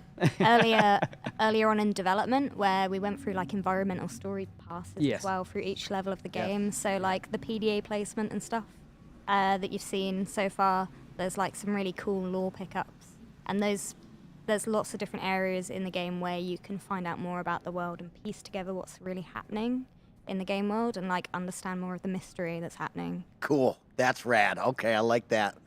Of course, Andy, one day will be a voice actor in the big gaming space. I know. Right. What was that like? Of course, working from home, everybody disconnected. You have voice acting in this. How was that working with them and giving your kind of feedback and seeing the awesome voices come to life? Yeah, so we actually recorded in person in London and with our voice director Kirsty, and so we did that in kind of person, and then you kind of put it all into the game and you kind of see how it kind of fits. And then what we do is we do a huge review of that. And then we kind of go back and do more recording as well and kind of work into it. So we just did our second kind of pass of that just after Christmas. So yeah, before Christmas, sorry. And then yes, we've just got that in now and it's really starting to come alive now. The details, yeah. So that's rad. That's great, you guys. Was it somewhat of a did you have an initial idea for the story first and then gameplay came second? Did you know it was always going to be a first-person shooter? Yeah, we knew it was always going to be a first-person shooter. I think a lot of us have worked on different types of games, like puzzle games or adventure games or kind of cooperative games. But we like these type of games, and we wanted to make this type of game. Yeah, so we knew it was going to be a shooter of some kind when we first did our really early concept demo. But even at that stage, we started building the idea of what this kind of world was, and kind of moved through quite a long pre-production process. Writing that kind of world and kind of connecting the gameplay with that. Yeah, so we kind of always knew it was going to be bullet hell in some capacity. Awesome. You shoot stuff, and the lock-on has been in since our very first kind of concept. Cool. Yeah, so yeah. There's a fair number of bullet hell fans in the studio as well. Like, I'm a huge fan of cave shooters myself, and I know that our lead programmer as well absolutely loves. He loves bullet hells. He built like his own bullet hell engine. Yeah, so Yeah. so Yeah, when the whole team loves something, it's easy to create and have fun with. Absolutely, That's awesome. yeah. That's great. Of course, when we're looking at the enemies, we see all these different designs, or we see one design right now, but what can we expect? Will we see a bunch of different enemies and their different designs? Will we see giant bosses? What can we expect throughout the gameplay? Yeah, so there's, we have like a number of different kind of enemy designs. The ones that we're seeing here is the Rawhead and the Bloody Bones. And they're kind of like intro kind of enemies. And a little further on in this demo, you might encounter another one. So yeah, which is a little bit more frightening than these guys. And then we introduce a number of different ones, throughout the game. So yeah, we've got a bunch. We've got like enemies that home in on you, so you like physically, then they explode, so you need to get out of the way. Sweet. We've got like enemies that really are like more like glass cannon enemies that do like intense kind of streams of kind of bullets but you can kind of kill them quite quickly, so you just need to get rid of them, out of the kind of scene. We've got enemies that teleport and move all around you, so you've got to kind of keep really on your toes. And we do also have bosses. So yeah, we have a number of kind of like very large bosses in the game that Don't say too much. I won't say too much. Okay, yeah. No, yeah. So I'm getting, this is it. Like, he's excited. He's getting me. Yeah. So yeah, no. Once you get going, We're having a good time. But yeah, Okay. we do have a number of kind of like large kind of bosses in the game. Cool. So yeah, that we're really excited to show people a little later down the That's line. great. So That's great. I can see the smiles on your guys' faces. That means it's going to be some good. surprises. Yeah. Now, I do have to put a pin something really quick. You said Bloody Bones and Rawhides, or Rawheads? Rawhead, yeah. Okay, that's a wild name for some enemies. What other crazy names can we expect out of that? Because that was two insane names. Yeah, so I can give you two more, I guess. So yeah, Okay. so they're inspired by like English folklore, actually, like really like really like weird abstract kind of monsters from British folklore, awesome. right? I mean, so, yeah. You know, like you want to plumb like kind of like really great cultural depth, right? So yeah, so we were like, I was speaking to Lauren, and we were like, what could we call our enemies, right? Because they've got code names for it. One was called Grunt, for example, for ages, and one was a turret, And then like Laura sent me a bunch of names. I'm like, these are really cool. Like I really like these. They're really interesting. But yeah, you're going to meet another enemy called the Celebrant in this, and so they're kind of they're a really interesting kind of like flying enemy that like will do quite intense attacks. So and like teleport around a little bit. That's going to be in the next kind of arena. And then a little later on, like if you did continue the kind of the game, the next enemy that you'd encounter is an enemy called the Death Candle. Yeah, so Death Candle. Awesome. Yes. Which is that's like a homing enemy, something that like it kind of like floats in on your location, and then will do a proximity explosion, and you can string those guys together. If you pop them, they'll like pop a string of them, for example, or do a little bit of damage to other enemies. So you can like strategically use them, in combat. Yeah, so Smart. if you're paying attention to them, so yeah, otherwise they will wipe you out. Yeah. Now, so are you all? Would you consider yourselves going for the difficulty of like a Returnal, where you might get your teeth kicked in a bit, and if so, have you considered any like accessibility? Like we've seen in a lot of recent, like I'm playing Dead Cells again recently, and Dead Cells added a really neat accessibility feature where they kind of, you can tune difficulties of enemies, and maybe they're half health or any. Has there been any consideration around there? Yeah, absolutely. So we're still. Oh damn it! I didn't know those were bad guys here. Shit, I was getting shot. Sorry. Sneaking up on you. Yeah, we've been developing like different accessibility options throughout. We're focusing on that in development at the moment. One of the features that we already have in the game that we wanted to keep in from, I guess, the very start, and kind of built a lot of our combat around, was the lock-on feature itself. Right.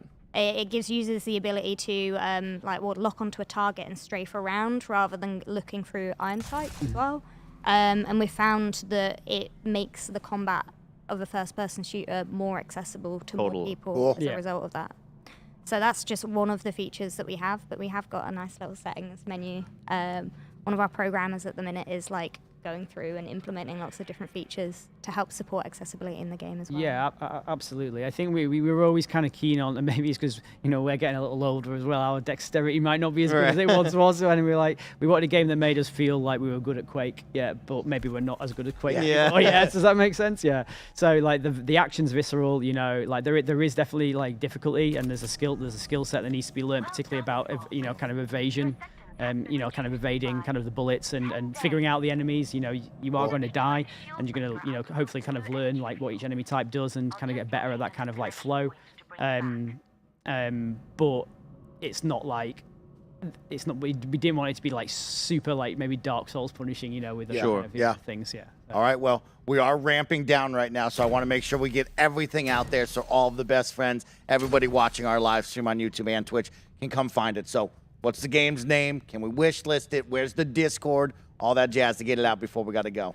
So the game name is Lunar Abyss. The studio's name is Bonsai Collective. We're coming out on Steam, Epic Games Store, PlayStation 5, and Xbox Series X. You can wish list, I think, on all of those platforms as well.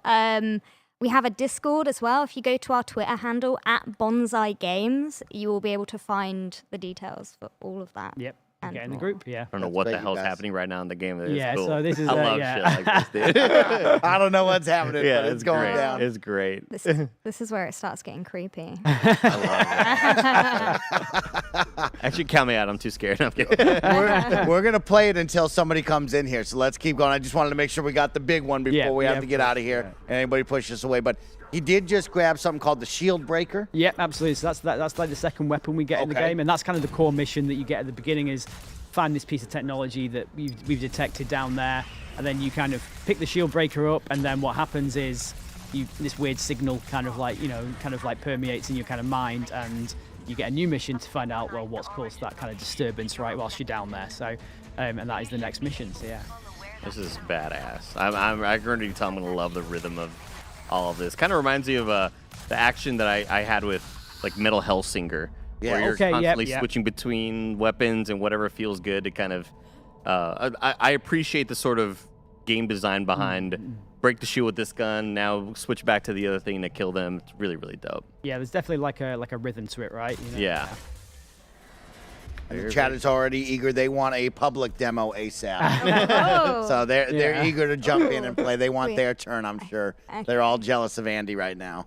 Well, thank you so much for joining us today. We really, really appreciate it. And thank you for bringing like the demo for me to play again. I got really scared I wasn't going to be able to play it. Oh, yeah. But yeah, this is an absolute blast. Can't wait to get our hands on it.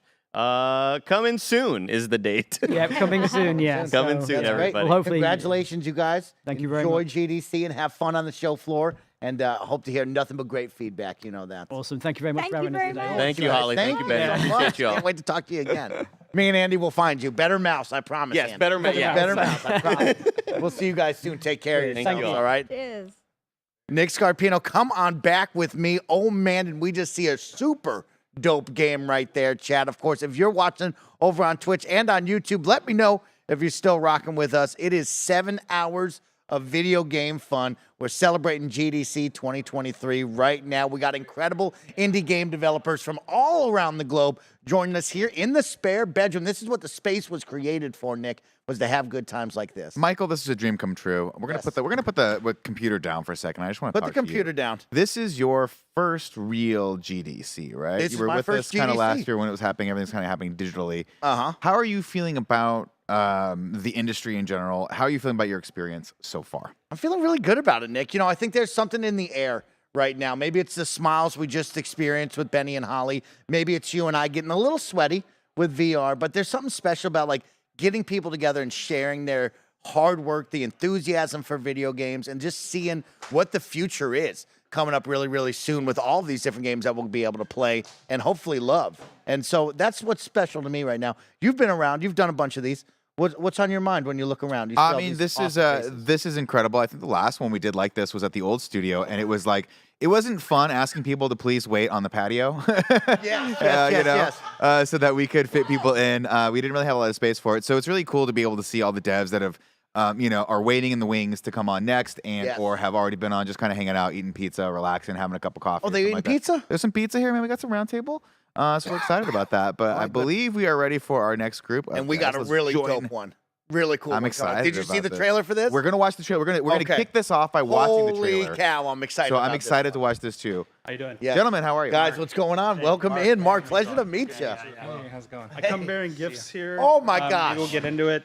We weren't sure. We were some technical things behind stage, but I think it seems like things are gonna be working. So Fantastic. I won't need to pantomime the game. We'll actually have some gameplay, but that just would be in dope case, if you did that. That would be pretty cool. Just in case and then that's your handy tote bag for later. These things, I want that little. I want this little dog. We're gonna fight for that, but give yes, me the I'll dog. give you that. Okay, no, you have the human. I'm a dog deal. guy. I get the human.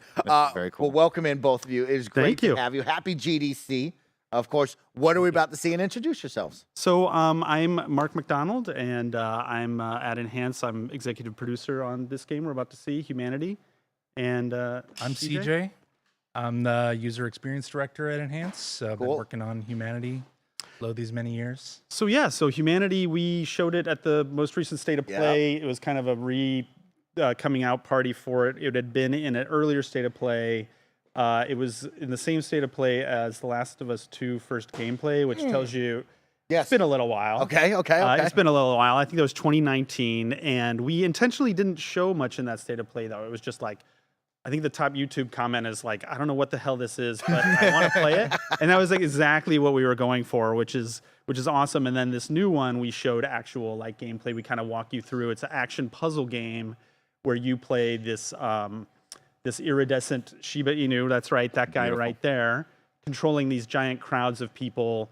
You're kind of placing commands in real time, guiding them towards the light. So the top YouTube comment now this time is also, we're very happy about it. It's like, oh, this reminds me of PS1, PS2 era games like Katamari or Echochrome or Devil Dice or there's a lot of those kind of PS1, PS2, PS3 era games that it's like a little weird, but there's a real good core game in there. And so hopefully today we'll show you some more single player levels. We did a demo that launched right at the same time as the State of Play. Some of those were levels that some of the levels we'll go through today are those, but we'll show you a couple new levels. And then also, hopefully, if we can get it working, show you some of the user stages. I was going to say, I see it right there. See user stages and stage creators. And stage creator. We definitely want to touch on that because that sounds super fun. Cool. But yeah, this is an eye-catching game, Nick. I'm sure you've seen it. We talked about looking at the trailer and seeing that during that PlayStation State of Play. Caught my attention right away, of course. Awesome. I know the cute dog gets everybody, but the colors or the minimalistic style that we're going to see is really, really awesome. It jumps right off. Thanks. So the guy who designed this, so Enhance is Mizuguchi-san, right, who's well known from his days at Sega, but the main man on this game, the director, is this guy, Yugo Nakamura, who is like a designer by trade. So he does a lot of web design. He does a lot of like product design. And in his like spare time in his company, which is THA, they were making these little games. And they made this one. We saw it at a Unity conference just as like a tech demo with all the people. And it's same thing to us. Like it really visually struck us, and it had this real like unique design sense to it. And we said, what the hell is that? I want to know more about it, just like the YouTube commenters. And that kind of struck up our collaboration. And so he's like the main design guy on this, and we're kind of coming in on the gameplay level design. So you guys actually gave us a trailer. Did you want us to pull that up? Yeah, sure. Why don't we? That's a good like intro to it before we get into gameplay. Okay. Yeah, we let's can do just that. talk over the trailer that was shown. We're not set up for to actually have you talking over it. Oh, okay. Sorry. So we could just play the trailer. Wait, let's watch the trailer first, and then we can come out of that and talk about it a little bit. Yeah. And go Okay. into gameplay. Cool. So your audio is not coming through when we do that. Okay. Okay. No problem. We'll tell them what we really think about Greg.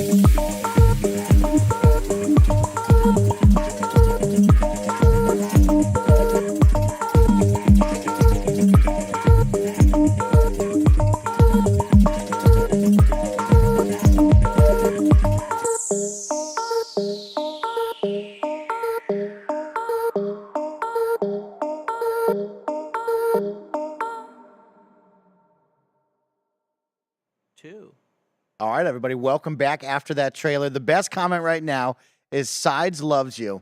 I'm not sure what I'm seeing, but it seems interesting. There we go. It's got me. It's got me hooked. I'm That's all good. We'll about take it. that. We'll Yes. take that. So let's talk about, of course, Humanity. We're going to see it live and in action right now.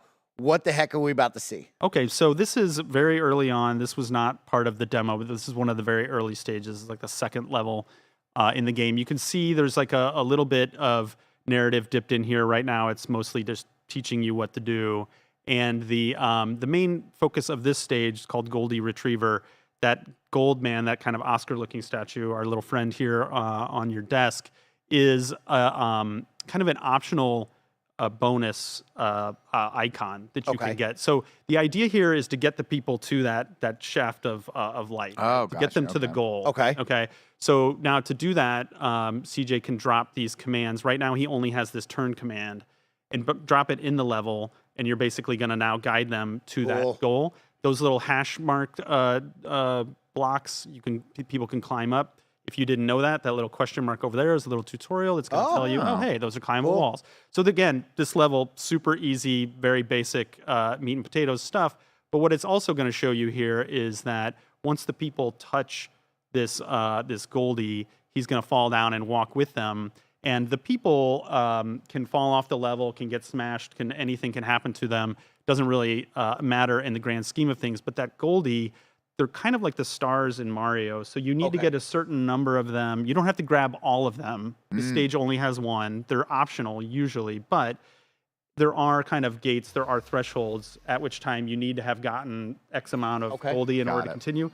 And then also, and CJ can show here, they unlock these other bonus rewards. So we have everything unlocked now. So spoilers, you're getting to see everything in the entire game there. But you can see early on, like some of them are just cosmetics. There's people can dress up. Some of them are actual mechanics where you can stop time. There's like a free look camera. There's a way to choose the music of the stage. Cool. There's all kinds of different stuff like that. So oh man, that's really, really cool.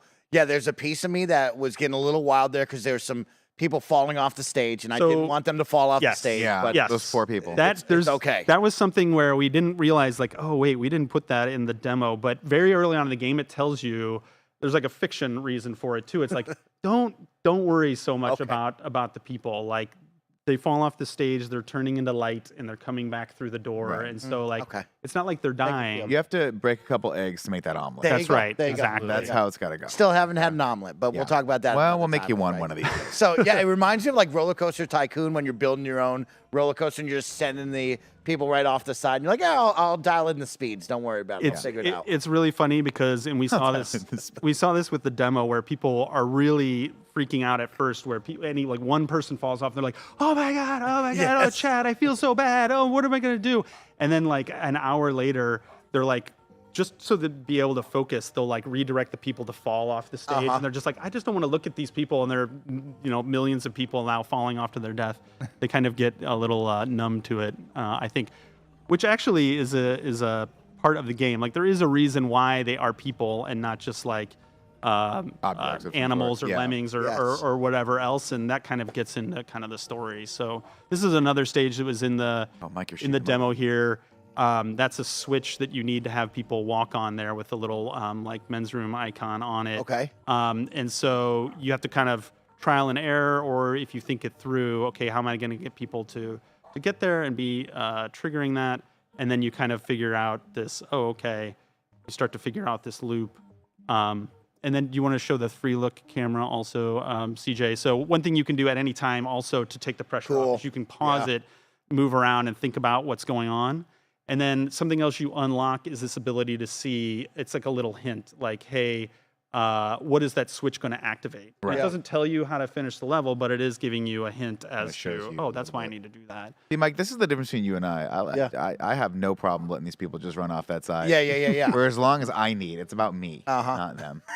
I got to be perfect from the start. That's right. I know. I feel no need to be perfect anymore. And so now we're going left, right, down, up, and then we're also adding a jump mechanic into this as well. So a bunch of these commands they'll grow. The list of commands that you can use grows as the game goes on. So yeah, now I think this is the first stage that uses this one long jump.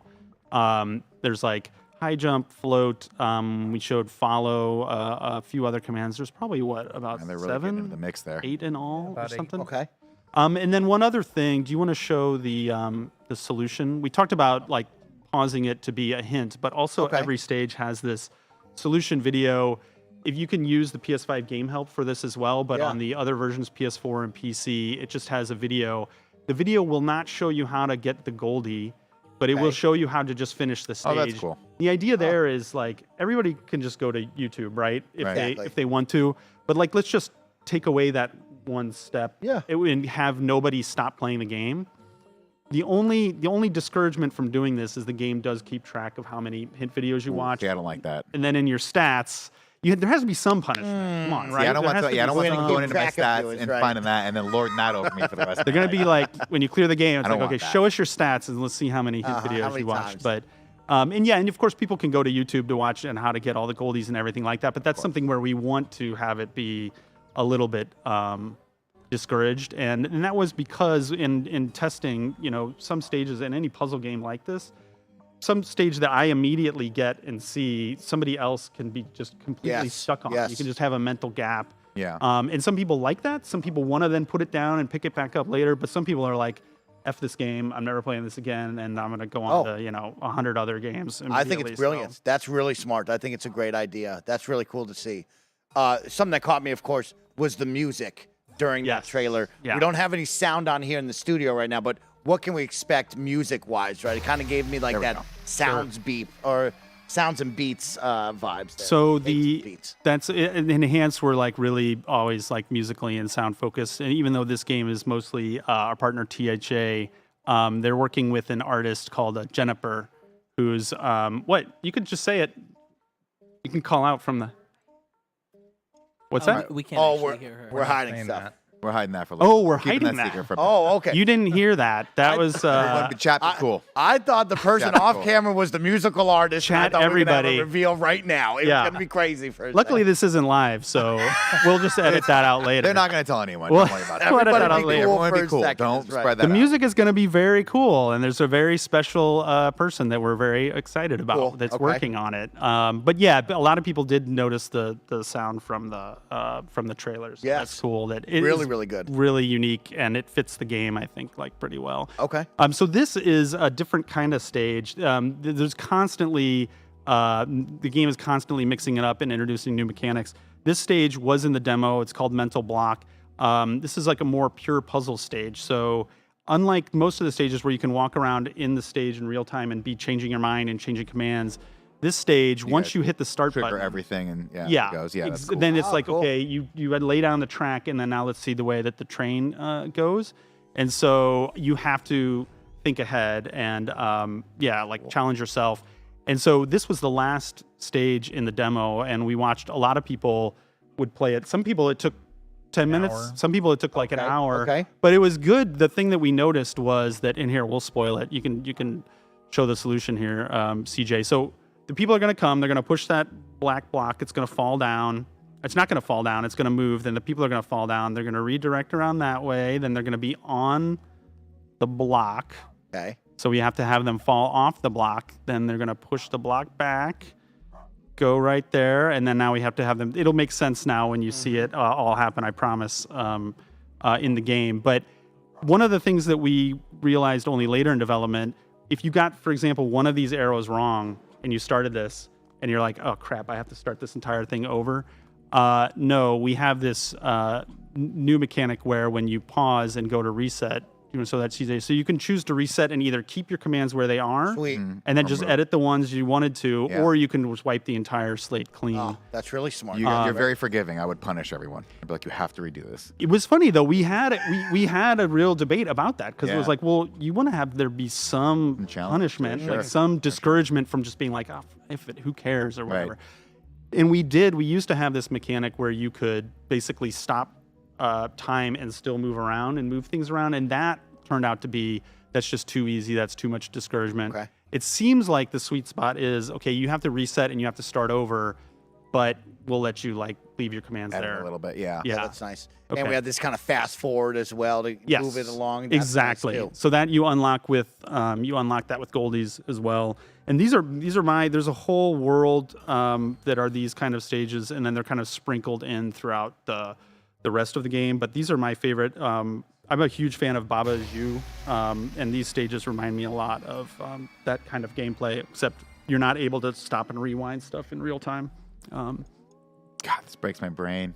How badly do you want to get your hands on that controller right now? Real Just, like, bad. smashing You know this that. thing. What? This is the type of game, once I get control of it, I'm never stopping. You're never I stopping. love I know. this I stuff. love This it. is a ton of I fun. love It's it. right. I feel like this is the kind of game that makes you smarter. I know I'm not quoting you guys on that. but take it from me, folks. That's on the box now, though. 10% Thank you for smarter saying than that. the other player. That's on the box I'm now, absolutely right? a Yeah, scientist makes and you a doctor. smarter. Kind of funny games. Nick Scarpino. So then later, there's another example of just like mixing it up. This was shown kind of teased in our trailer, but not in the demo. So there's this other group called the Others, and they're these kind of monochrome polygonal folks. And they start off as kind of competition at this point in the game. They're kind of like your rivals. Oh, okay. This level specifically, if you see how it's laid out, it's kind of an obstacle course where both teams are racing to get to the goal first. So you're using that jump to get them up there a little faster. And then the thing that this stage is to teach you is that, spoilers, here we go, that using high jump makes people move a little faster. And so if you make them jump as much as possible, they're going to move just a little bit faster. And then you have to get the Goldie in order to trigger the exit in this stage. And so when you do that, also, it's going to, do you want to do the free look camera real quick for a second? So if you see here, oh, look, okay, the switches are attached to the other person's block. So it's going to make that disappear. So it's basically going to, whoever gets there first is going to screw over the other side. And so, yeah, that one can play out. We can let that play out. But this is where, like, the others don't like this, right? They're not real happy about this. You keep having these stages. The others can take the Goldie as well. Yes. There, they got push him. and pull of it. Uh-oh, CJ, you're in some trouble. Uh-oh, they're going to get him there too. Wait, maybe we can at least get there and get revenge and trigger the block first. So you can see that G, that big gold goal. You have to have the Goldie to trigger the goal, but we did get to the switch first. So even if we can't win, no one can. So we can't actually clear the stage, but either can the others because we triggered the switch. The old tic-tac-toe. That's cool. Yeah, that's great. Fun. There's some levels to the gameplay here. I like that. It's well thought out to say, hey, what else can we add to this to keep the fun and keep people guessing? That's really cool on that. It's been a lot of iteration, like the level design. It's one of those things, a lot of like testing it with people, watching people play. Like this demo was the first time we got to see the public play it, which was also still really educational, but we had internally people playing it constantly. And with a game like this, you kind of have to do that. Because like I said, different people play it different way. We want to cover as many of those as we can. Now CJ's going to do it. He's just crushing it. And so this specific game mode is you versus the computer. That's right. This is like the single player story campaign mode. Got it. And then we'll show a little bit of I think we can't show the user levels, unfortunately. That was set up, but we can show the stage creator Very cool. a little bit. Actually, why don't we show one more stage and then we can show the stage creator. We also saw some different unique looks to the humans running around on that, what can we put that on at any time when we're playing single player? Is that only in user-created content? You can do that in both, Okay. actually, yeah. So you can set, as the person who makes the stage, you can set what the people look like from what you've unlocked. So you unlock different ways for the people to look. Then you can use those in the level creator, or in the stage when you're playing just the single-player campaign, you can do it at will. So this is like, things have kind of gotten ugly with the others at this point in the game, and everybody called these lightsabers. Wow. They're just like batons, but they have to stand out. You have to be able to tell what the people that have them and people that don't. There's two kinds of weapons. Some people also have these like guns or laser pistols that are good from farther range. They have different pluses and minuses, actually, the merits. It's not like the guns aren't always better, but a lot of the levels in the game kind of explore the differences between those. Cool. Those two, and then this stage we won't ruin this stage, but this is just kind of show all hell breaking loose. It turns into all-out battle, and then like other stuff. Oh, they have like red lightsabers. Here I was in the trailer. It says chaos, and I was like, is that just me throwing people off the side of the map? No, there's some real chaos. Actual going on chaos. Here. This is fun. This is cool. So they destroyed our stuff. So why don't we show you the user the level creation stage creator here as well? So idea here is to be really simple, really easy to use, very Mario Maker, very Little Big Planet. Nice. We are coming out on Steam as well in May, and so you can get in there with your mouse and really dig in, but we need to make it be easy and fun on the controller as well. And so you can see, like, at all times, you can see all the commands you can do. It's very easy to navigate. Here's like your palette of different blocks and stuff you can use. You can page through the different things, the commands that you use, others if you want to put them in there. Machines that probably won't be there at ship. Those are like late game. These kind of robots come in and attack you. That is going to be in the level creator, but probably like post-launch content. But you can also get really deep into stuff. So if you want to have blocks moving, we had some user-created stages that were just like, what the hell? How the hell did you do this? Where people really got deep into it in ways that we've been using these tools for 3 years. And in the second day, somebody had made something that I was like, I didn't even know you could do that in our engine. It's not exactly like making Pokemon in Minecraft, like a working Game Boy prototype, but it already people were making like bowling and like a pachinko game, and somebody made like a Vampire Survivors I mean, it was different because it's with the tools that are made for this game, but yeah, it's really cool. You get to right down to the camera angle that that starts at when you start the stage. And then the part where we can't show now, but there's a very nice, friendly browser then for checking it out. So yeah, like it almost just looks like Netflix. You can just page through. You have ratings for levels. You can search by user or tag. You can search by difficulty. Like in Mario Maker, clear rate is going to be like an important thing. So I've seen 1,000 people have played this game and only 2% have cleared it. And so, like, to some people, that's what we got to take on, Mike. Exactly. That's we're going for the 2%. Okay, so we'll have the game browser right up there where you'll be able to find that. Right there. And all this stuff is just in the box day one. It's going to be beta early on just because, when this gets out there and far and wide, like, this is our first time doing user-generated content. And we know it is not easy, but yeah, we think it's pretty robust and pretty cool. It worked well. I was surprised at the surprising lack of genitalia made in our level creator. Okay, that's nice. That's nice. Our time to dong was like, we thought that was going to be like 30 seconds from when the thing launched, and that's a compliment out there for. We're not saying please do that, upload it the day that it comes out, but. We did create all these tools for curation, and then we didn't really have to use them because the community was awesome already. So, all right. Well, we don't have much time left with you. I do want to touch on this really quick. Yeah. How much can be put into the user-generated content? Right. Like we talk about how many pieces, how large. What do you know? What the piece count is, or how big I can make this? Yeah, that's a really good question. So you see here, CJ, if you want to bring it up, that data size. Yeah. So it depends on the type of thing that you're using, but it uses up basically like that much, whatever it is, memory or whatever it is. So you have that much wherewithal to mess around with. So the real estate that you can use is actually pretty big, but depending on what you're doing with it, it can be like more or less restricted. All right. Yeah. Well, as we start to wrap up, when's the game releasing? Where can we get it? What are the details that we need to know about? Of course, I've seen in the chat they want to know, is it VR? Is it co-op? Give me everything about this game. Yeah, so we didn't talk about VR. I'll start there. So it's VR optional. So whether you're playing on PC, PS4 with VR1, or the brand spanking new PS5, PSVR 2. That is optional. You just have to go into VR mode. That is very cool. You can just, instead of moving the camera around, you can just look your head around. It's like your little ant farm diorama that you're playing with. It's really fun. But yes, so PS4, PS5, Steam, and May. Okay. Yeah. That's great. Congratulations, you guys. Thank you. Cannot wait to see all the user-generated content. That's going to be a ton of fun. And can't wait for you and I to wrap our brains around some of these fun puzzles. No dongs.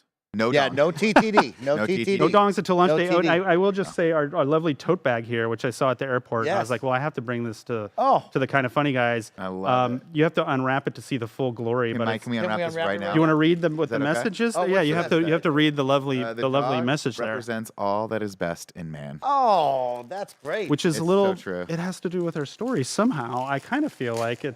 I mean, there's a dog in each and every one of us, and it's cute and furry. There you go. Oh my God, I love this.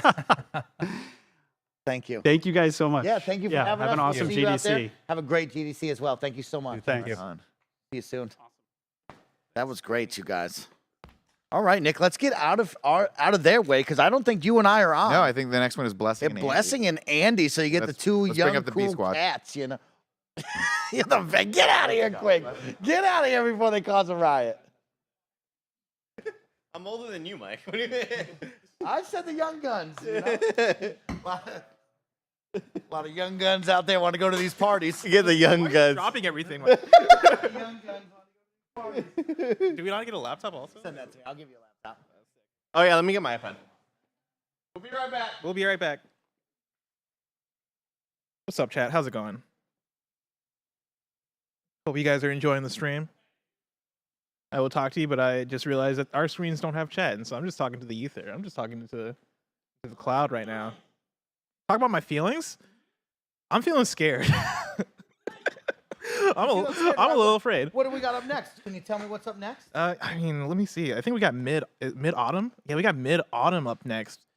We're gonna be hanging out with Sherveen Uduwana. Sherveen, if you want to come through, come through. We can talk. You can talk to you while we wait on things to get going. I think we still have the game from a couple of times ago we're running right now. Here we go. Sherveen, how's it going? How's your GDC? It's good. Great to I meet got you. in. Andy, great to meet last you, night. Sherveen. Andy, Blessing. Blessing, yep. And over there. No, like Mike. Mike? Got everyone. Okay. Awesome. Sherveen, what studio do you work for? So this is Team Mid Autumn. It's not a formal studio. We're just kind of working on this as a team or a collective, maybe is more accurate. And yeah, this is a game we kickstarted it maybe in 2021. We've been working on it right up in the mic. Oh yeah, real You're close right in up. there. Oh yeah. And If you need to scoot in, feel free. okay, I'll scoot. That's what I do. You don't got to tell me. All right. But yeah, no, this is it's a dungeon crawler. It's awesome. It's kind of like if you like Hades. I tell folks it's like Hades, and if anyone's played Butterfly Soup, those are like Never heard the of two that. things. But it's like a more visual novel-y Hades. So if folks like were like I played Hades, but it's a bit too actiony. You know, maybe I want a bit more like maybe it's like a bit too hard. I don't know. Right now it's very hard actually. It's like, I want a more difficult Hades. I made it hard because this is our beta build. So I believe in everyone. So sometimes I think it's hard and everyone surprises me and they're like, no, we destroyed everyone. So I love the key art. I love the presentation of it. Yeah, the art style looks really cool. Thank you so much. Do you want to play or do you want Blessing to pop off? I'm good either way. Does anyone have any preference? Maybe Blessing, you want to play? Am I able to play with controller? I think so. Oh yeah, pass me that Xbox controller. I'll play. I never say yes, but as far as I know, yes. I mean, if I gotta use mouse keyboard, I'll make Andy. You might not be able to start a new game with controller. Now that I think we're about it. to see. Press space to start. Yes. Okay. I never made that. And I probably. Okay. No, that bug's still in there. I would start a new game. New game. Okay. Yeah. There's just this weird bug where that error message pops up, but it shouldn't pop up. Gotcha. Where is the new game? Yeah, Oh, there we go. Empty save slot. There we go. Very cool. Yeah, I love the lighting on the characters. Again, you kind of mentioned those Hades vibes. Like whenever we see the Hades key art, you always see those little color highlights and stuff like that. Big fan of it. Big fan. Yeah, no, I love those. We really talked about like what we wanted to differentiate and what we wanted to keep familiar for folks. And I think ultimately we're kind of telling a kind of specific weird story about this town and these characters that are kind of facing like their town's being gentrified, but also they're like blasting evil spirits. So it's very like, I don't know, like Avatar maybe with like those kinds of vibes. Gotcha. Or like it's very anime. Wait, you mean the Last Airbender or the Blue People Avatar? No, the Last Airbender. Okay, good. Don't.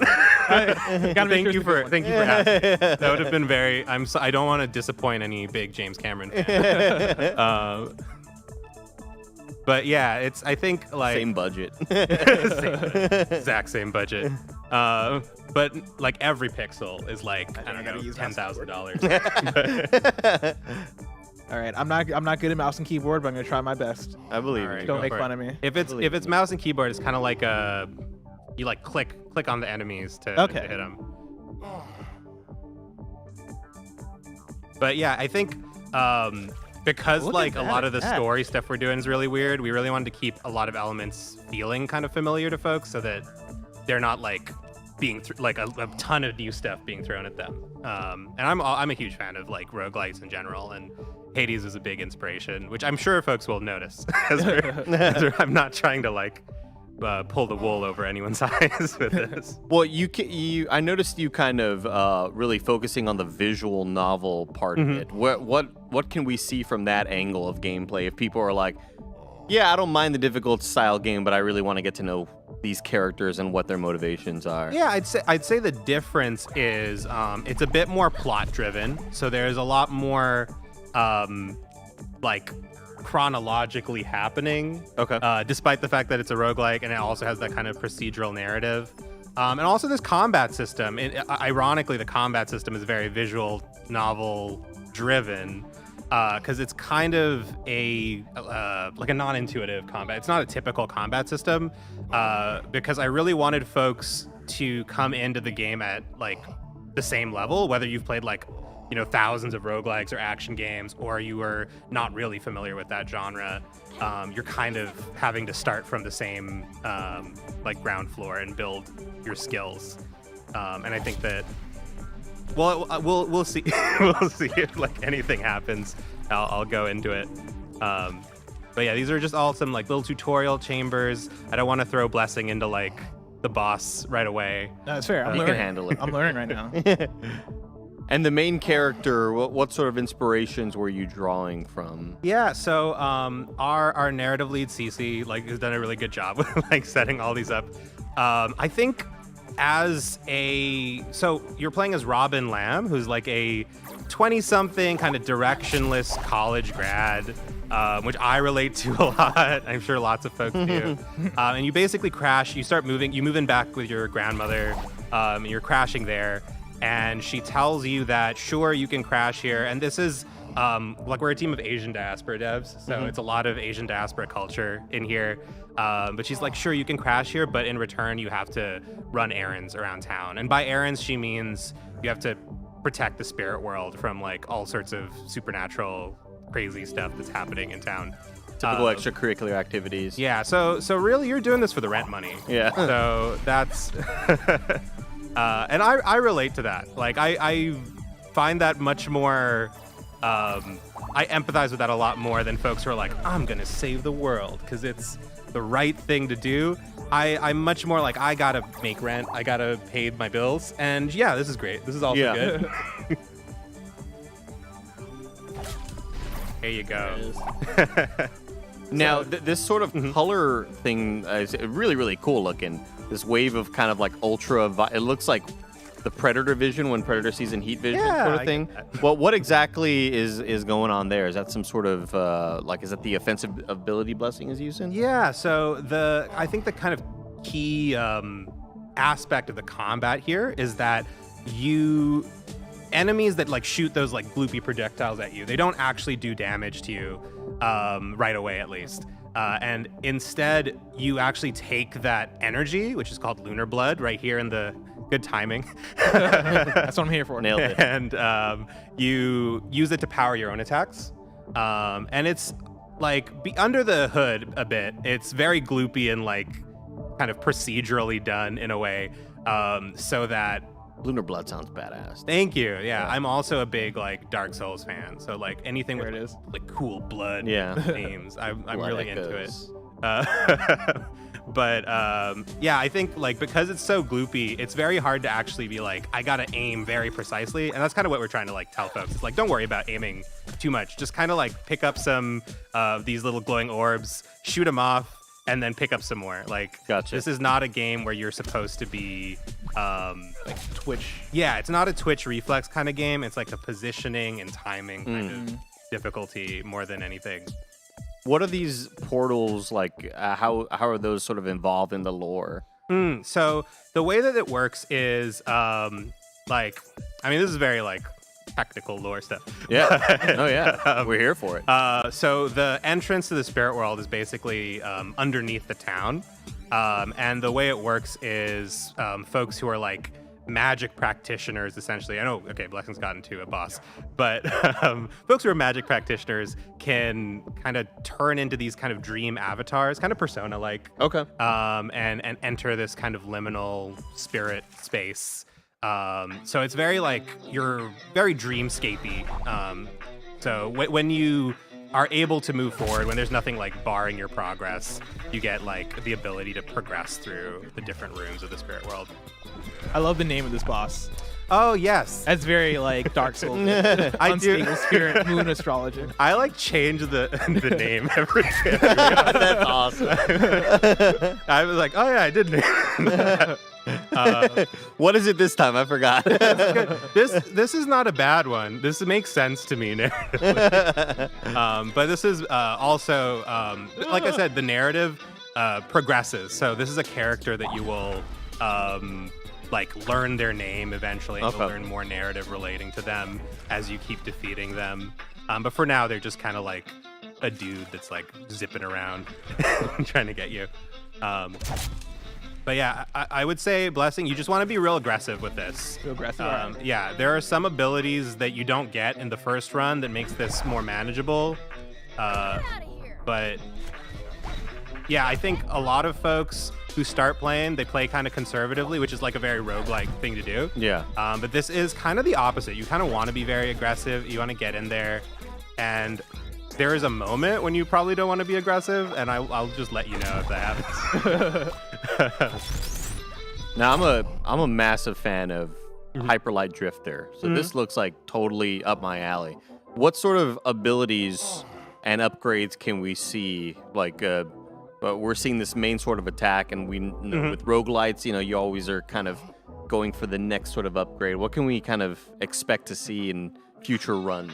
Yeah, so this does start you off with like a bit of a limited tool set. You're actually seeing this boss character is designed to kind of have some of the player's own abilities. Okay.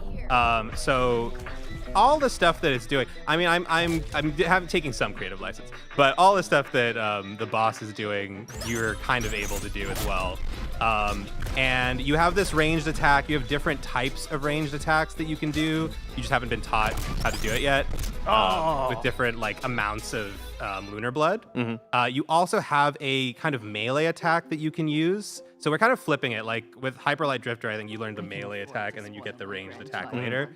And for this is a much more ranged gameplay kind of experience. So our melee attack is, no, it's not similar to the Bloodborne. I was gonna say it's similar to the Bloodborne pistol, but I'm lying. It's not. Totally lying. It's the way that I designed it was I was noticing a lot of folks that were really into action type gameplay were getting frustrated when they couldn't pick up any ammo. So I just wanted to give them something really interesting to do. Okay. So if you want to do a lot of damage, you'll get a melee kind of attack that's kind of like the cast in Hades, and it lets you do a lot more damage if you know how to use it. Right. And if you get far enough in this, like if you do another run and get far enough, you will unlock it. Now, obviously, this world and our character looks significantly different outside of the spirit world. Where is this taking place? Like, any place specifically, or this is a fictional town. It's supposed to be set in California, but it's a fictional kind of almost impossible to exist town in California called Nambo Key. Has affordable rent. It's got like affordable housing, but it's on the verge of being gentrified. Basically, that's gonna happen over the course of the game. I'm sorry. So it's very realistic. Nothing you can stop. Nothing you do can stop it. But just vote. That's the plot of the game. But yeah, essentially, a lot of us on the team, we grew up around these kind of specific Asian communities, these like enclaves, like kind of like Chinatowns and things like that. And it's a really specific experience that we wanted to try and capture. So this is like, I would say the unique element is that, does those stairs not work? It seemed like it. There we go. Can I go like, upstairs? That like blew my mind for a second. All right, yeah, they work now. They didn't work for a second. I gotta. No, that's it. This is our beta build. So this is me being like, okay, I gotta. I kind of fixed that. I do love the birds flying away. Yeah. Thank you. Yes, Very we cute. really wanted this to be like a very different Link to the Past kind of vibe. Yeah. I love those cozy I vibes. I actually do. I look at a lot of like Link to the Past, like I guess Wind Waker, or like maybe the one of the oracles. I forget which one, but I like to look at those. But yeah, I think essentially we wanted this space, and you'll unlock more of the town later on. I say that it's not in the build, but eventually I will make it. Yeah. So you can unlock more of the town. Now, why the name Mid Autumn? What is that? Yeah, it's a reference to the Mid Autumn Festival. So everyone's upset at me because we're launching our early access in May, and the Mid Autumn Festival is like in September. But that's on purpose, everyone. That's the climax of the game is in the Mid Autumn Festival, essentially. But yeah, it's a kind of lunar harvest festival. It's very common in lots of Asian communities. So I'm from Sri Lanka originally, but I grew up all around Asia, like in Vietnam and like Singapore and stuff. So it's basically a hint to folks. Like if you hear the name Mid Autumn and you know what that means, it's a hint to you that it's like, oh, this is a game that you might enjoy. Gotcha. But for folks who aren't familiar with it, come play it anyway. It also just sounds like a cool kind of sci-fi fantasy sort of thing, you know? Yeah, I mean, I was a big fan of Midsummer and like all those things that came. I was like, that's also cool. Yeah. This is like the seasonal equivalent. I'm actually trying to think if there's anything that's like Midsummer or any of those things, but I don't. You picked the other one. You picked the. There's two more left out there. There's two more left. You're all welcome. Midwinter. Now, am I supposed to let myself get hurt right here? Is that what's supposed to happen? Oh yeah. So this is should talk about this. Blessing. So what you're doing here is this is a kind of tutorial section where you're learning this. So you don't really take damage in this game from range attacks, except if you pick up too much ammo, you will get into this state that's called lunar rot. And then you will just start taking a lot of damage, actually, very quickly. So what it does is it delays projectiles being damaging. So now all the projectiles will actually hurt you. And also, if you try and do an attack right now, it will also hurt you. So this is your run ender. And if you walk into that little star, that yellow star thing in the corner, that is a thing, like a power up you can find that will let you kind of reset. So you're trying to avoid collecting that more than you're trying to avoid your health going down. It's actually like deceptively, I would say, I haven't tested it like super extensively yet. I have to actually see. But when I play it, it's actually like deceptively easy to keep your health up. But when you get lunar rot, that's the stuff that you gotta worry about. So you just want to make sure you're getting to the 6 amount. Yeah, you wanna not pick up too much, and you wanna not get hit while you're holding any. It's like a hot potato thing. Because you need it to attack, but also you don't want to have too much because then you'll die. Because that's how I died the last time. Is that I just had. It is the most likely way that you will die. I've almost never died just from like getting hit, like and getting like my health whittled down. Now, what's the relationship between the Terracotta Warrior and then Robin, the character? Yeah, so you'll kind of find this out over the course of the game a bit, but the Terracotta Warrior is there as almost like a surrogate mentor.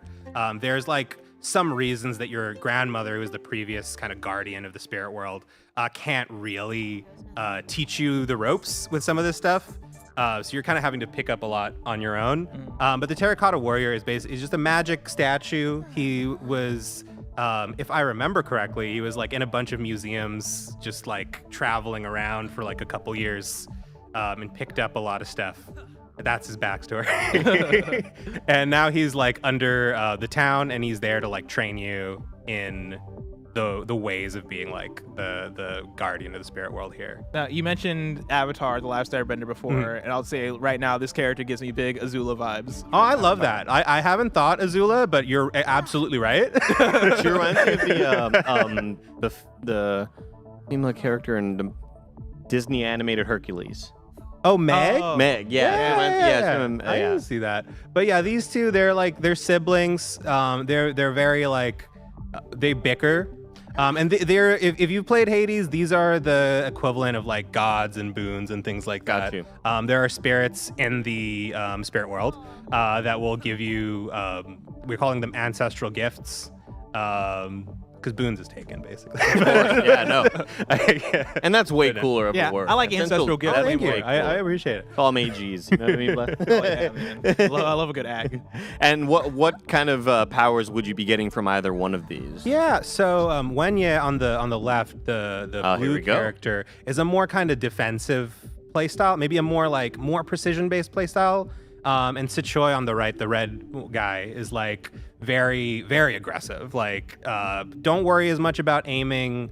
So it's like, if you like the like kind of imprecise, don't worry about aiming kind of gameplay, this will like lean into that really hard. Let's go for it. And the other one is like, okay, maybe I'm not as big of a fan of that particular. Gotcha. I'll like lean back a bit from it.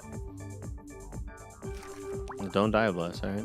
So what kind of things are, if there? I assume there's an element of randomization, right? Because you talked about this being a roguelite. What sort of things are being randomized? I assume room to room, you're getting different groups of enemies. Is there more we can expect in terms of like having to make decisions and how you play?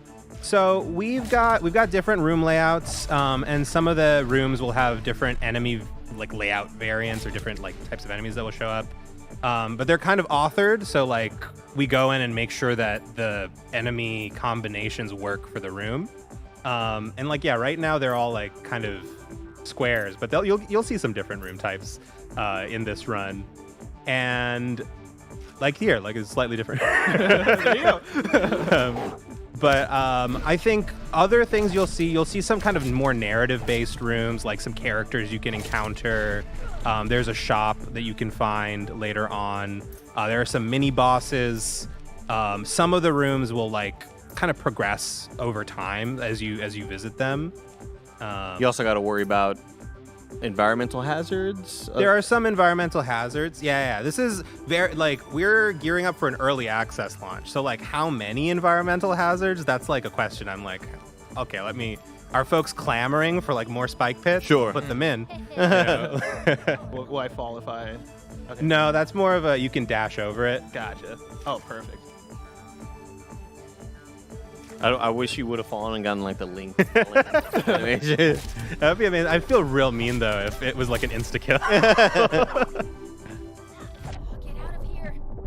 Yeah, so you'll notice it's kind of a risk reward mechanic because you can use a lot more of your more powerful spells when you have more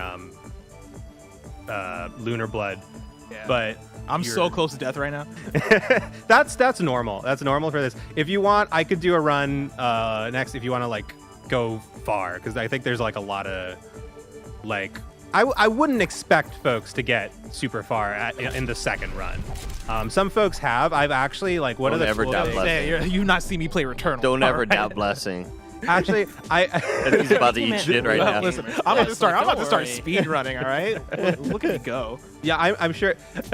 I'm sure Blessing did. I don't know of course, yeah. You mean people who aren't me? I see. But actually, reminded me. I wanted to mention this, Blessing, because the boss that you were fighting, the voice actor for it, Nick.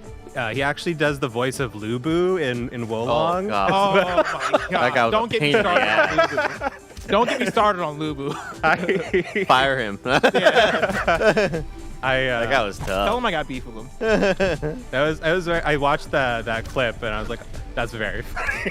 Like our first boss. Tell him we got shooters. All right, in the I'm gonna pass this on to you. Sure. Yeah. See what you can do. All right, so I got the mouse, I got the keyboard. Okay. All right, here we go. Here we go. So I'm waking up in my bed here. I'm gonna skip some of the narrative. That's for folks to sample when they yeah. But keep some secrets for a them. beautiful, lovingly crafted story that I am skipping. So we have a second little tutorial here. This is where you actually learn that you have different types of attacks. So this, I think, is unlocked from the beginning for folks, but we just never teach it to you. So if you do a left click, you've got your directional attack. If you pick up 3 and then you do a right click, you have more of an arc. Oh, and that's then pretty if you cool. pick up 4 and you dash, this is your panic button. Like you're like, I've picked up too much. Let me just dash and clear. Oh, that's smart stuff. and it's also an attack. And also I've started being charged rent. Oh, great. You're not doing this for free. You're you're doing this so that you can afford a place to live, which I. What was the down payment? How much was the deposit on this? It's a steep price, honestly, when you think about it. It's worse than like a regular. Like, I love Maggie, Robin's grandma, but Maggie is also kind of a landlord. Yeah. And somebody's got to. You have to acknowledge that. All right, I'll go full aggressive here. So this will make use of my strong attack. So if I take a bit of a risk here and I pick up 3 and then I right click, it'll do some fire damage to these enemies. Oh my god, look at this game being played at this Wow, stage. Jesus. This looks like some real the different video game we're watching right now. You just got like, I didn't press space bar it's enough. not Oh my actually God. like I'm not thinking very hard. I'm just randomly dodging. I'm not a very like I love the Dark Souls games. I'm not very good at them. So this is like me being able to feel like I'm good at Dark Souls. And you can Crafting the also experience for you. actually like intentionally pick up some Lunar Rot because now I can just pick up 1 and I can do my strong attack. Oh, okay. So that's it's a risky way to do it, but can be good if you want to do a lot of damage. Because you only incur those, I guess, the bad parts of Lunar Rot if you get hit. Yes, and also if I pick up like more ammo than my Lunar Rot, then I will not take any damage. Gotcha. So if I can attack right now for free, but it does some damage, or I can pick 1 up and then do my stronger attack here. Oh, fire damage. Got some dots right there. I like the little disintegration effect. Very cool. Yeah. It's, when you're working with pixels, you got to think of like, well, how do I make this character explode? And it's actually, I picked this art style, and one of the things, the reasons we did it is that there's so much art to make. It's not just the artist. I also have to be able to draw it. So it's like limited by my art skill. But one of the things I didn't realize is it's actually really hard sometimes to do a low bit like style like this, because I like want the character to like subtly move their hand or something, and they can just shoot their hand out to the right if I move it one pixel. Frame, yeah. All right, let's see. What do I got here? This is. I will take this.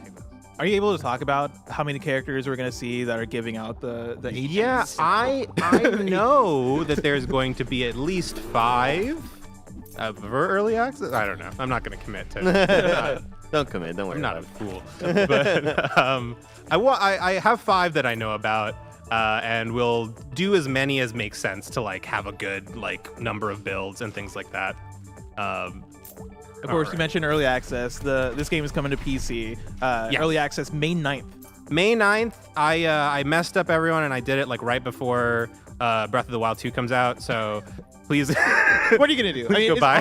It's either before that or before Starfield or before Spider-Man 2. It is hard. So this is one of our shops. Oh, so cute. Yeah. This is Jing. I actually love Jing. She's very like nervous, nervous energy. I feel that. Blessing feels that. I relate. I'll get rid of my Lunar Rot here. And what exactly will Jing sell you? Jing will sell you a number of things. I mean, I still got to decide everything. Like health and everything? But there's like health upgrades. There's like some stuff that will help you narratively. I'm not good at my own game here too. I gotta pay attention. You did mention that you made the demo harder, so we understand. I did make it harder. And let's see. Yeah. So what else does Jing sell? Basically, most of the stuff that you can find in the spirit world as rewards, as chamber rewards. Oh, jeez. Jing can sell. Is there a 2-minute warning, by the way? 2-minute warning? Yeah. Okay. I think like you just let me know a good stopping point, and I will get there. I don't know. Maybe we'll get to the boss. Definitely won't beat the boss. I would have to focus. I love a good time trial. If you can beat the boss, all right, in a minute and a I'll half, do it. I'll do it. If y'all want to vamp, yeah. I mean, as you're doing that, I want to give a few shout outs to chat. Volcanic in chat says we all love Jing. And so oh there you yes, go. Jing is the best. You gotta, Jing. You gotta buy Jing stuff because Jing will undercharge you. That's like her weakness. Wow. So if you don't buy that, she's just Shout like out Jing. homie. Yeah.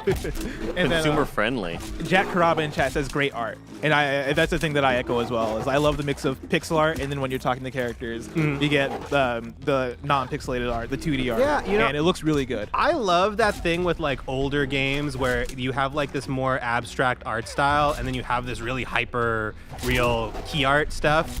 Oh, I'm gonna die. It's very hard to talk and do this, but you have that hyper real key art, and it kind of makes you imagine like the drama of what's happening. And I really like that. I think it like adds a lot. Yeah. That you kind of lose out on with the more like really hyper real AAA stuff. Absolutely. Hell yeah. You got a good 60 seconds to beat this. And boss. we can seconds. And they can wish list this. They can wish list it. You should wish list it. Should definitely wish list it right now. Yep. Everybody in the chat, go wish list this. Go on wish list Steam it. Go buy right it when now. it's in early access. This is what it's gonna be like. Maybe a little better. Yeah. You know? but I've shown it to you. You know, You have that's seen it. it's an honest look at what it is.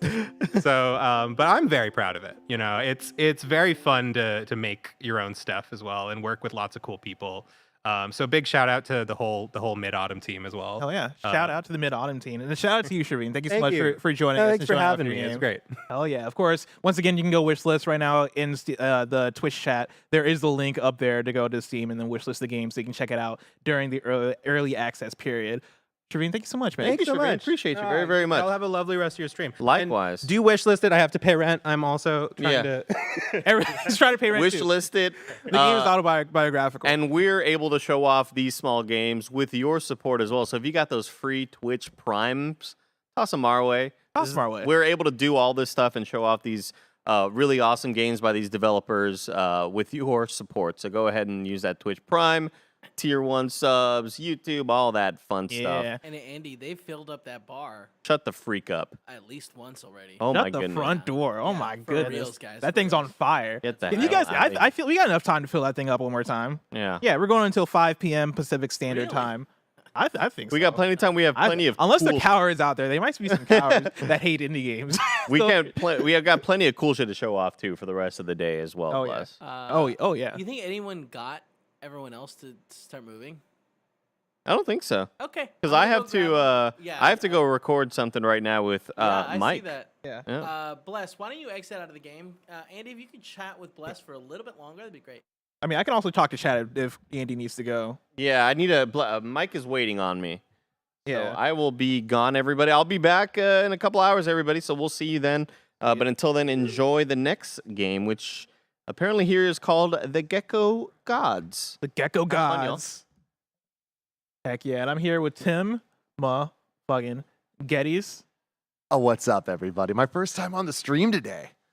Tim, I'm digging the outfit. Thank you. I love the red on red. Yeah. You've been rocking the chain forever. Yes. And I feel like you've taken the chain from me. Taking it from you? What does that even mean? Because like it was around last year I started walking. Or no, it was around the Shadow the Hedgehog. See, and when Sonic we thing. both got chains together, so Well, what do you mean I took it from you? I bought you that chain, Bless. What are you talking about? I feel like I was rocking it a little bit more, and then you started getting more creative with your chain. I also felt like it was your chain. Thank you. That's what I'm saying. Well, I get it. I mean, hey, life is life, and here I am. Everyone, there's no swag. Listen, you can have the chain. You can have it. You can have it too. You can listen. share it. Everybody can do it. They should do it. It's okay. You can have it. We can all admit You that can we have had it. it first. I'm just I mean, saying. literally by default, I had it first. I mean, you wore it. You didn't have it. I mean, hey, it is what it is. So here we are, Bless. Here we Enough are. about me. Let's talk about this gentleman right here. How are you doing? I'm doing good. I've been called the Gecko Guys. Yeah, the Gecko Guys. Which I Many love. times. Coming in I love the that. Gecko Guys. Heck yeah. Well, so we're talking about the game, the Gecko Gods. The Gecko Gods. Are you a Gecko guy or are you a Gecko God? Depends on the mood. Yeah? And it says some days I'm a Gecko Guy, some days I'm a Gecko God. Mhm. And sometimes I'm just not. Kevin, do you have control to get the Gecko Gods, or is that on me to open it? I can do it. I can Okay, do sick. So this is Ryan Brown. You're over at Super Rare Games. And right before we entered this room, we were on that side of the building over there. And we were talking about Super Rare Games as an entity. And I'm very interested in this. Can you please explain this to everybody? Yeah, cool. Yeah, so Super Rare Games, basically we started as a physical publisher. like just straight up taking taking already existing, pre-existing indie games and just creating physical versions of them.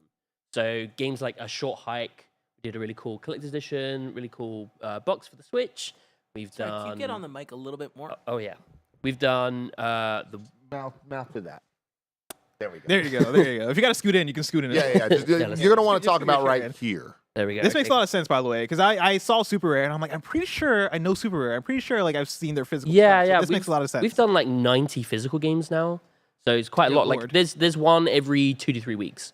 Oh, Basically, wow. we release on at the moment just the Nintendo Switch, one every 2 to 3 weeks, and then because we do that, we talk to basically every developer, we talk to basically every publisher, but we're kind of coming in at the late notice for games. Like these games already exist, so we're not really that involved in that process.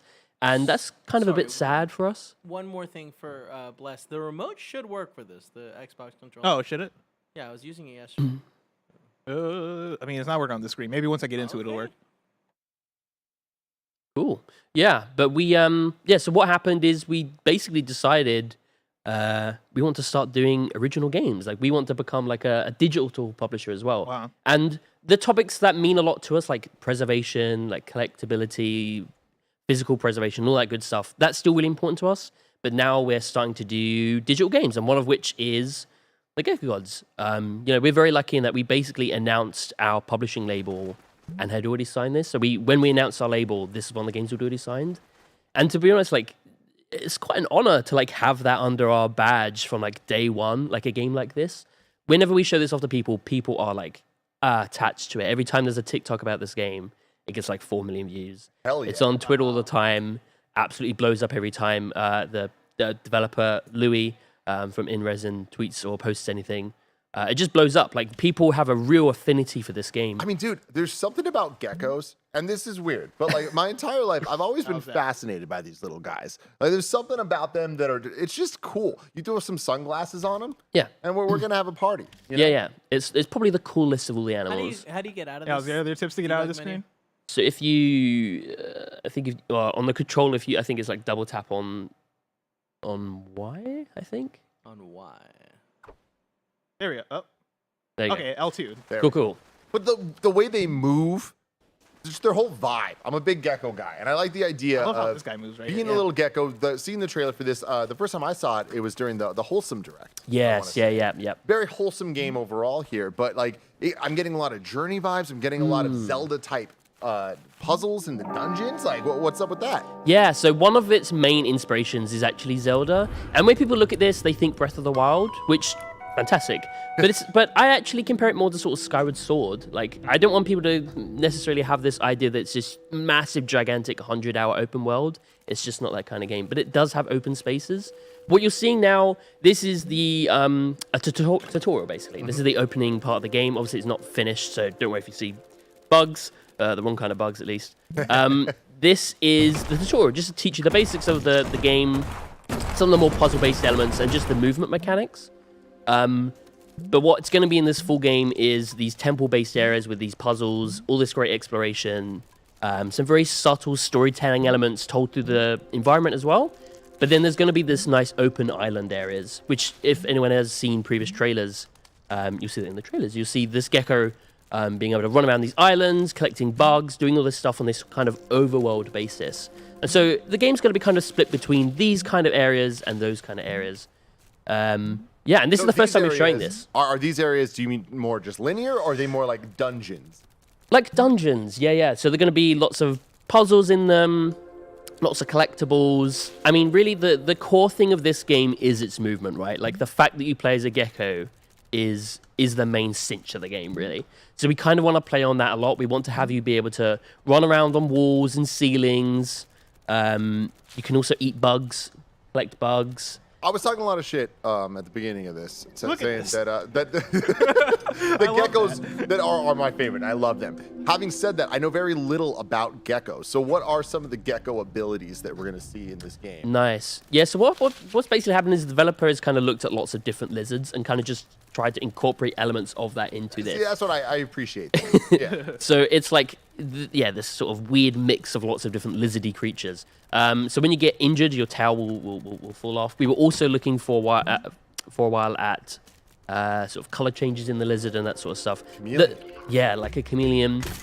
The main thing really is that movement, like the ability to run around on all the walls and ceilings and stuff, which, God bless the developer, has taken a while to sort of get that to work in the nice fluid way that it does. And whenever we show off this game, whenever we're talking about it, whenever people see it in videos, that's the thing everyone's talking about. They're just, I can't wait to play as a gecko. I want to run around. I want to eat these bugs. I want to do these things. What you're seeing here, this is, we've never shown this before. This is the exclusive, big bold letters, the tutorial basically for the game. So this is the first, I want to say first 20 minutes.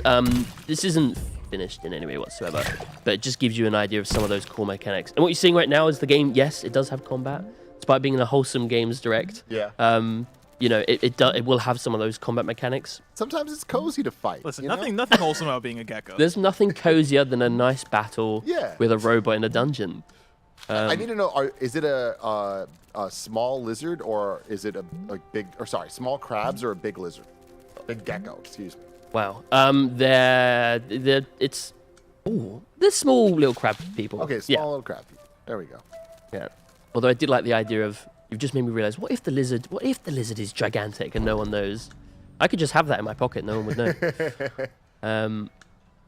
Yeah, so what you're doing here is just, again, this is just teaching the basics and the mechanics. Really, what we want to make sure is that people don't feel kind of a bit lost with the movement, because even something simple like running around on the ceiling and the walls is quite a new concept, I suppose. Yes, there's a lot to take in to try and get to grips with how that works on a controller. Oh, you're absolutely slamming these guys. So I'm seeing the gecko kind of light up a bit. What's going on there? Yeah, so you can take damage. Basically, it's all those things are just some visual sort of reception, really, so that you understand what's going on. You've taken a little bit of damage there. That will eventually disappear. Yeah. So we want to have those little combat moments in the dungeon just to add a little bit of spice, a little bit of variety to the gameplay. We don't want people to sort of get too cozy and too used to just this traversal. Yeah, it's wholesome to a point. What you're seeing here as well is this is kind of how we tell a lot of the story.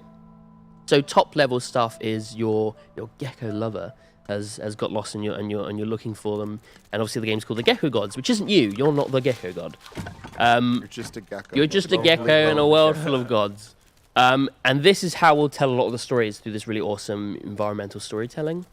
And there'll be moments of that throughout the whole of the game, basically. And yeah. I love the way the gecko like turns around itself. Yeah, it's really. I'm it trying reminds to me of recreate the image. You know what? You know why I love geckos? Go on. The sobe drinks from the 90s. You know what I'm talking about? I'm from the Kevin, UK. You I don't know what that is. Right? Sobe, S-O-B-E. Yeah. Oh, 100%. yeah. The glass bottles, and they had this little dude on little them. gecko on the side. Yeah. We need that's it. We need a licensing. Did you say matchup. the 80s? 90s. Oh, wow.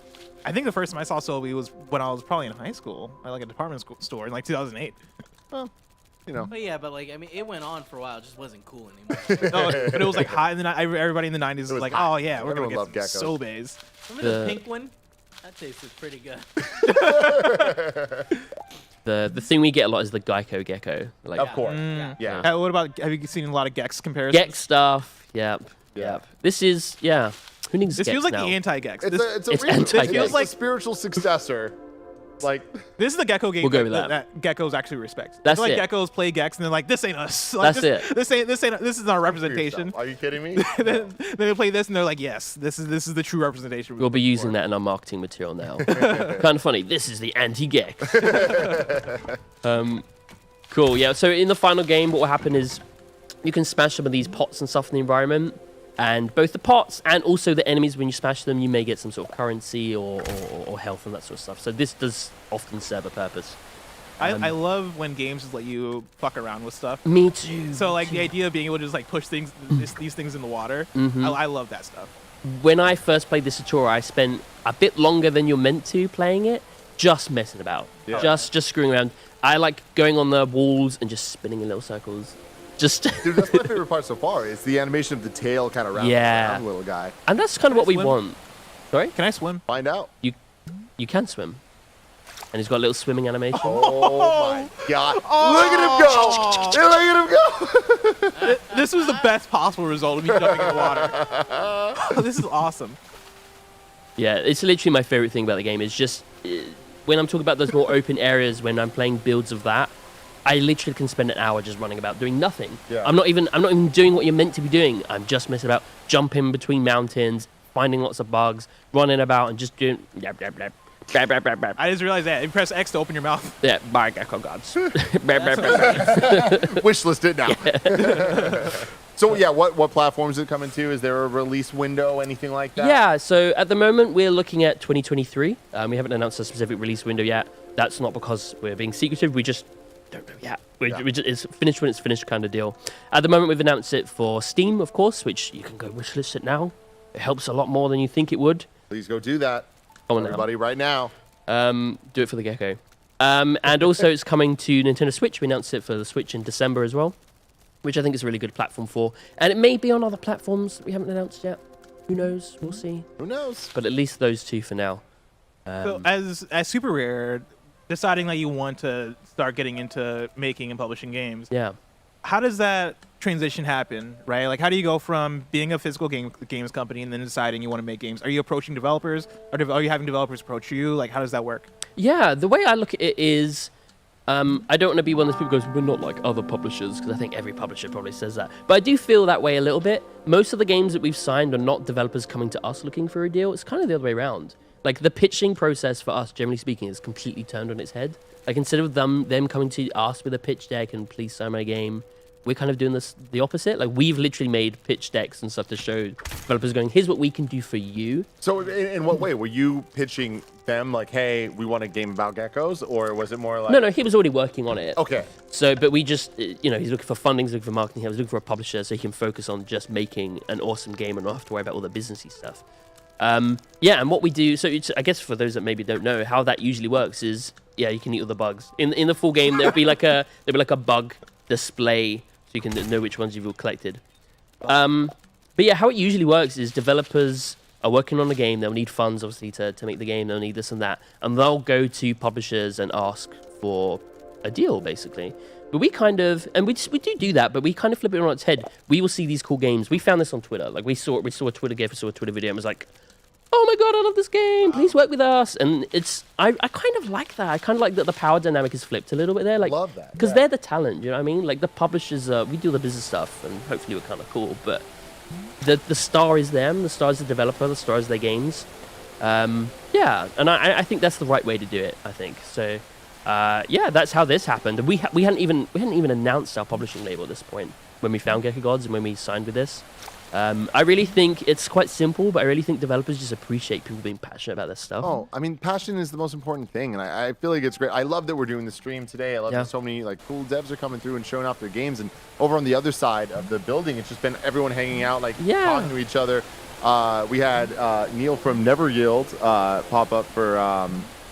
And he was telling me how we met at an RTX meetup at some point, and we had talked about him wanting to get into game development, and he put out a game that was amazing. Yeah. So we did the physical. We actually did the Switch physical release of that game. So I have we're to see him here. That's awesome. That's awesome. Yeah. So yeah, go check out Aerial Knights, Never Yield. But I love that you guys are kind of looking at it. We're in a new era now where it's like being on Twitter, like making a game, putting it out there, like Gram of Legends, the homie putting out Super Space Club, like. These are things that are kind of like live or die by people seeing it on social and being like, oh, this looks cool. And you saying that Gecko Gods is getting so much TikTok exposure. It's like, yeah, like I love that games that are the cozy, wholesome type of like things that are obviously inspired by games that we love, like Zelda and whatnot, can kind of like find homes with Super Rare to be pushed, and then the passion just gets to shine through. So exactly. That's really cool that you guys understand that and are able to support 100%. And that's what it's all about. Like for us, it's, and this is such a weird way of putting it, but for us, it's almost like business comes second. Like we're not looking at games necessarily through the lens of how much money can we get out of this, and does this fit in? We kind of think about the logistics afterwards. And for us, first and foremost, it's just, do we love this game? Do we want to play this? Yeah. Basically, the most expensive way of playing some games. It's like, we want to play this, so let's pay for it to get made. Then we can play it. And that's kind of our look at it, really. Like we've got about 12 games signed. Some of those announced, some of those not. And it's just as you'll see when we show off the next game, like it's just a totally varied lineup. Like there is almost no similarities from game to game. And we give the love to each of those games equally. you know, we think that's what developers deserve, to be honest. You know, they put their heart and souls into these things. So. Yeah. Yeah. Oh, here we go. So with Gecko Gods, like it obviously inspired by many different games, but you're saying Skyward Sword. Do you think that the overall experience and like runtime of this game is going to be like a smaller condensed version of that, or like do you think, because you're talking about the open island, you were saying, like the open island and all that stuff, like that sounds like it's a pretty substantive experience. Yeah, the game still has structure, right? So it's not like fully 100% like linear, like follow this straight path. But I wouldn't say it's open world either. We probably are looking within the 6 to 10 hour kind of runtime. So Awesome. it is going to be one of those. Dream come true to me. Honestly, Those that's are my what I favorite prefer games, as well. man. It's one of these games that you're going to play maybe over a week, like really enjoy, and then be like, that was a great experience. That was awesome. And then, you know, 6 to 12 months down the line, go, I wish someone was making a physical version of this, perhaps. So, yeah. I loved that game. I want to buy it again. Exactly. Stop and pick it up. I will say, as the person who's holding the controller, playing through this, right? Like in the streets, they have this name for me. They call me Puzzle Poppy, because I really like puzzle games. And okay, sweet. This is tickling all the right parts of my brain, right? Like that last room where I had to go find the 3 bells to figure out how to open the door. Just climbing around as the gecko and being like, all right, where are these things? Like looking at the layout of the land and figuring that out. I'm having such a good time, kind of getting lost. That's great, and that's my favorite thing about this is you can do all that, but also there's some messing about while you're doing it, like knocking the pots in, having a little swim, collecting bugs. In the final version of this game, one of my favorite things about this game is I like collecting things, right? So I like that you can run around and find all these different species of bugs on the islands. I also like it when a game has like a physical representation of that.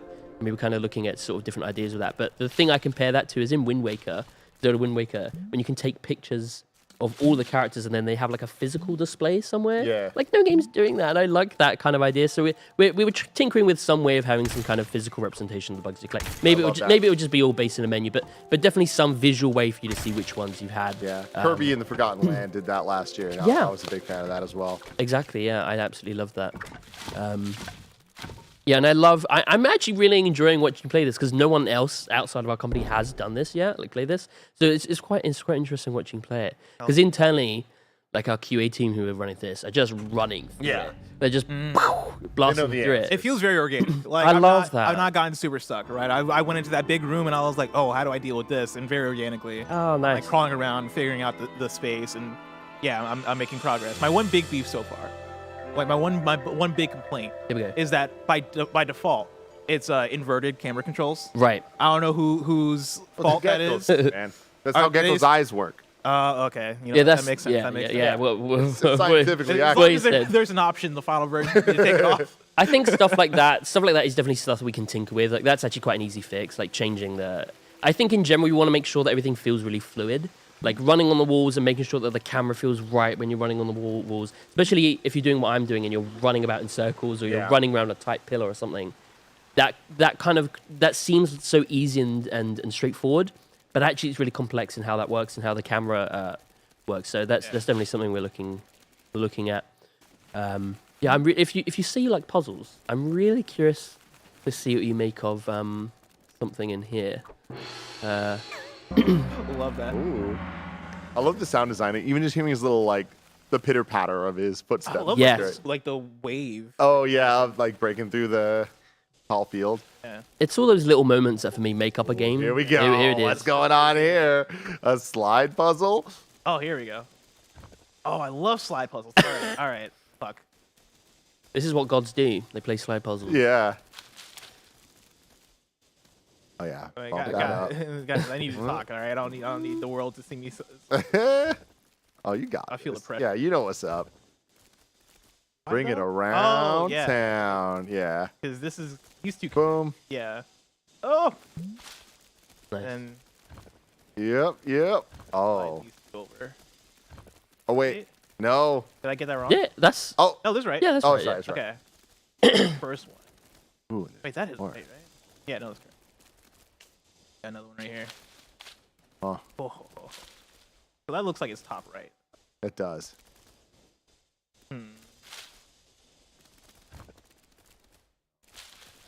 This is one of the things we're kind of like working on at the moment is building. So we've got, I think we've got the vibe of the game like down pat. Now we're trying to fill it out basically with level design stuff and puzzles and stuff. Louis, the developer, recently brought on a new level designer, so it's those kind of areas that we're kind of focusing on now for development. So you say that like you're talking about a 2023 release date for this, and like you're talking about bringing on a new level designer. Like we're in March. Like is that? I guess we always talk about game design. It's like, oh, it takes forever, and I know this is like a smaller title, but even then, I mean, like this is like we're talking about Skyward Sword, right? We're talking about a game that came out in 2000. What 11? Yeah, 12? yeah, Like, probably like, hang on. we're getting up there, but it's not that long ago. Like Sure. that being a big AAA release, like what does that look like on the development side? Yeah, so I think people would be surprised that really the most amount of, and I'm not a developer, so I'm just echoing what I've heard, I suppose, but the real amount of time spent is that initial part. Like, I'll be honest, like the hardest part of this game's development is done. Like the fact that you're seeing what you're seeing, that the mechanics work, that the controls work, that the world works. A lot of that is the hardest part. The actual content filling, like the level design and stuff, that once you've got that base structure in place, that's the easy part. It's not easy, obviously, but that's more sort of... It's more like you know it's gonna work, so then you can be creative. Yes, and, like, exactly. Come up with fun stuff. Exactly. Yeah. Now my question is, did I do this right? You did. There may not be a massive payoff for it yet, in my experience, but Okay. yeah. No, it looked like the light was maybe supposed to continue on and like follow this thing here. Was my assumption. What if you hit the gong again? Oh. See, they call you Puzzle Poppy, but really, Kevin Coelho is the Puzzle Poppy. Yeah, no, for real. There's one other element in this room. Nah, did nothing. Did nothing, boys. Never mind, take it back. There's one other thing in this room to One find. other thing in this room, all right. Light back here. So I feel like I gotta activate the light. Or I gotta do the puzzle. The key thing to remember is that you're a gecko and you can climb anywhere. Plus, remember you're a gecko. Okay. Yeah, always remember, even when I'm gone, you are a You gecko. are a gecko. A gecko god. It's all this which is the tricky part, right? So making sure that when you're walking, running then upwards, because the controls the controls almost want to like flip, but it's a really tricky balance making sure that feels right. Which you're natural at it, so it seems to be working. Thank you, thank you. We've been trained by Spider-Man from Insomnia. Yeah. That's true. Yeah, that's definitely helped. This little guy. He's just out there trying to puzzle solve. Little fella. And I love the pitter patter of his feet. It's just great.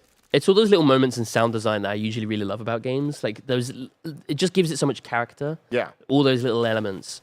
I mean, it's like it's the animation, it's the sound, the colors of him, the way that his tail kind of like shakes a little bit after it stops moving, or like even that, like right there, like the camera kind of going in, it just like changed the effects so much. The for research purposes, I don't know if that's true or not. I may have just had it, but the developer has a little lizard friend. I love that. Oh, So, I love that. like, that's quite sweet. Yeah, that's necessary. Yeah, I feel like I'm going the wrong way. So there should be basically another in one of these high up areas. There should be another lever basically for you to pull. Pull the lever. One of these high up areas, like in this side of it, or do I need to go to like the other side of where these puzzles are? It may be the opposite side. It's somewhere within this space. It's like high up you climb and there's another lever to pull. Once you see it, you'll know it.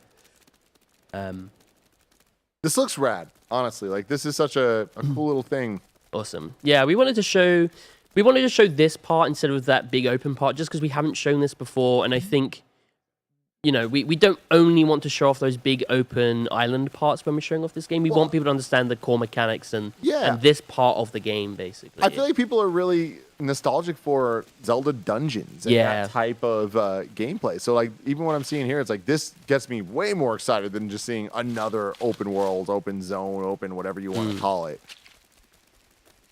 But that's just me. We do have 2 minutes left. This is your 2-minute warning. Again, where can people find this game? What platforms? And are they able to wishlist it? Yes, yeah. Gosh, please do. Yeah, so please search for the Gecko Gods. You can follow the developer on Twitter @InResin. If you just Google the Gecko Gods, you'll find him. You can follow us Super Rare Games. But most importantly, please do hop onto Steam and wishlist this. Even if you're deciding, actually, I want to play it on the Switch instead, that wish list helps us a lot. It helps a lot. Yeah. So yeah, please do go and drop it a wish list. All the games we're talking about today, so many of them are coming out on Steam. Please go wishlist all of them. Just go support, give them the help that they need, because it definitely goes a long, long way to help them out in all the ways that they need while they make amazing games like this. Yeah. Look at that. Look at that. Look at that. Gecko Tornado, baby. The one thing we haven't shown is there's a boat, which you can be a gecko in a boat. Get in that boat. Oh my God. Let's hopped over there with the quickness. With the confidence. Let's go. Gecko boat, baby. Gecko captain. I love it. Oh, yeah. There he is. Ryan, thank you so much for joining us. This has been fantastic. Thank you very much. Yeah, you have a great GDC, man. I will. I mean, I'm here for the... Oh, yeah, you're here for the following. So I'm not going anywhere.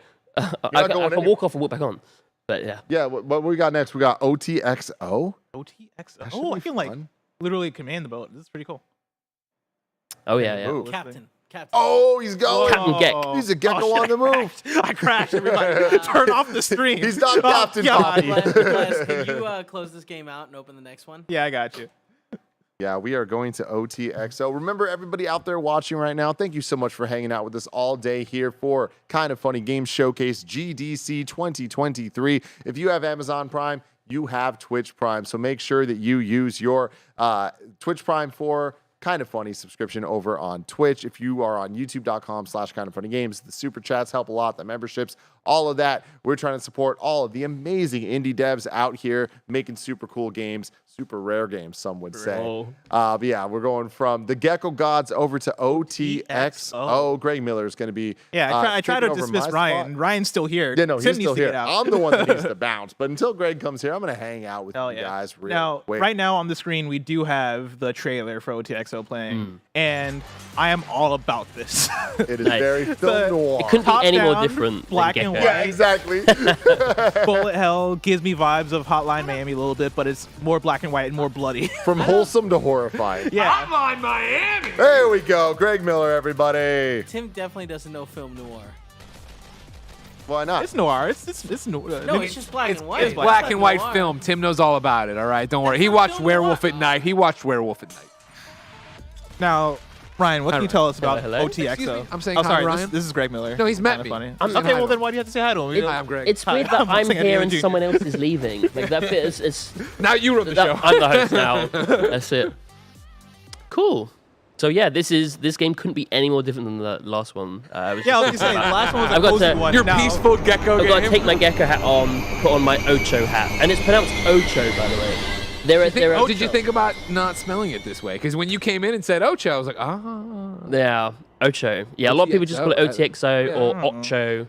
Even some people at work call it Ocho, and I'm like, Well, are You you can gonna walk say around and why? correct all them. Why is it called Ocho? there is some meaning for it with the developer. Mhm. But yeah, also just You don't You got to play it, through the though? game. You got to play through the game to figure it out. play through the game to figure it out. There's 8 levels. Ocho is 8 in Spanish, Greg. There's 8 personalities. Whoa. Crazy. You like hanging out with us? You like hanging out with us, Ryan? We'll make it awkward. We don't care. It's just the look you gave me as I said it. I'm not afraid. Don't look at you. So here we are. This is Ocho or OTXO or however you want to pronounce it. As long as you wishlist it, you can. I mean, you can, If you call go it to what you Steam want. right now, Yeah. you wish list it. You call whatever you want. That's it. So yeah, this is, I guess, just giving the top level explanation. So what this is, it is a Hotline Miami-esque top-down roguelike shooter. So very, very heavy action. Again, literally the polar opposite. I love when people say that word, roguelite. Roguelite. It gets me going. Yeah. I love a good roguelite. Yeah, and so there's a nice narrative behind this game. I don't want to spoil too much about it. I'll explain a little bit as you're going on. But it's just high intense, high action, basically. There's a slow down mechanic, which is really the game's USP. Where you can slow down the combat, do these quick dive rolls. There are some people internally at our QA team who are absolute monsters and just blasted this game. I promise you now, I'm not going to see that happen right now. I'm going to see a lot of death. You're going to see a lot of death today. As you What's gonna should. happen. As I you don't well want to should. come in here and see these superstars come out here and clown it out. When I want middling, struggling gameplay, I think Blessing Adeoye Jr., and that's what I want to see. Why are you giving me all the hard games? All the games that struggle. Oh, yeah, you should have played the Gecko. Now, this game is coming out on 420. Is that on purpose? The game's coming out on 4. Probably not. So that's not the Ocho. All right, cross yeah, off. yeah. So Kevin, take it off the usual suspects list of why it's called the Ocho. We kind of picked that date for like boring business reasons, and then realized afterwards and went, do you know what? We're fine with that. We're fine that it's 420. So yeah, this game is coming to PC on April 20th. It's the only platform we've announced so far, but we are going to release it on consoles as well. Just haven't announced which ones yet. Which have you thought about PlayStation? Have you heard about it? I've heard of PlayStation. Now here's the thing: you're gonna go and you're gonna submit it. Maybe this is all hypothetical. Submit it to PlayStation. They're gonna say, "Here's your trophy list." They're not gonna put a platinum on it. Okay. You're gonna say to them, "We'd like a platinum," and they're gonna say, "Okay." That's all it is. That's all it takes. That's all you need. Is there a story behind this? Yes, a million different indie games come out without a platinum, and it drives me up the fucking wall, Ryan. Should I be using mouse and keyboard? This feels like a mouse and keyboard joint. Yes, yeah. I typically am playing it on mouse and keyboard, but obviously we will make sure that by the time it comes on consoles, because we haven't decided or announced which ones yet, that it'll feel really good on a controller. Yeah, just kick him. Just kick that poor guy. I don't know if he's responding to my Every game needs a kick button. You can kick the guns around on the floor and stuff as well. Oh, that's cool. Perfect. Oh, this game's already great. Right mouse. Oh, but I'm out of bullets. Oh, so I had to kill him. You should be able to go through the next... little kicks. Because I can't kick through him, and I can't kick through the door. I don't know. This is a restart situation. Possible. You've used all your ammo. You're trapped here. You die here. That might be on my. That might be my fault that I used all my ammo. Unless maybe he'll give me some more shit.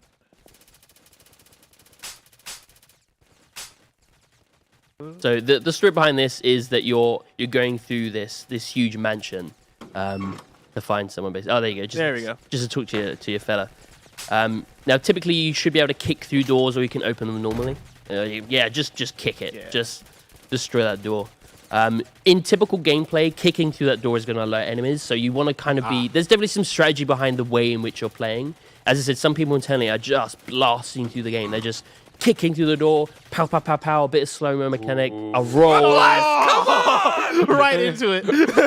You slow it down. You didn't know how bullets work. Slows it down just to take it to the temple, just to make sure he gets hit. Just add to the pain. Add all the time in the He world. wasn't sure. He thought it would be good for him. I thought it was health.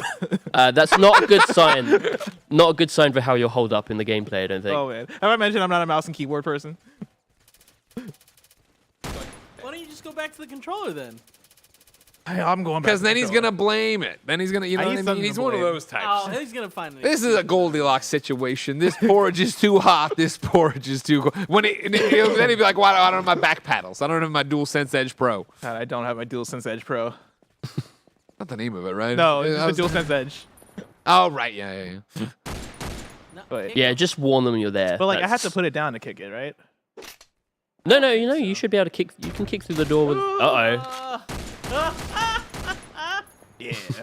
So in the normal gameplay, so the enemies will drop these coins which you'll want to, as I say, it's roguelike elements, right? So there's going to be a bar in between certain levels which you can buy different abilities for. It's kind of up to you which ones you buy. They come in the form of different drinks. Here we go. Don't forget about your slow-mo. You might need a gun. Let's go. I'm back. Not when you kick like a rocket. Oh He my doesn't need a goodness. gun. That's a technique I've never seen before. That's what. That's when you're good enough that you're like, you know what? Shoot me in the head before I begin the run. You're gonna see some world class games done quick gameplay from Blitz. There it is, the kicker. I love this game. This is dope. Dang. This is really good. You got the kick strats in. Yeah. I dig that. Absolute killer kick. Oh, that's my friend. Yeah, I was gonna say you can just blast through the game, or you can be a little stealthy about it. So you can kind of like go slow, like hide around a corner, like open the door, go through, take off enemies in one area, try and be quiet and not to alert them. That's how I play. The developer is definitely a very blast through it. Sure. Get stuff done. Here's Leonardo DiCaprio. You mentioned it's a roguelite. Are there ways to, I guess, upgrade your character during each run? Yeah, and here it is. So this is the bar. So what you want to be doing is collecting this currency throughout the course of the game. Yeah, it doesn't. The guys like you're gonna have to throw your gun away to pick up a drink. So the first one's free. God. Also, listen to that nice clinking sound when you. Oh, I love that. That's great. I love that. So this is randomized, like the ones that, even the free ones that you start with are randomized. So yeah, but then later on you'll have to buy Oh, this is perfect. additional upgrades. I don't know if this will change your strategy, your method, but there are bosses in this game. It won't just be blasting through rounds of enemies. There are bosses as well. And you may notice that the enemies kind of look like you, and there may or may not be some narrative reason behind that. Oh, look at that. The 8 personalities in your head, Wes. I was right. Nailed it. I'm on fire today with these stories. Here we go. Now we're in serious time. My heart's beating. Hell yeah. What I throw? You're going for the kicks. Going for the kicks. Well, I got the upgrade where if I throw my gun, it turns into an automatic turret. Oh, cool. I'm trying to like take advantage of that. Oh, it works! Oh, that's great. That's really cool. Yeah, 420 can't come quick enough. Yeah, like one of the people in the chat was like, "This comes out that quickly?" Yeah, real soon. Cool.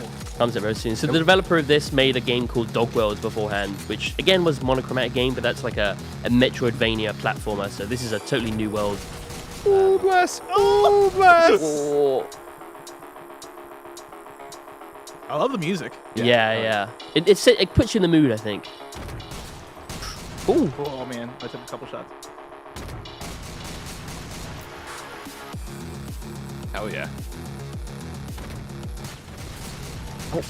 Oh man, you are just You're not riding doing too badly. You're underusing the slow-mo, but you're doing all right. And underusing by not using at all. Boy, are you overusing the kick though. Like you can kick like any. He's gonna be the first person ever to beat this game just kicking. Yeah, all kick run. Oh, you know All that's kick run. gonna be a thing. Yeah. Oh yeah. I'm just saying that's an idea for a trophy right there. That's a great point. Gosh, yeah.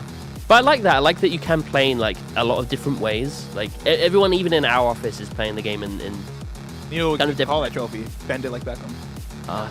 That's the kicker. That's He's way EV too kicking. hard for a platinum. It is. So instead, just do like a clean a room. Yeah, sure. Just kicks and call Yeah. it a blessing. Oh, I like that. I like that. Or no, the blessing should be get shot in the head in slow mo. Oh, the style. Look at all the warning point. shots too. He's like, Yeah, just to let him know. Just let him know. I'm totally blessing's like, I don't want to kill you. Put your gun down. He's going for the Oh! the ultimate The slow-mo all kick. kick run ends. Full ammo is always best. All right, Little cool. tips. This is really fun. Oh, sweet, yeah. And then you get these nice stats at the end of each level as well. Greg, I'll be you wanna honest, try? the fact that you cleared a room first go is pretty good in itself. Thank you. That room's cleared 0. You know. I mean, Am I gonna get all this tutorial stuff again? Well, yeah. But yeah, you did okay first round, which is pretty cool. So basically, at the beginning of each run, you'll wake up on this beach. Gotcha.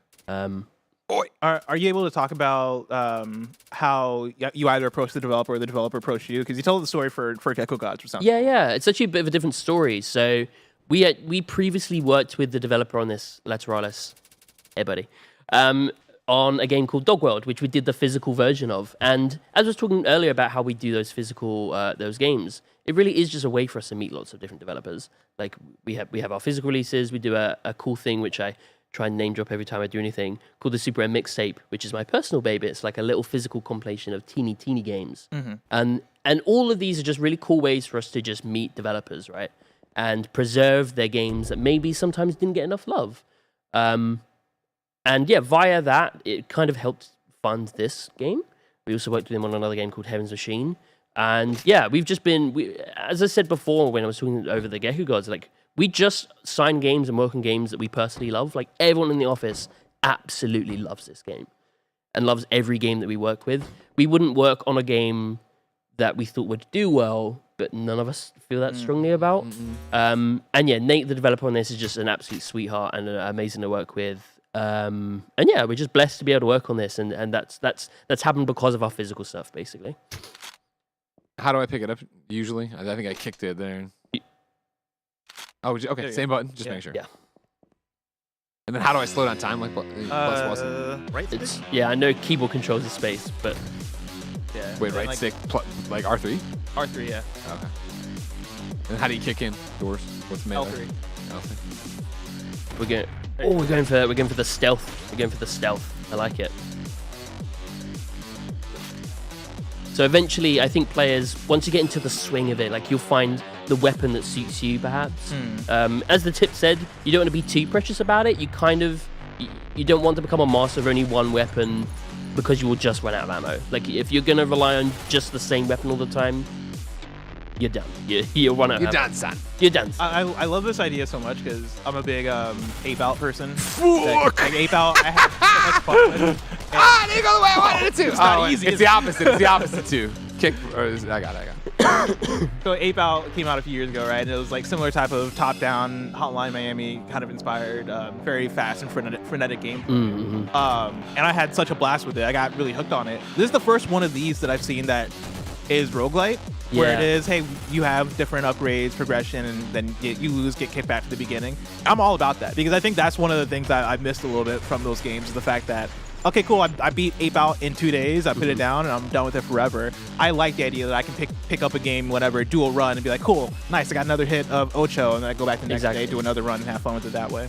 Even if you were lucky enough to finish this game in one run, it'll take you a few hours, to be honest. Wow. But that's getting to that point is going to take you a while, and even after that point, because it's roguelike, because you have those stats at the end of each room and stuff, there's a lot of replayability to it. Like I can already see like a big community of people that are gonna really get into it and play this in different ways and speed run it and maybe do an all kick run and stuff like that.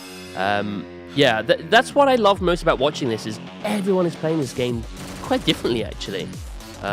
Greg is a shoot through the door kind of person. Well, it's just the controls are just confusing enough for me right now. I'm like, okay, wait, this is honestly perfect game for the back paddles. Oh, instead of put L3 and R3 in the back there. Are you able to talk about who did the soundtrack? Yes. Oh my gosh, I don't remember the name unfortunately. But yeah, Rararoom is basically almost solo developed this game. We did a cool thing where one of the tracks was on a vinyl release as well. That Black Screen Records did this thing where they had a bunch of indie game tracks. We had a track on that, which is awesome. But yeah, I think the music's awesome. Like I think it just sets the mood. That blood pumping, shooting kind of jam. Yeah, this right here gets me going. Nice. And you have to clear the room before you're able to quit. So you can't just like make your path and get to the end. You have to kill everyone. So I was panicking as I was playing, so I wasn't able to get a read. But is it one shot that'll kill each enemy, or are you going to need multiple shots to kill a lot of these So you'll actually see different enemy types at some point as well. So yeah, it's multiple shots. And in each weapon obviously is going to do certain different amounts of damage. Of course, yeah. Yeah, it's really about that balance of I need a good like shotgun so I can just like pop, take people out one at a time. Oh, and that looked good too. Damn right. Which is an important thing, I think. That's all I do. Sweet. I didn't even see which bottle you picked up actually. I don't even know what did you pick one? I did. Yeah. I went with the shield, block a bullet or whatever. But that's automatic, right? Yeah. So you can see it on me right there. It was gone so quickly that I never actually figured out what it looked like. But that helps a lot more than you would think it does. I mean, it's gone now. Oh no! I thought the door. No, I screwed all this. I screwed it all up, Les. He's still alive. They're everywhere. God damn. So then, what's the progressing through the levels look like? It being a roguelite, I assume room to room, the rooms are randomized. Is it mainly the room randomized to a point, but there's going to be different themes, right? So as I say, it's roguelite, but there is change up. So after a certain number of levels, you'll hit a boss. After the boss, then the theme of the levels change a little bit, right? So it almost gives you those sort of milestone points when you're doing multiple runs to go, okay, I got to this point now. Like, I'm in this kind of room. Okay. Yeah, we do want to change up enough so that, once you do get into your groove, once you are making progress, that it still feels like it's switching things up enough that it still feels addictive. Cheesy Bacon Melt in the YouTube chat asks, can you throw the guns to use it to stun enemies like an Hotline Miami? Use them to stun enemies. I don't think you can at the moment. Find out, just swing on the ground. Wait. You hit that? You killed that guy with it. Yeah, you killed that guy. So there you go. There you go. I sacrificed a lot of my health for that, but you're welcome. You know what? You get another shot at it after this one. I'm not going to blame you for that one. All right, I'm going to go guns blazing. Damn. What's the Scarface quote? Say hello to my little friend. There it is. Nice. Holding it behind you. Holding it like this. Yeah, I was gonna say, is that supposed to happen?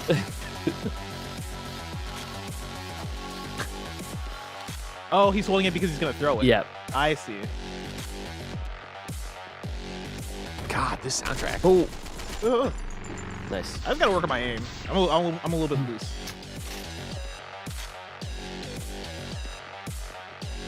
God, this goes so hard. Honestly. Oh, that would have been cool. That's how I play. Is I'm kind of like shooting around a corner, and then I feel cool doing it. I feel like I'm John Wick. Man, I was just watching John Wick, and I feel that. Right But it's, when you see people when people get really good at this game, seeing them play is honestly on another level. Like it's so, our QA team, the developer, and have gotten so good at it after putting some hours in that they're just blasting through, and it's this crazy like action-packed. Well, that's what I'm looking forward to, right? This is just fun to play, period. But yeah, getting into the groove where it's not like, oh wait, what's kick and what's, you know what I mean? Like when it all is just second nature. That's the other thing. I know I wasn't dodging enough to make it matter. Yeah. But that's the thing. Eventually, like it takes some practice, but it just clicks eventually. Yeah. Then you're dodging, you're slowing down time, you're kicking open doors, you're you're rolling over there. And yeah, also you obviously pick which kind of borrows you want. And it being a roguelite, like obviously there's some level of luck to it. Like the drinks that you're used to and that you like, you've got, and sometimes you don't. Even with the weapons, really, like I know these weapons, I like these weapons, but you might be out of ammo and just have to pick up what's there. You do kind of have to just get good. Yeah, basically. Now, Blessing, you know that I love you. Yeah. And I've been giving you some good-natured shit as we've been playing here. But there's someone who needs to get called out right now, right? What's that? His name is Raj Former. In the chat, he goes, so nice of Blessing to give all these enemies a couple warning shots. Roger, get your ass in here. Come in here. You're just at your desk. Roger. Come in here. All right? You come here and play. You come here and shoot. See how easy it is. Oh, shit. You do an all kick run.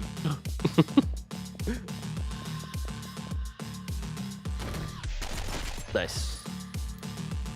That's how you want to do it. And you're building up this currency in the top right as well. And that's for spending at bars. For spending at bars for additional power-ups, yeah. Oh! Who answers the call, ladies and gentlemen? The editing machine that is Raj Former. When Blessing dies, you will take over. Yeah, You take that fourth chair. We'll get your mic turned on. Kevin, if we get his mic turned on. You can pass that over. All right. How you doing, Roger? Nice to meet you. Hey, yeah, Ryan. How's it going? There you go, tough guy. Come on, tough guy. Huh? So far, we've seen two different play types. I'm curious if you're gonna play differently. Let's try it out. Yeah. Infinite foyer. Get a feel for it. Okay, gotcha. So you're gonna press L2 to throw the gun. You're gonna want to talk to that bar guy. We're gonna talk to the bartender. He won't talk to you if you have your gun. Oh, okay. I have to throw the gun. Yeah, it doesn't mind if it's in the room next to him, but Our first doesn't like it one, pointed at him. Get you. Oh, okay. Free blood donation, rifle kills, heal you a little bit. Let's do that. I like that one. Yeah. Any game that allows health refill is always the thing I go for. Absolutely.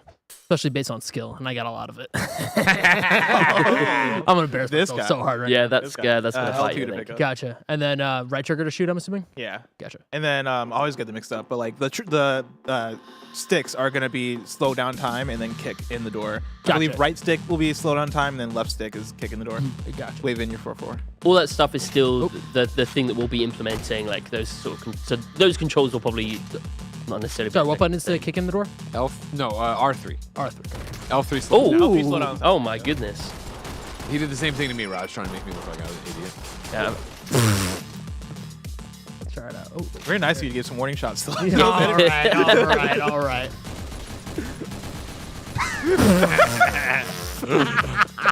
It's the way the camera rocks. It's so reminiscent of White Lotus there at the end, where she's like crying and just shooting blindly. So you Raj, can slow down time. Okay, yeah. That's okay, gotcha. Is it very underused. I haven't. So do I have to wait for that to recharge? So you'll see a bar come around your reticule. So that is the amount that you have left. I see it now. Okay. Raj is actually doing pretty good for not having any understanding of the For not knowing how a controller works. Wayne07 in the chat says Raj looking good. Thank you. Appreciate it. Remember, ladies and gentlemen, you're looking good. Ooh. See how you have that transition? This Kind of Funny Game Showcase GDC stream 2023. Remember, if you're enjoying what you see, please go to patreon.com/kindoffunny. Kick us a few bucks. Get all of our shows ad-free. Okay. Get a whole bunch of bonuses. Go again. Don't be afraid of it. You can watch me and Blessing record PS I Love You XOXO tomorrow. Of course, you could also give us your Twitch sub right now, your YouTube sub right now, super chat, and let us know any questions you have about Ocho, other than why they spelled it and why it's called Ocho. They won't answer that question. Is that actually everyone asking that?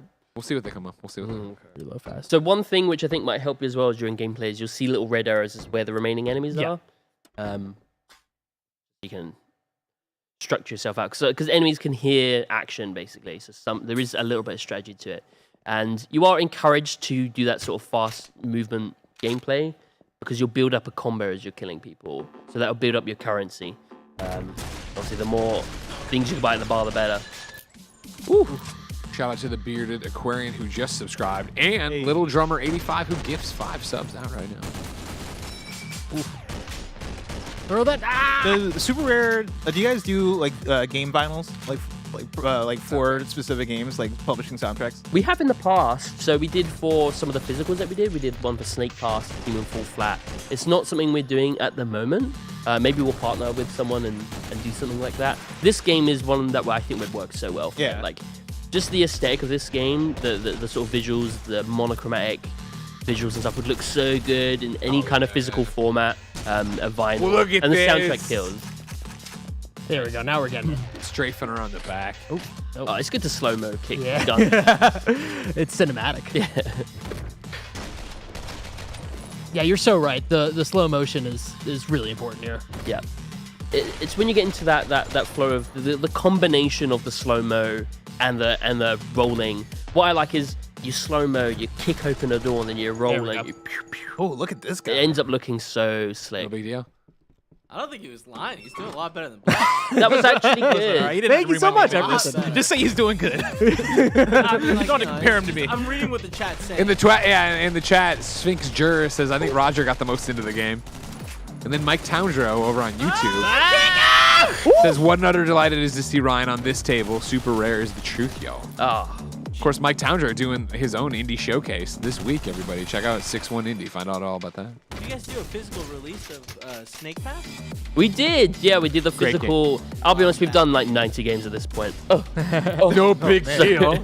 But yeah, Snake Pass is a great game. Yeah, we did the physical Switch version that like 3-4 years ago now. Yeah. We had the team over for Snake Pass. Long time ago. And boy, were we drunk that stream. Yeah. That's what this could do with, I think. That was the end of GDC that year. Drink. Yeah, we got the Cuddy Bangs out there. Blessing, you want to try to redeem yourself? Yes, please. I don't know if I'm going to redeem myself. I just have fun playing this game. Mm-hmm. Now it's not a competition all of a sudden. I think you made it a competition. Oh my god! You were the first to talk shit. Competition's a competition. Competition. It's competition. Yeah, come on, he entered. Competition, you know what I mean? Because he's so good. Thank you, Bridget. Ooh, move fast. Yeah, that's that's Sphinx Jur, the Twitch chat keeping us honest, says 4-minute warning. Thank you. Thank you for looking out for the time.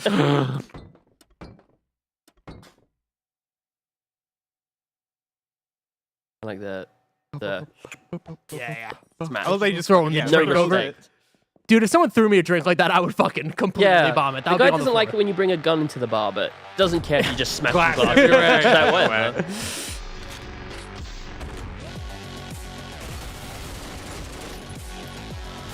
Ooh. Oh, you're loving the kick. Yeah, he loves it. Which would make you think he would love the slow-mo. Yeah. Because you run slow-mo kick. He just loves the fast kick. Kick Just the love a good melee. guns, kick the guys, kick it all. A lot of the environment is destructible as well, as you're seeing, so you can probably kick all that too. Kick a plant. Kick a piano. It's my dream. Yeah. Oh. You made my dreams come true. So in you video want a games. game where you can kick a piano? That's the tagline right Yeah. there. Rod, you remember Superman Returns when the kid crushes the guy with the piano? No, not at all. Not at all. Is that his son? That was his son. Oh, crap, dude. Lois lied, though. We thought it was Cyclops' son. It was Cyclops' son. He always gets fucked up. Yeah, he was a nice guy in that movie. Yeah. I thought he was gonna be bad. I was like, oh, clearly they'll do a turning point. Like, no, he's just a really good guy who. I mean, they were like. His name, he's got the face that I James don't like. Marston? James That's Marston. It, The face that I don't like. Oh, I hate Jim's face. You know, it's Wow. unkillable. Also, you immediately know which person that was. Oh, the guy with the face? Cyclops. That's Yeah, James nice. Marston. Sonic guy. This is good. I feel like you're redeeming yourself a little bit. Yeah, You're low on health. little bit. Somebody So be very careful. Oh shit. Be very, Just whips it out immediately. I've got my gun. Druid's gun is kicked.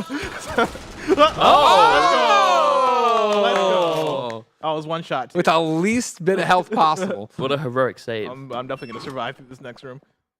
I don't think anyone's getting to the first boss. Oh wait, does health refill each room? Mm-hmm. Oh shit! All right, let's go. Clean slate. Clean slate.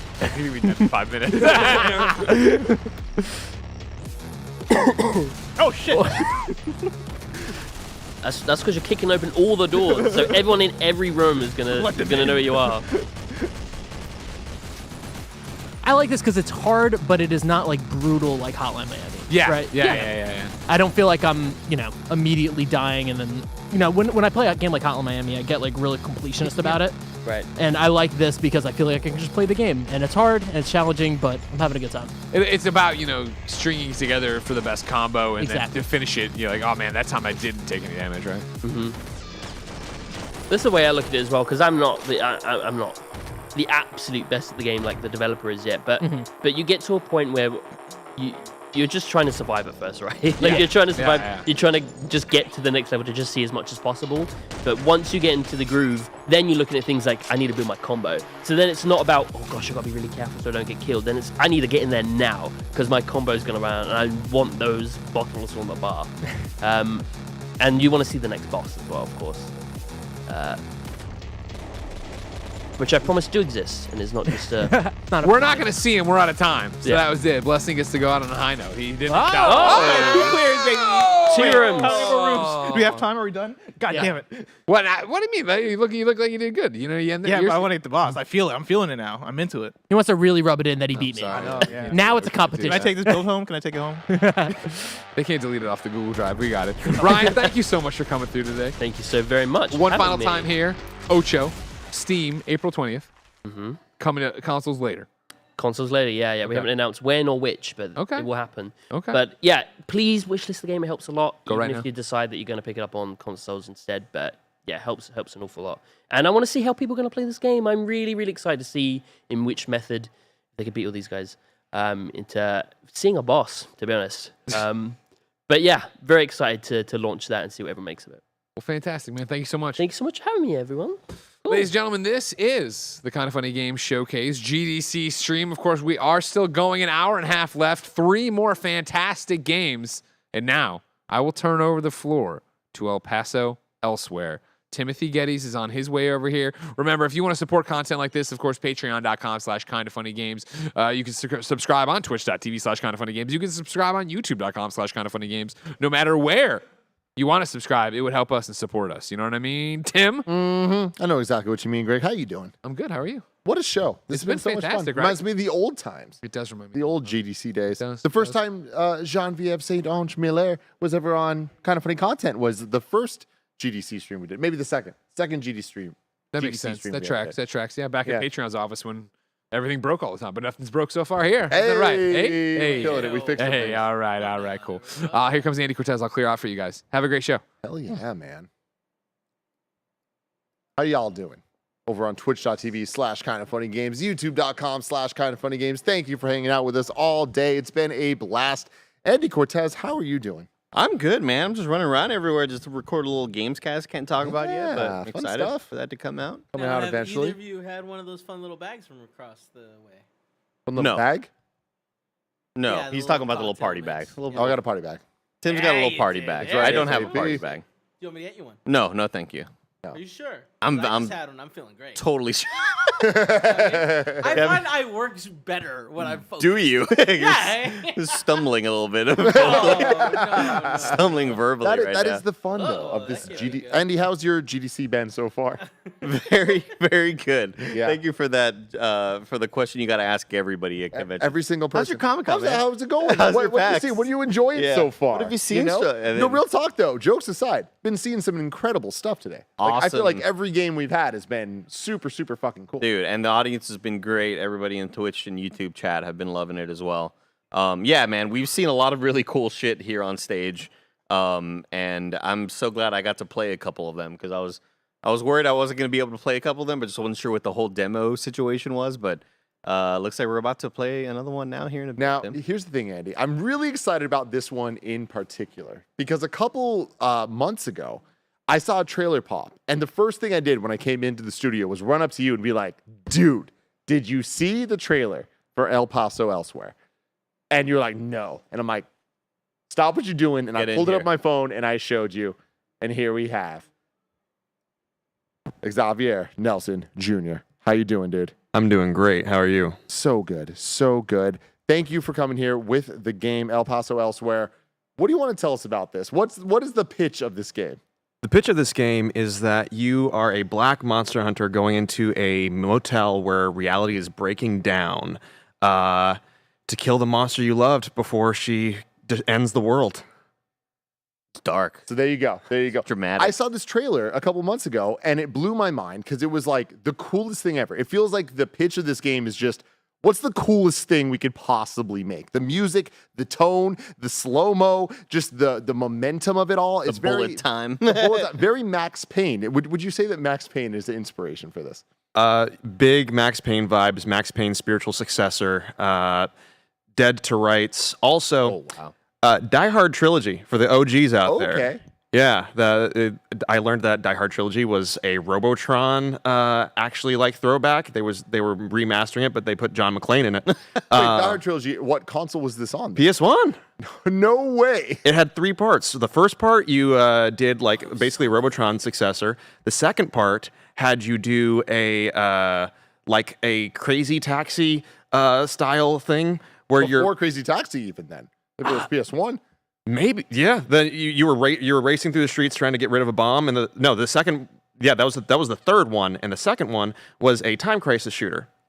They built that entire game in like 12 months. We've lost something in video games, and I want to get it back. What happened? El Paso Elsewhere. Yeah, that's the answer to it. Yeah. So is that the pitch for what this game is? Is it just kind of like, hey, all your favorite bits of memories past of video games of like putting them together into one thing? Yeah, it's a supernatural throwback slow motion shooter. So you're diving in slow motion, you're jumping and wall kicking off of stuff in slow motion, fighting monsters in a motel where reality is breaking down, where graveyards are getting shoved into Egyptian catacombs, which are getting shoved into medieval castles. And yeah, pursuing this story of trauma and tragedy in a new neo-noir take on what it can mean to be a third-person shooter. Andy Cortez, you want to get Sure, your hands on this thing? Sure. This has Andy Cortez written all over it. Like just the style of it, the vibe, the like. Oh, what's happening here? Just because I'm black at home. That's not a.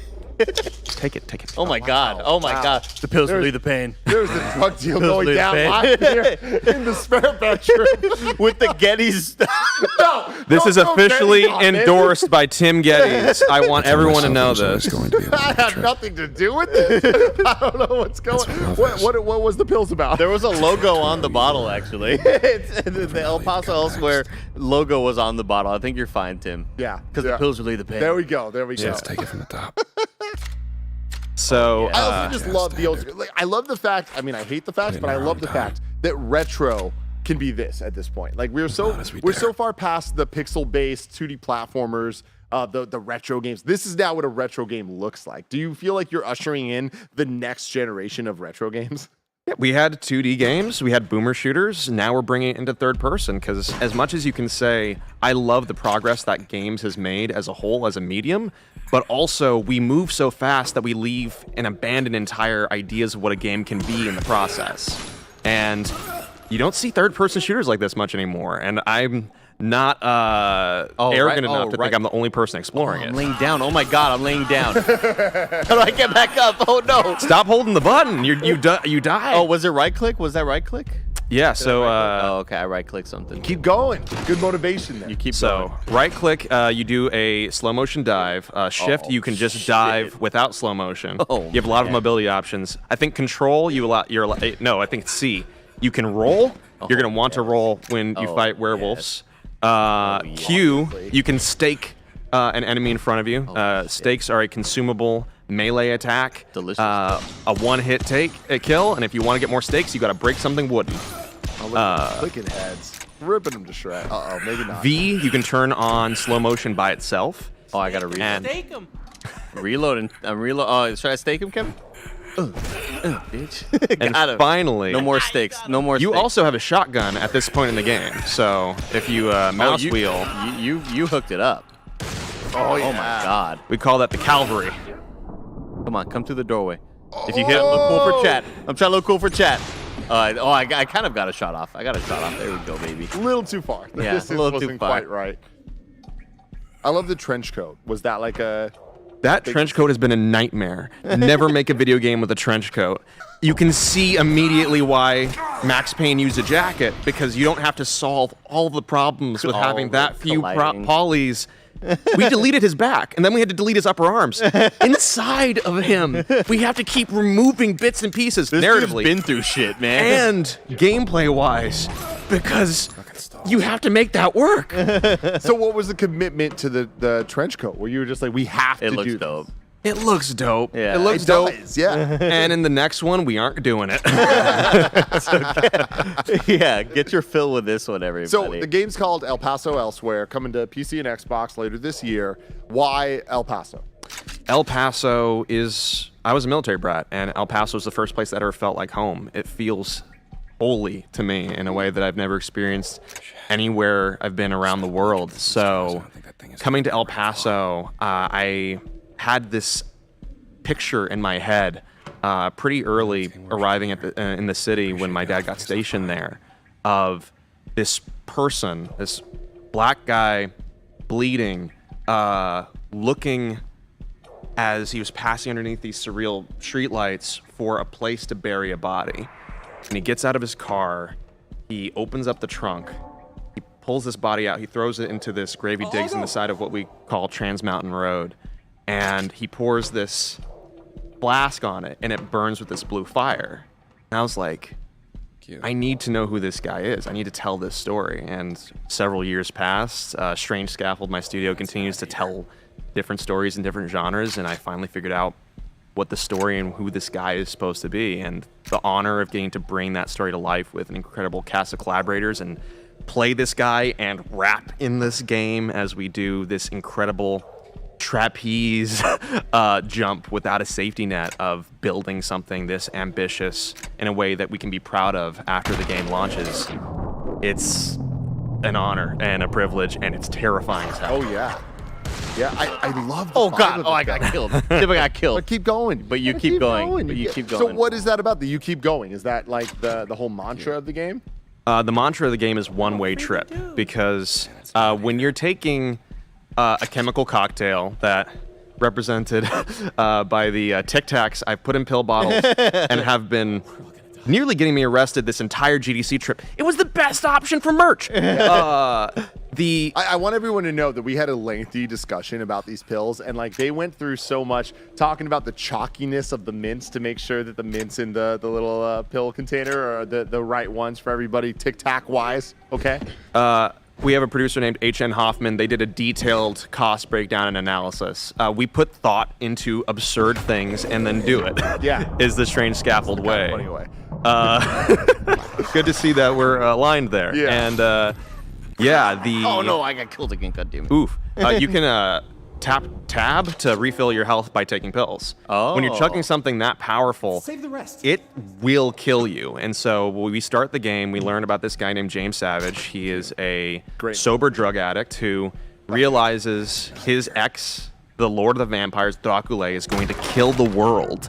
And the only way he can stop it is fighting her directly. And he can assemble something that is powerful enough that will let him take a tank shot to the chest, pretty much. but he's not going to live through the pursuit, even if he doesn't manage to end the ritual in the process. So it's his one-way trip to save the world, to make something of himself, to confront everything he's experienced leading up to this point. So where do werewolves come from? As reality is breaking down inside of this motel, every supernatural creature that has existed or will exist, past, present, and future, starts to be pulled from the void that you can see in most of the most of the level. You're exposed to the void. We rip off the ceiling really early in the game, and suddenly you are gosh, I love this fight. Suddenly you are roaming these hallways, dealing with supernatural threats from pop culture and from history, past, present, and future.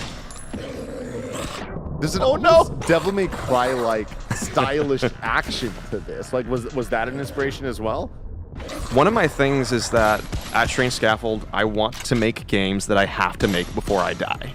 If I don't have to see it, then we don't make it. So in this case, I started to design out this game, and I realized, well, if I'm just going to have dudes shooting at you with guns, there's nothing really for me to design here. I have to make something that I can architect and build and have be interesting. And so the idea came, instead of fighting dudes with guns, you are fighting monsters. Monsters can have distinct patterns. If they have a bug in their AI and they do something bestial, like focus on attacking a door instead of you, it makes sense. There's all these ways that we designed to take advantage of our scope, our perspective, and our team size. And yeah, in this case, you are fighting these monstrous creatures that really take advantage of what a slow motion thing can be. Because you know what? Shooting a dude in slow motion, best feeling in the world. Shooting a werewolf in slow motion, somehow even better. Oh yeah, I love the lights and colors of this too. Like what was the thought process behind like what is colored what? So the primary inspiration of the game, and one of the things that separates it from Max Payne, is that we aren't doing noir, we're doing neo-noir. Neo-noir has this expanded color palette. It is, my philosophy for noir versus neo-noir is that noir is about the pain of being distant, and neo-noir is about being the pain of being something being so close that it hurts. So bringing in all of those tonal balances and inspirations, things like Drive, Ryan Gosling's amazing jacket. We colored elements, things that would look cool, and that pulled from the fusion of new and old that we wanted to really bring to life here. Oh yeah. I'm trash right now. I'm trash.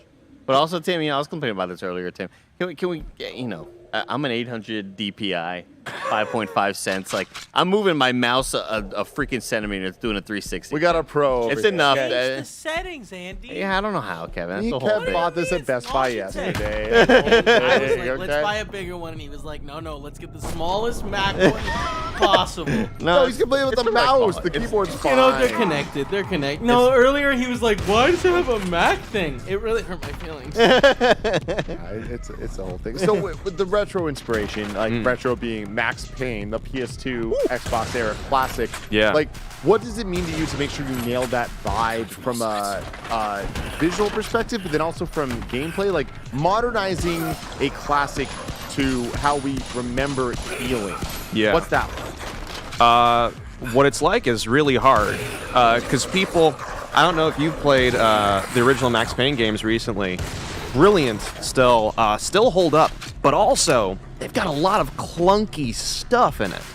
And when you're modernizing that and dealing with how smooth you remember the gameplay being, how well balanced you remember it being, how cool you felt doing the moves. You don't remember the 2 hours you spent on a frustrating boss fight. You remember bouncing around. So I think that really the heart of that really comes down to the team. We brought in Skyrim modders and people from all kinds of different genre backgrounds and perspectives, many of whom hadn't worked on a third-person shooter before, to say, this is what we're trying to achieve. This is how we're trying to achieve it. Tim, I can't do it. Make this modern, make this powerful. And I think my specialty as a director and my responsibility is to set a tone and direction, and then give people the autonomy and ability to see themselves in this thing that's also very distinctly mine. How big is the team? We've had a lot of people float in and out of the project through the past few years, but right now I'd say active members, we've got about 8 people, and maybe total who have touched this up to like 20, 25. It's a big effort. Yeah, that's really badass. Yeah, I mean, this is super damn cool. Like, do you think that this is going to kind of be one of the first ushering ins of like a new retro resurgence, like we saw with Super Meat Boy and Braid and a lot of things in the early days of like that 2D kind of renaissance? Like, do you think that this might be the beginning of a amazing future of like the PS2 era, like being like regarded as amazing as it was? I think we're kind of there right now. I think we're in this space where we love when games didn't need a progression system to justify you keep playing them. When games could tell you a story and then get out of your life so you could play the next thing.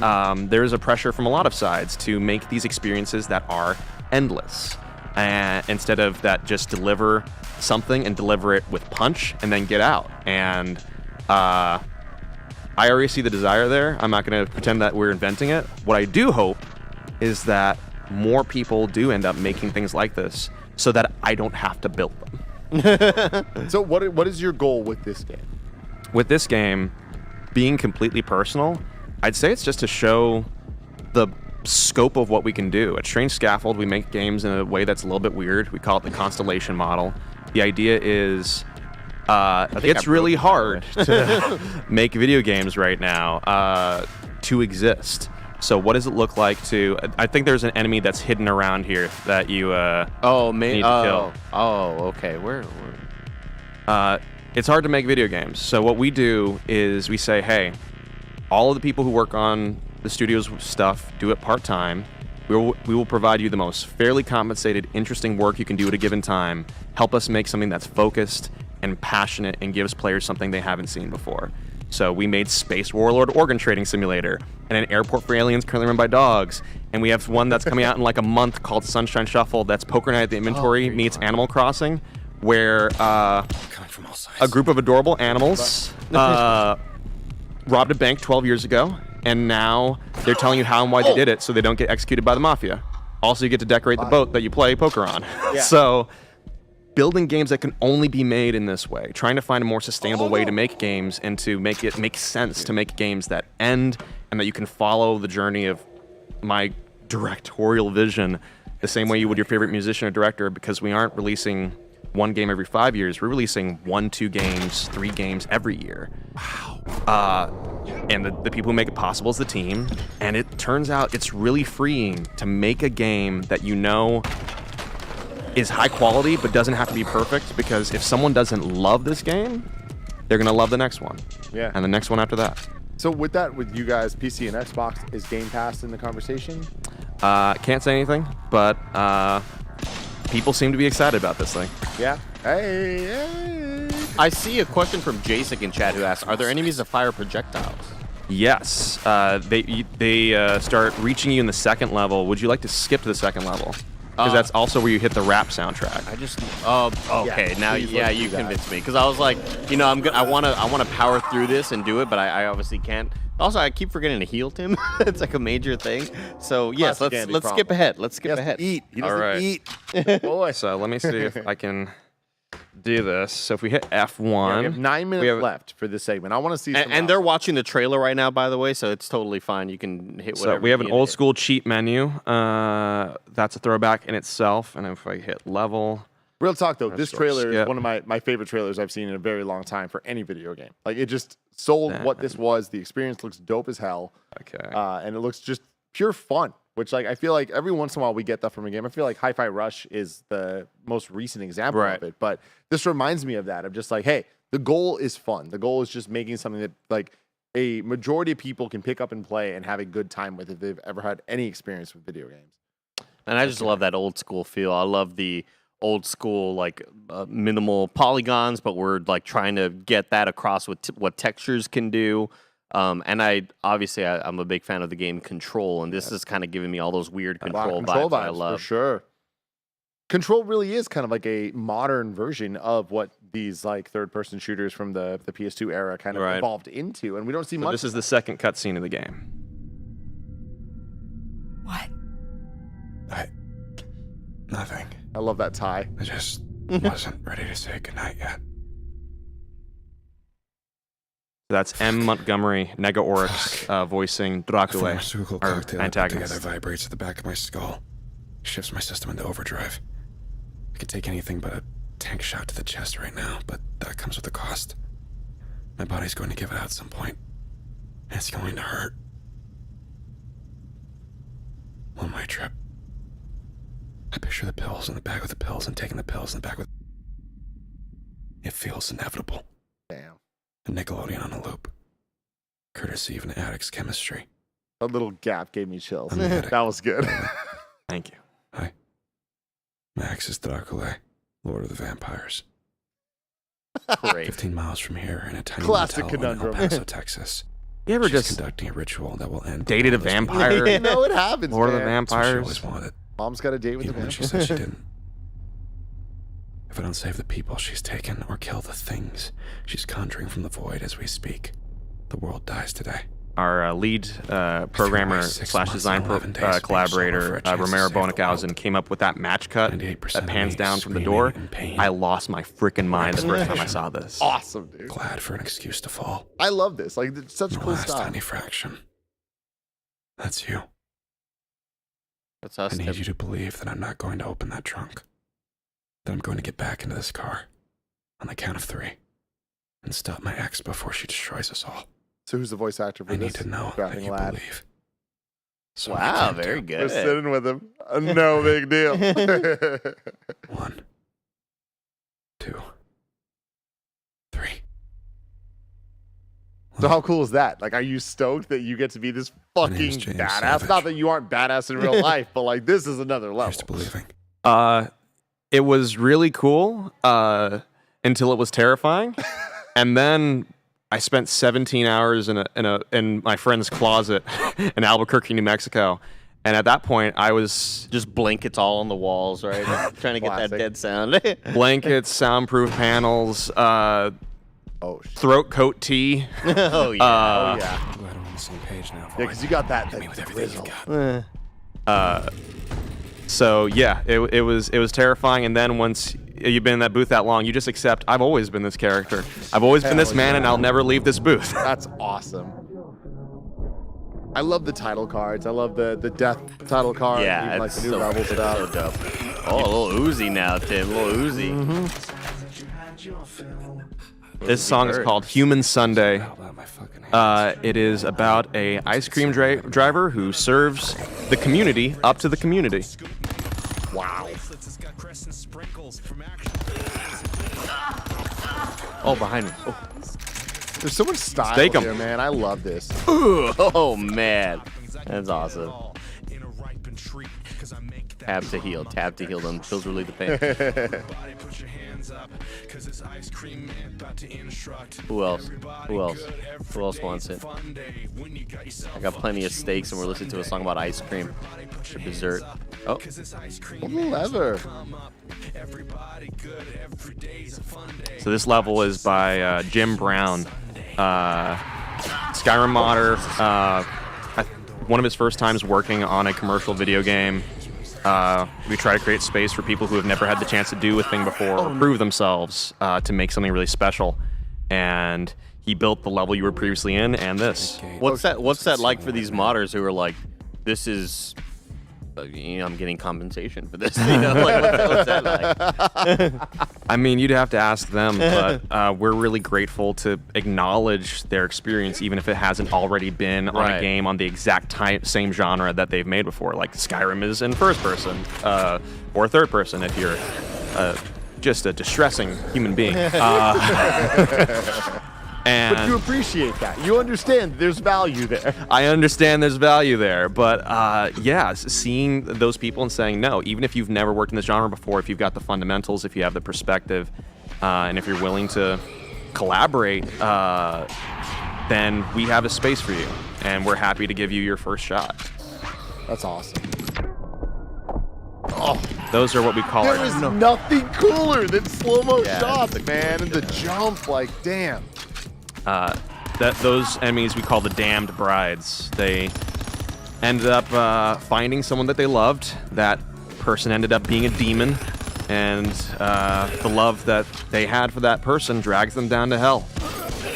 It isn't a metaphor for anything. There's no comparison to be made. Some shoddy shells. We got that fantastic shell by shell action, so you can cancel out of that at any time. Oh, great, sick. Who else is shooting? Any more of these brides? Just vampires now. You're also going to encounter a fun new one once you get inside the manor. See if I can even make it. How many pills do you have left? 0. Uh-oh. That's not good. The pills relieve the pain. Oh, pills. More pills. Get them pills. The team is always better at the game than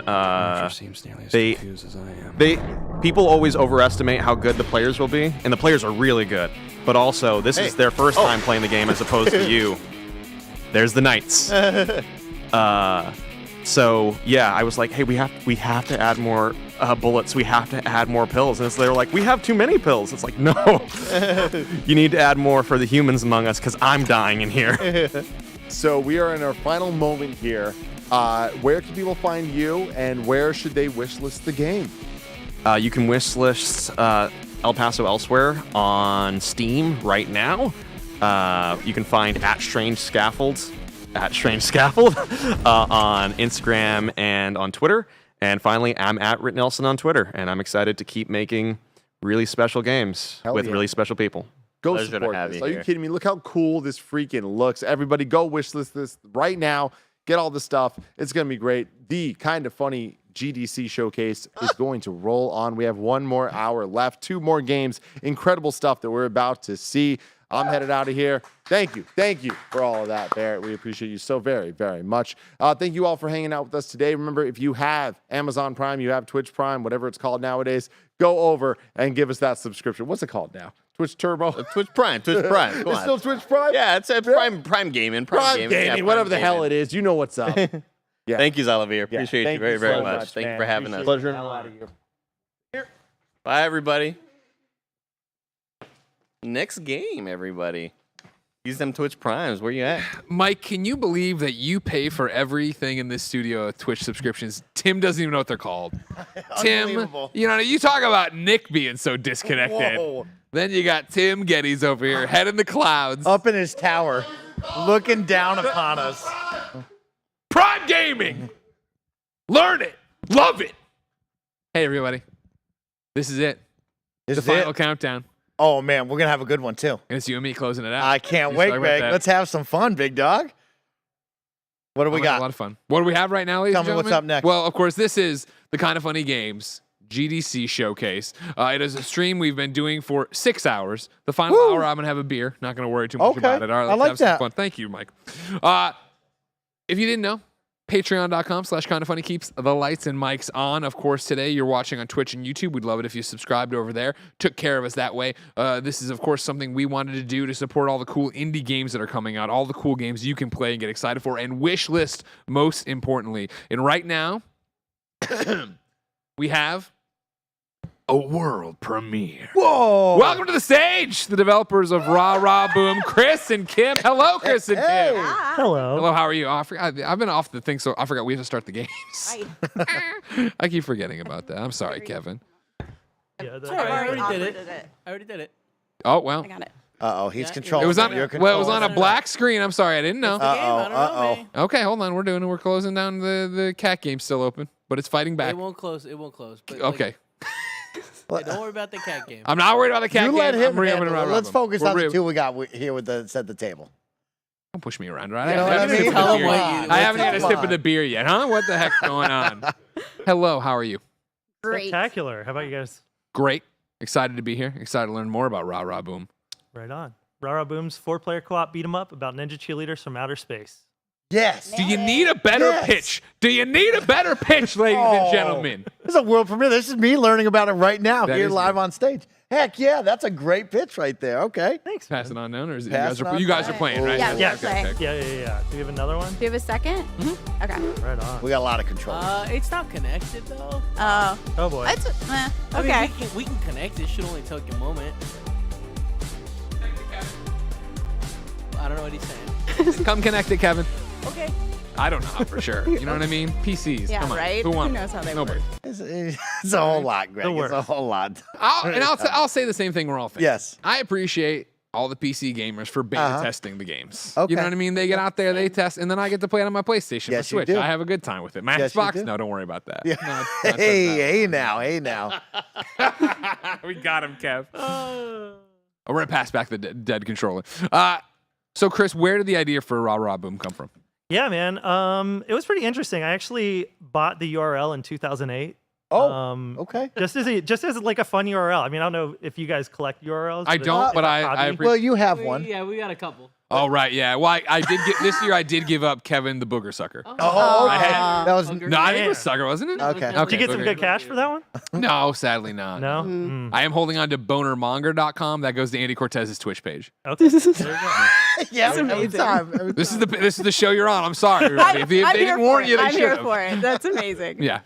Anyway, so yeah. in 2008, you're like, Yeah, I'll buy this. 2008. I got that domain amongst many others. And, Okay. and you know, the phonetics just kind of stuck with me for forever. And you know, what is Rararoom? And clearly, it's cheerleaders exploding things. Sure. Yeah. Right. And so it kind of went from there. I had grown up in the arcades in the 80s and 90s, and you know, used to skip high school to go play Marvel vs. Capcom 2 and Oh yeah. Street Fighter, and completely got my ass kicked playing those games.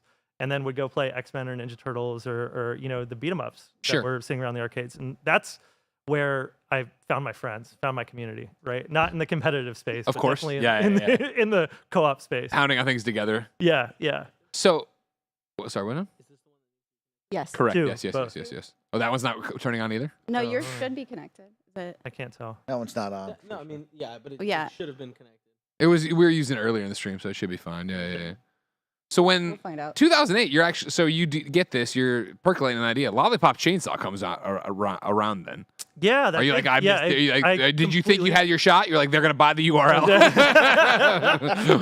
This is it. This is how they're gonna get them. No, I don't think the idea came until like for what the video game would be, probably till like 2015. Oh wow. Okay. 2016, something like that. Okay. You know, just kind of lived in the idea of it for a while, and then really like through that. So my last company was called Chore Monster. We made apps for kids and families, and so a big part of our audience was specifically millennial moms, and you know, because it's a family chore app, obviously, right? And one of the things that I noticed is a lot of these moms also play a ton of games, and games aren't really made for them. So not that this is just a game for them, but like, you know, that definitely sort of pushed me towards like, we need a game that has an all-female cast of extremely badass characters. Sure. That are super well-rounded, and so that was a big part of it as well. Awesome. Yeah. So then, where do you enter the picture, Kim? I am the senior producer, Okay. so I basically make sure that the game comes out. Sure.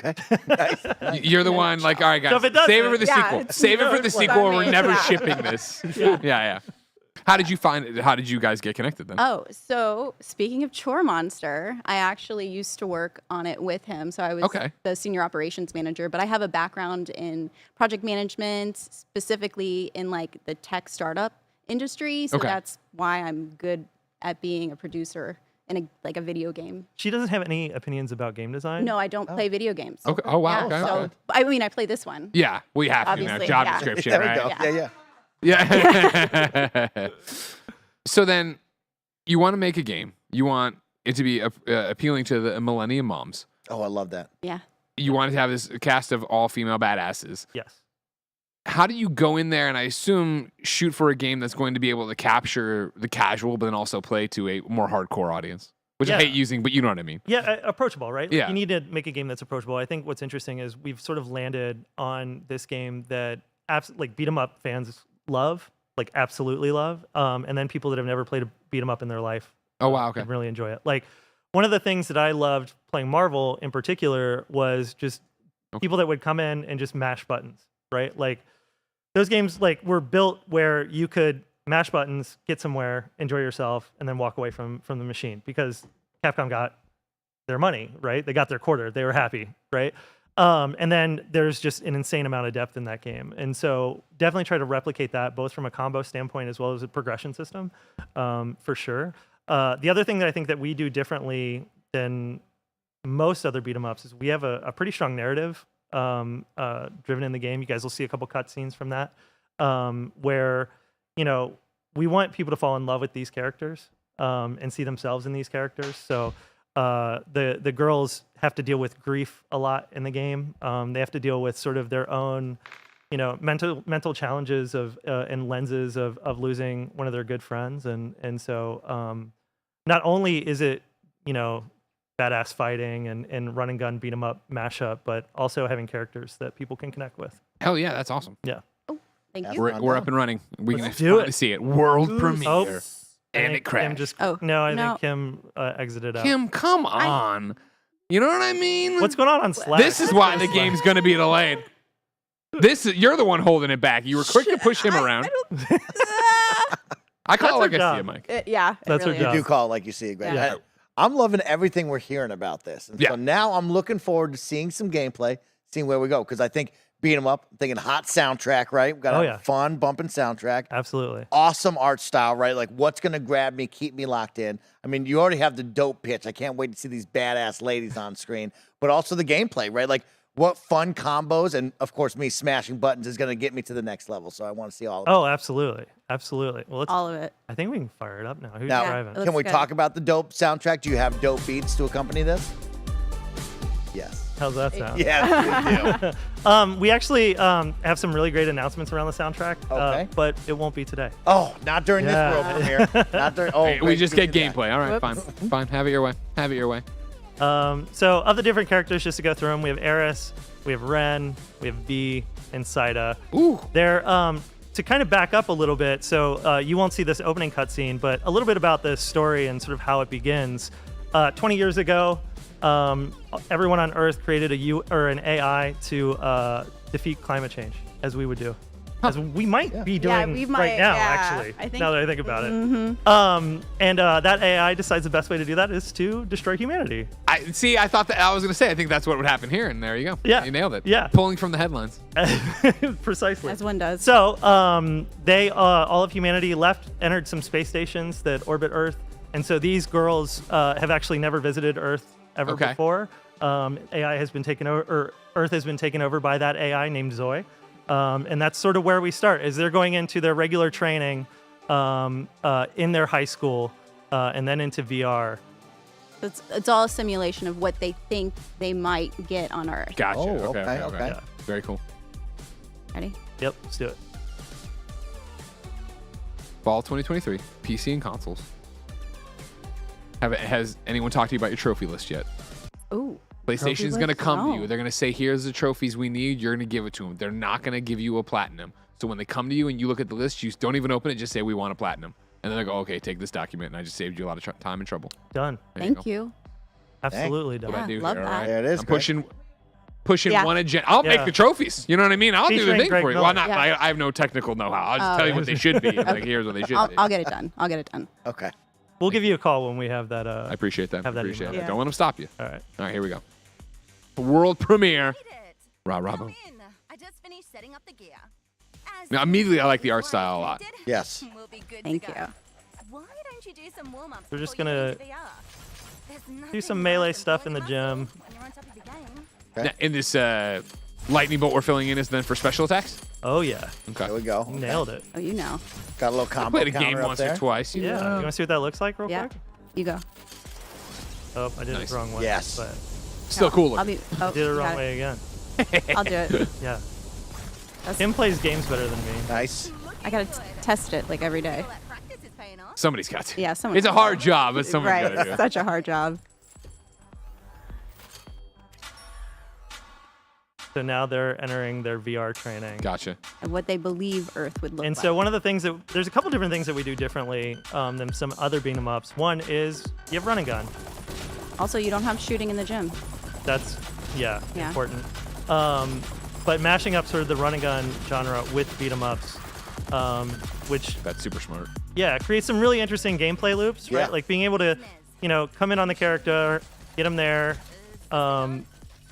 Well, Kim juggled that one, so You're welcome. Credit where credit's due. Yeah. Great job.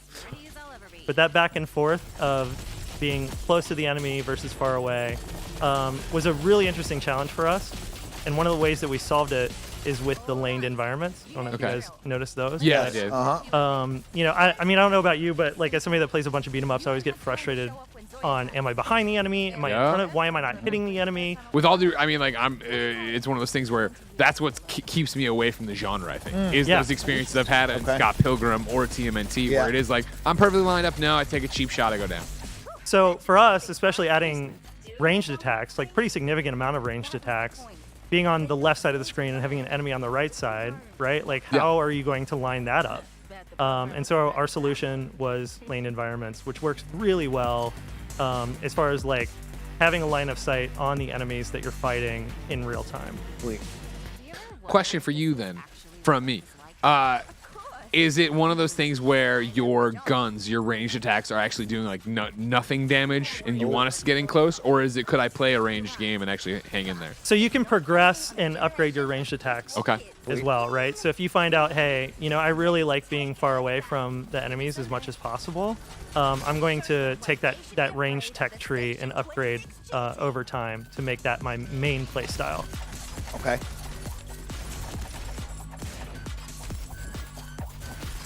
Man, it's really hard to like talk and play video. Yeah, I know. I appreciate you. Yeah. Mike does it all the time. I usually I was do gonna say, anything I can not to put Greg's in front of pretty people. good at it, is right. I can do it a lot and have fun. So we did see one team member go down. What will that be like? Of course, shoving a quarterback in machine, jumping right back in. Is there a revive mechanic where you take one knee? What's that going to look like throughout the game? Yeah, man. I mean, that's a great question. That's something that we're still deciding on. Oh, we cool. We have Okay. a bunch of different prototypes around what we feel like death should look like. Yes. And sort of, how they return. Is there a checkpoint system? I mean, I'm not a fan of having to start levels over. Yep. Yeah. And we want people to progress through the story. There's like I said, there's a narrative here that we want people to see. So, Chris, I'm not gonna lie. It sounds like you're building the beat 'em up for me. Because everything you're saying is, again, one of the reasons I stay away. I hate having to restart the level and come back through it. yeah, so like right now, I mean, we've just been playing it where like all you do is respawn and that's kind of it. Yeah. And we don't hate it. Like I don't know if it'll stay, but it's working thus far. For sure. Yeah, that's great. So here you can see an example of our, is that you? No, you're Eris. Oh, I am. Okay. This is our progression system. Just an example of it, but you can as a player, you can spec into range, you can spec into melee, right? If you want new combos or sort of progress that piece, or skill, which is like mobility, right? So air dashes, double jumps, like spending a lot of time in the air is really fun. Sure. Okay. Sure. Now, I don't know what you picked. But for today's demo, are we Oh, only right. staying in the VR world, or are we gonna get to see what Earth really looks like? We are only staying. Boo! It's a tease. Oh. 'Cause I bet Earth looks great. you That's go, the thing. Greg. They keep saying. You don't know, know. I they mean, keep all- saying. I don't know. The AI, they What- care about the environment. Yeah, exactly. Sure, fair enough. It's true. They may not be evil. We don't know. And so up to 4 players as well, you said. Yep, 4-player co-op. Okay, couch co-op only. We'll be able to play online. Where do we stand on that? Couch co-op at launch. Okay. And then we'll see. Okay. Yeah, but we've actually used Steam, remote Link? play. Yeah, oh, Or yeah, Steam- uh-huh. yeah, Yeah. and that works really well if you want to play with your friends on Steam. Solid. Get them. Yeah. Good job. Or he got me, actually. That's a great alternative right there. That's a great use on Steam to be able to play with your friends still. What was it like? I'm sure you've talked about online multiplayer. What's that like as an indie dev creating that? Is that a big hurdle to get over? Is that a lot of time sink? I mean, it. Oh my God, I was got rad. an F. I got an F. Of all the times I could get an F. Canceled out the demo. You canceled out the demo and we had I'm to gonna restart walk off. I don't. it. Got an F. Listen, this is her Everything's first fine. games job. I'm trying. Well, if we go easy on her, she'll never get better. That's- all right. that's This is what they true. call tough It's love. true, yeah. I give it to Mike all the time. All the time. All the time. Yeah, yeah. Try to get rid of this mustache. I was like, nuh-uh. Yeah, Got to keep Good on it. you. Right? Thank you so much. I Great appreciate on it. that. It's crazy. We're trying. So you will be able to see sort of where we're headed with cutscenes. Okay. Sort of that style. Great job. I want to see that kind of Cool. Whereas those animatics, those really fleshed out rendered animatics of the characters. You heard her, Ren. Fully voiced, obviously. Yeah. Sweet. Some killer voice actors. All Yes. female voice actors. Cool. Yeah. Very great. Oh, it's on. Attention. Hull breach has been detected in Sector B. Hostiles are attempting to board. Good lord. Initiate lockdown protocol. That's not scary. Just chaos immediately. I love the art styles, right, Greg? It Yeah. looks great. Yeah. This looks cool. Forget the safe room. We need to get to Earth. Now, it's our only chance. All right, let's head to the escape tunnel. So while we're trying to innovate on beat 'em ups, there's always some, regulars that need to be a part of the genre. The classics, the standards. Exactly. One of those being huge boss battles. Yeah. Heck yeah. Here So- for it. Fun. Okay. Oh man, I got You got Wrecked. blast. Yeah, instantly. We'll see who gets the F in this level. Ugh. Giving me some Battletoads vibes right here. Yeah. Oh, I like this being able to see what lane they're going to attack. Yeah, it's very helpful when the boss is laser. Yep, right there. And so what's actually happening here is the little purple robots, we give all of our characters human names internally because you have to talk about them Yeah. somehow. You gotta give you have to label, Yeah, especially so for the little purple guys are Eugene, the big guy's Bruce. And here you're actually hitting Eugene to turn him upside down to then explode on Bruce. To, to destroy Bruce. Gotcha.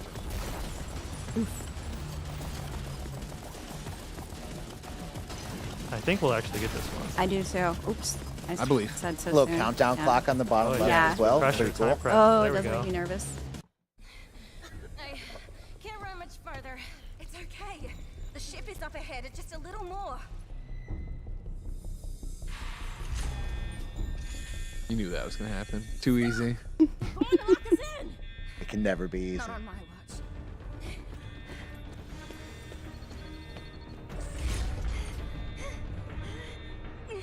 Hurry! I think I can hold it, but not for long. Don't try to fight them. Go! Come on, let's go! To your credit, at least on any of the demos I've been on today, has there been a cutscene we've stopped at and just been dead quiet? Yeah. Too long? Oh, Because yeah. we're like, what is happening? We need to know. As soon as I let go, the doors will shut. We don't have time to argue about it. I know. Just get to Earth. Once you're there, you'll understand. It's like that, Greg. Can't take my eyes This off. quickly. We're gonna kill somebody? She's not dead though. Take care of each other. Hold on! No! That's why it's not 5-player co-op. Too soon. That was awesome. So yeah, that's the GDC demo. Yeah. Damn. Bravo. Great job, you guys. That's awesome. We're very Heck proud. yeah. And now a lot of the game is how do these characters deal with the fact that they just lost their mentor Sure. and the glue of their group. But then the mentor comes back at the end, right, as the enemy, right? Part robot, part her. Ooh, But that's twist. gonna happen. She's That's not gonna coming happen. back, man. I hate to tell you.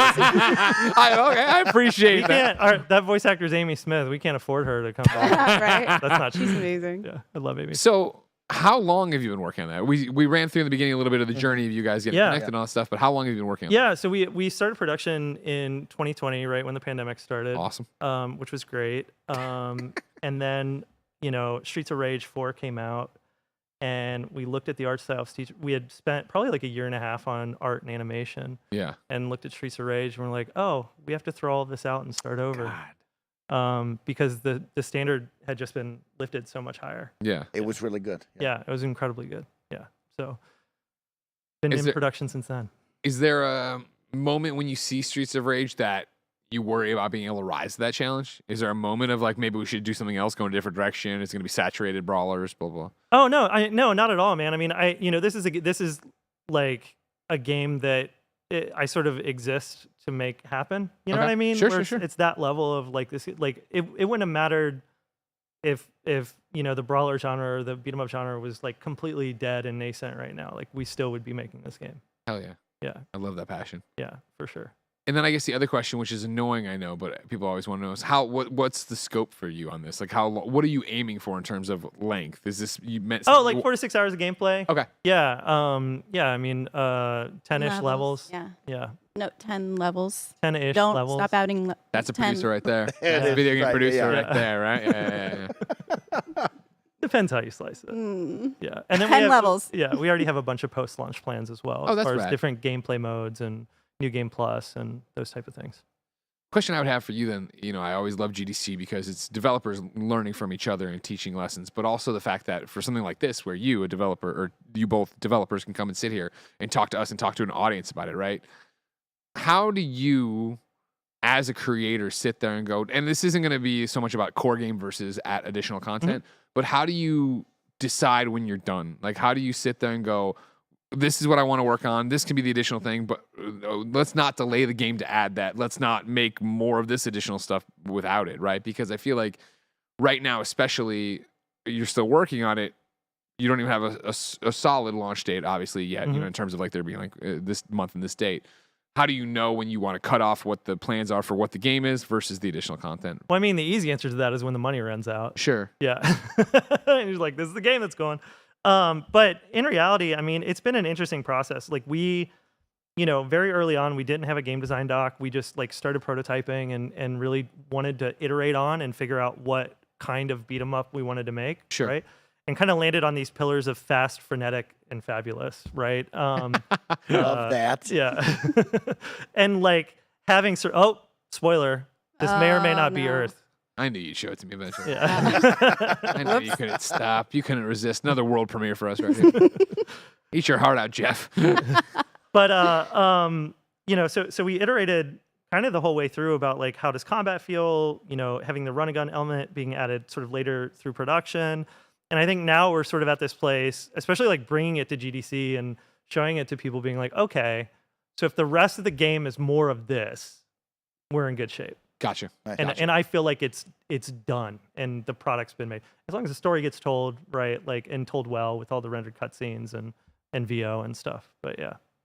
Another question I think only you could answer, because I like to, again, I think it's the transparency of GDC and talking to an audience that I know you, Stephanie mentioned you liked KindaFunny. So you know a little bit about what we do here with news and all these other stuff. This isn't a gotcha question, I swear. You mentioned earlier, till the money runs out. Yeah. For you guys, where does the money come from? Is it that you have investors? Is it that you mortgage the house? Like, what does that look like for you as an Well, I mean, honestly, like we're looking for a publisher right now. So Okay. we've not signed with any publisher yet today. We are negotiating, but we're also open. Well, look at this. Right? Everybody go wish list right now. Help them out. Yeah, Put please the do. numbers That up, really and then helps. they go, oh, I'm sorry. We need a little bit more money. So and the publisher side is a bunch of different things. It's not just the capital to finish the game. It's also having help on the marketing side and things like that. I had a successful startup prior to this that sold. Gotcha. And so have prior investors that invested in that company and definitely wanted to invest in this company. And we've been really lucky and fortunate to have them along the journey. That's awesome. Yeah. That's terrific. Yeah.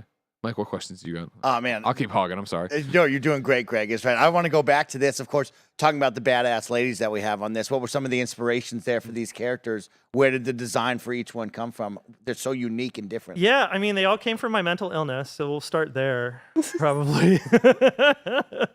Is he serious or not? I shouldn't be laughing at I am serious. That's one of those like, do you laugh or do you just? What do I do with that information? Definitely love that one. Yeah. No, I mean, Eris has imposter syndrome. Like, I have really bad imposter syndrome. Saida has a lot of codependency issues. Sure. V's hyper independent, never knows how to ask for help. Right. Ren, nobody takes seriously because she cracks too many jokes. Right. Like, Gotcha. like they're and This and, is we got a Celeste thing going on here. You know what I mean? Like Tackle all of your that, inner demons. yeah. Oh, absolutely. Yeah. And it was the result of a lot of therapy to like then be able to create those characters. They're also, I mean, different aspects are also based on, amazing badass women that have been in my life, right? Like that kind of inspiration is Hell yeah. absolutely there. And people that I look up to. That's rad. That's Yeah. a powerful way to start ramping it down. I have more questions, Greg, but I don't want. I could keep them here all day. Is right. Give me All one right, more. one more. On the skill tree, if I play all the way through, will I be able to unlock all of the skills, or will I have to choose one or the other? Because you got me with the run and gun right now. I really, really like that mechanic and want to kind of do that, but I want to do it all. I mean, it may take New Game Plus, but like we want to make you feel insanely overpowered running through it. I mean, I'm really excited about speedrunning in the game and what that can look like. I can already see it. Right. Oh yeah. Yeah. AGDQ, here we come. Yeah, absolutely. In the chat, Darth Dubious says, yes, this guy is awesome. And we agree. You're both awesome. Thank you so much for coming by to show Rararoom today. Thank you, guys. Thank you, guys. Coming out in 2023, probably. Fall. You got to keep them on look task. at the boss Will you over keep here them on is task? right. Don't you Yeah. quiet down, Chris. Kim, will you keep them on task? Oh, 100%. All right, This game needs to get out. All right, good. Well, everybody, like we said, go wish list it right now. That way they can get a better deal with their publisher. Rararoom.com. Awesome. Yeah. Thank you both so much for your time. Thank you, guys. Woo! Thank you, Kim. Take care of yourself. Thank you. Ladies and gentlemen, this, of course, is the Kinda Funny Game Showcase GDC Stream 2023. If you can believe it, we have been going for 6.5 hours today, showing you 13 amazing, incredible games from independent developers. All of them could use your support. That's why we're asking you to go wish list them when you can, pre-order, follow, whatever you can do. But it's also why we're asking for your support. Remember, if you're watching on Twitch, we'd love your Twitch Prime subscription and or just a regular subscription or gift a subscription or whatever. Follow for sure, because we're live each and every day. And if you're on youtube.com/kindafunnygames, like, subscribe, share, super chat, all that. We're keeping all that questions and all that posted as we go. Come at me. And remember, of course, patreon.com/kindafunny is what keeps the mics and lights on. Of course, you can subscribe right now. Watch us record PS I Love You XOXO for free tomorrow, ad-free. And XCast on Wednesday. Chris Charla's in the building. Ooh-wee! We're going to talk all about GDC, indie games, ID at Xbox. I mean, Greg, I'm up now from Rah Rah Boom, but we've had a great day today. I've seen some really dope games on my side. Got to even play some VR, which you know I love. Gazzlers. Did you beat my score? You beat my score, everybody. Don't worry about got it. me on that one. And now we're about to finish the day with the game I've already gone hands-on with. So you got a problem because now you got to go into the ring with me with Undisputed, which I'm pumped up to have in the building right now. Welcome to the stage, Will. Hello, Will. Will, what up? How are you, sir? Hi there, Will. Nice to meet you. Pleasure to meet you. Oh, you're Ash? Oh. Ash, yeah. I only have So Will you on my probably got list. wrong Who thing gave me about the bad on information, you, but- Tinsley? Where's Will? My thing says Will. I'm Ash, yes. Steph Tinsley, go take a shot to make up for it. Ash, I apologize. How are It's you? all good. I was paused there for a second. Hang on, I'm on the right show here. You're like, I'm supposed to be at IGN right now. I'm sorry. Oh, Barrett's going to move your microphone in. I It's think. the end of the day here is right. Yeah. You got it. So it's time for some Undisputed. It's time for me and Mike to go head-to-head in the ring. Is that possible? Are we doing that? Yes, let's go. Hell yeah. Pass me these controllers. It's Let's possible. Oh my gosh. So much to talk about here, Greg. Boxing is back. Boxing's And it feels freaking good. Shout out to you and the team. I've already jumped into this because it's available on Steam. So when I lose, I don't want to be blamed for this, all right? I don't want to be blamed for anything. Mike's already put in 10 hours. Take it all back. I haven't played it all, actually, you know? But for real, boxing is back, and it feels really good. I mean, wow, wow. Everybody asked for Fight Night. You and the team stepped up. What was the thought process behind that to step into the ring? That's a big task to do, especially with Fight Night. Everybody wanted it. Yeah. But you did it. We started small, like living room small. Yeah, that's how the game started, in the living room. Okay. And it's just grown from there. Sweet. Did you realize you were going to hit this, though? Like, I feel like you've hit this untapped mine, right? That has been going, that it's been building for so long that, you know, Mike's already gotten to play it, but I've seen so many people talk about Undisputed already. Yeah, I mean, as a boxing fan and a big gamer, you know, I was part of the community that just wanted a boxing game, right? Yeah. So we just kind of felt that if we did this right, you know, potentially it could be good. And yeah, we just carried on down that path of, you know, trying to create an amazing boxing game, and we're still on that journey, right? We still got it only in early access right now, so there's still a lot of improvements we need to make. But yeah, we're excited. All right. Dang. All right. You ready to climb in the ring, Mike? I'm ready to step into the ring. I'm definitely ready to rattle off way more questions with you. You started small. Now here we are, of course, GDC. I mean, we got a lot to talk about, from fighters, licensing, of course, the gameplay. I want to start with the gameplay. Where did we go? How did we make a fast, fluid boxing game feel so good? So it was just about throwing ideas and just trying to innovate. Being a small studio, it gave us that freedom, I think, to just try new things and just not be afraid of failing, right? And I think that's one of the things that we did in the studio early on. So we were like, look, we just want to replicate what happens in the ring. So I just kind of thought, you know, I don't want any kind of like sliding around on the floor, no robotic kind of movements. I just want it as real as possible. So yeah, it's one of the things that we really focused on doing. All right, back it up already. Look at that. That's a CPU. I selected to play that. You're trying to go fight the computer, so hold box up. me out. You were with the little guys. I'm trying to get up a little you should bit. go to maybe the Usyk Fury. Okay, there we go. Because that's the fight that I think everybody wants to see. Yeah, exactly. And so I was going to ask the heavyweights. In the heavyweights, but Kevin's got a question. What's up, Kevin? Is this music original, or is this something we should be concerned about DMCA issues? So we do have a streamer mode. Okay. Why don't we enable that? Is it working? Yes. Okay. Yeah. Back out, put it in there. And don't try to freeze me out. Putting the computer in there so you look good. You're gonna go knock out the computer. Everything's gonna be like, oh, Greg's terrible at the game. I see what you're doing. If you just press the start button, and get me fired up. You'll go into there's a streamer mode that you can activate. So if you just go tab across. Greg, you're in charge of this while he tells you through that. I don't know what you're up to. I don't like it one bit. Get it done. Get me fired up over here. You can just tab across. Yeah, music. And then you've got a streamer mode. You got it. There we go. Boom. Thank you so much. I have to give him some control, or else he's going to say that I cheated and all of that. So I'm going to take it out of my hands for a little bit because I want a clean and fair match right now. Okay. I want everybody to know that I put you down on the canvas. Okay. You're not gonna put me down once. And again, I need at least 2 matches to warm up. All right. Okay. I like Because that. come on now, you know what's happened over here? I'm blue. Okay, I'm red. Okay. So heavyweight. Go with your the triggers over there. Get us over to heavyweight. Oh, I see. There you go. All Okay. right. And who should we be? Tyson Fury and Alexander Usyk, because those two guys hopefully will be getting it on soon. So there's Tyson Fury right there, and then you got Usyk just at the bottom. Okay. There we go. Yes. Okay, let's get into that. Fighters, licensing. We talk about sports games. Me and Greg, big fans of NCAA. Pay those kids, get them in the game.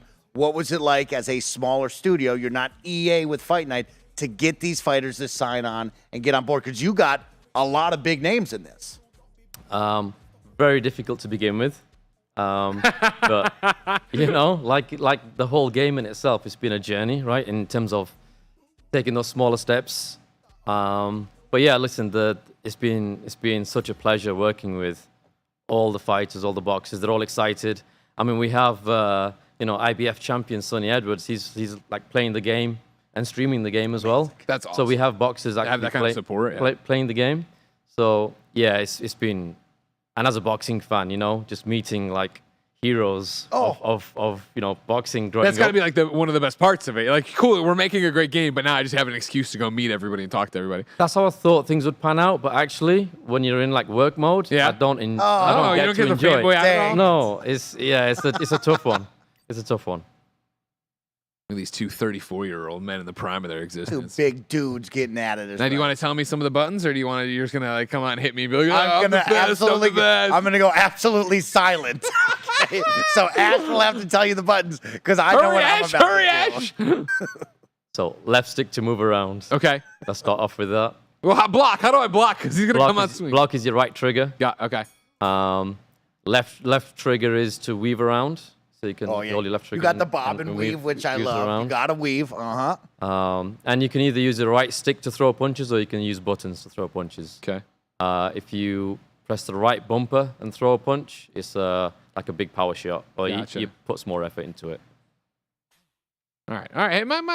Now the chat has popped off. They're very excited to talk about this. We talk about the fighters. Let's talk about getting them into the game. What is that process like? Scanning them, rendering them, making them come to life in this game, right? So we partnered with 1024, a scanning studio over in Sheffield. And, so we had fighters come over to the studio. and then we also partnered with a studio up in down in LA. So yeah, the fighters come in, they get scanned, and then from that scan, we do a bit of cleanup, put them into the condition that you can see in the game. How's your face feel, Mike? Huh? You like that? I'm taking some shots, ladies and gentlemen. I'm taking some shots. You'll have to watch the stamina as well. You got the stamina bar. Which one's the stamina? The white one? The white bar. Got it. Who's who? I'm green gloves. He's white gloves. Got it. Wow, that's really cool to be able to use some teamwork to get them scanned in. That's great. And as you said, the fighters were all excited. I'm sure the idea of a fighting game coming back has got to get a lot of people excited. Were there any holdouts, fighter-wise, that you had trouble trying to get into the game? Because you have a large list, but of course not all of them. Yeah, I mean, all with valid kind of questions, right? Because here I am. Oh, hey guys, making a boxing game.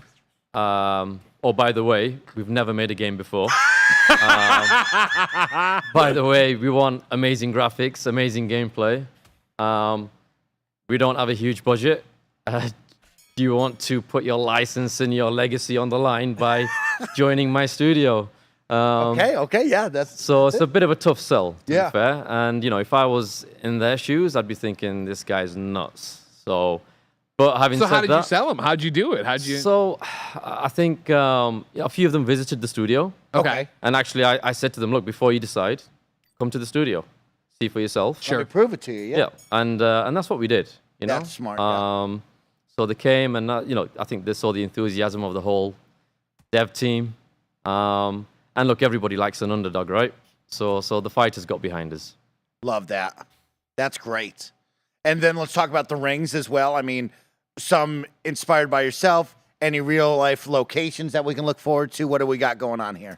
Yeah, so we do have, it's a mixture. So we have some fictional venues, and we also have some licensed venues. The list is growing. So as throughout early access, we'll be dropping new venues into the game. Some big names that people will have heard of, and some not so big names. But yeah, I think. What's one location that you love? Because there's some great ones out there. So I think my favorite in the game is just the WBC arena. Okay. Because that just gives the big fight vibe. Yes, I love that. The packed stadium. So yeah, that's one of my favorites. Okay. I have so much to ask you, so I'm just going to keep rattling them off because I've played it already on Game Preview. I'm loving it, having a blast. Let's talk single player, multiplayer. There's online matchmaking already. We're sitting here at the desk playing right now. Single player as well. What's the thought process on, is it always going to be only online stuff? Do you have a cool single player worked up? What's the plan here? So we are currently in the process of developing the career mode. So there will be a career mode in the game. So right now there's an offline, quick fight. There's something called prize fights, which are like weekly challenges. But yeah, the career mode is what we're excited about because you'll probably notice in the corner that you've got a corner team. So that consists of a cutman, a trainer, and a manager. So in the career mode, you'll be able to select your backroom staff as well. You're fighting me. I'm gonna beat your ass. I'm having so much fun. I'm sorry, I'm not talking. I like the career mode right there. That sounds pretty good right there. Yeah, we wanted to make it more than about just the fighters in the ring because in boxing, a lot of the fighters told us that they have to have a solid back team. For sure. For them to be successful in the ring. So, we've licensed real cutmen, real trainers. Wow, that's awesome. Real boxing managers. So yeah, as part of that career mode, you'll have to hire your own staff. Okay. Wow, that's awesome. Okay. And then you talked about the prize fights. I've seen that on the menu before. Tell me a little bit more about that and what kind of people can get excited for, because I think that's a really cool mechanic of it. Yeah, so think of it as almost like challenges. So you play against the AI, and you gain XP from defeating the challenge, defeating the AI. And then there's also a leaderboard, so you can compare yourself against players around the world and how you fared, because there's like a point scoring system.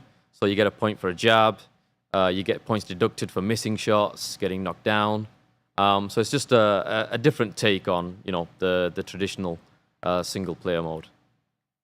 And online, how has that been thus far, right? It's already out with game preview. I can play online. How is that going so far? What are the pros? What are some of the cons that we need to work on? So online experience is a little bit of a mixed bag right now.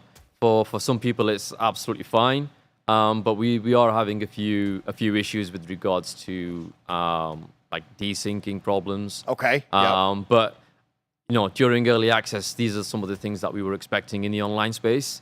But we have a plan to resolve some of the online issues because, as the game is very fluid. It's pretty fast, and that comes with its own challenges when you're trying to sync between two machines in different parts of the world. 100%, 100%, yeah.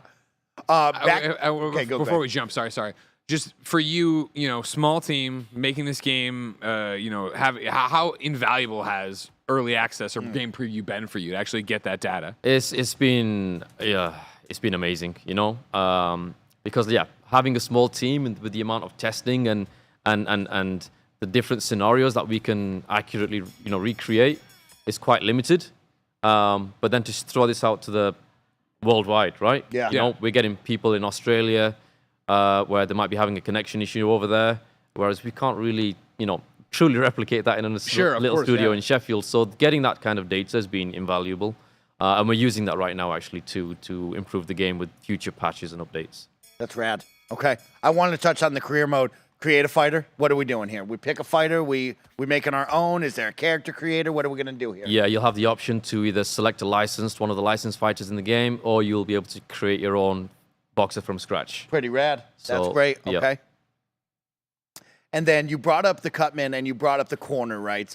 In between rounds, of course, me and Greg are just going as fast as possible. What is the quote-unquote mini game or tactics in between rounds? Fight night, like I've brought up before, they had you playing the mini game of opening up your eye, tending to wounds. Will you have anything like that? What is going to be the corner in between rounds going on? So for now, during early access and on launch, we've got the cutman stats will impact how much you recover, or how well your swelling is improved or your cuts are improved in between rounds.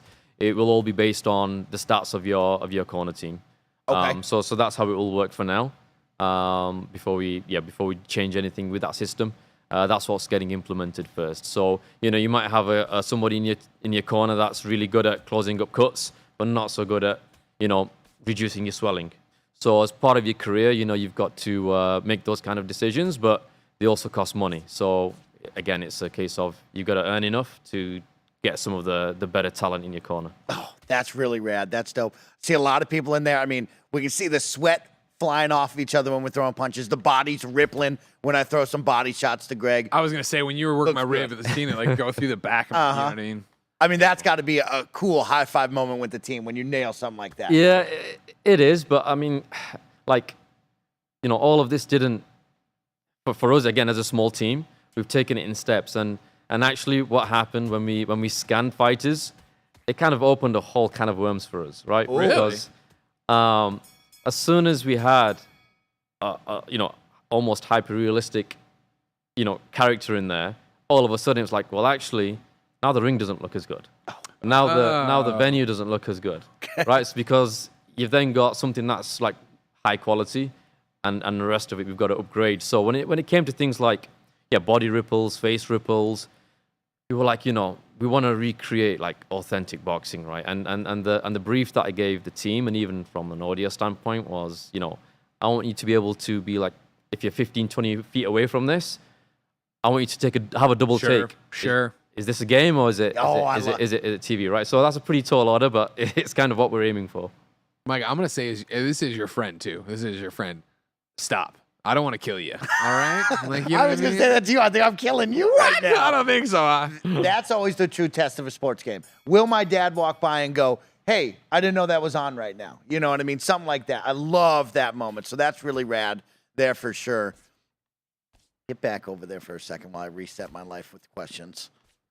Now, when we talk about fighters, of course, you were blessed to get a fair amount of fighters here. Will there be more coming? Are you still in talks to get more? YouTube boxing craze is crazy right now. Will you make a Creator Clash 3 and have them all in here? Get Alana Pierce in there. So the short answer is yes, there are more fighters coming into the game, and yes, we are also in talks with fighters. Cool. That's great. Any fighter that you wish was in the game that you can share with us? You see, if I say a name, then it automatically becomes, they're about to get this person, right? Or we put it out there and we So- say, hey, homeboy, come see us, come over here, you know? I guess what I'll say is there's nobody that's big that is currently off the table. Okay. That's awesome. Okay. You got Ali. That's a big deal. How was that? Let's talk about getting Ali, the greatest of all time in the game.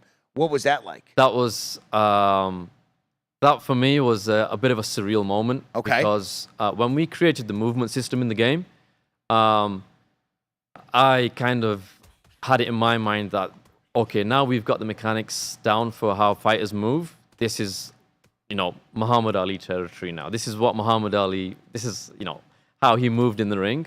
So when we did get Muhammad Ali in the end, and recreating his movement, it was, and then seeing it like in the game, that was fantastic. Because just a huge Ali fan.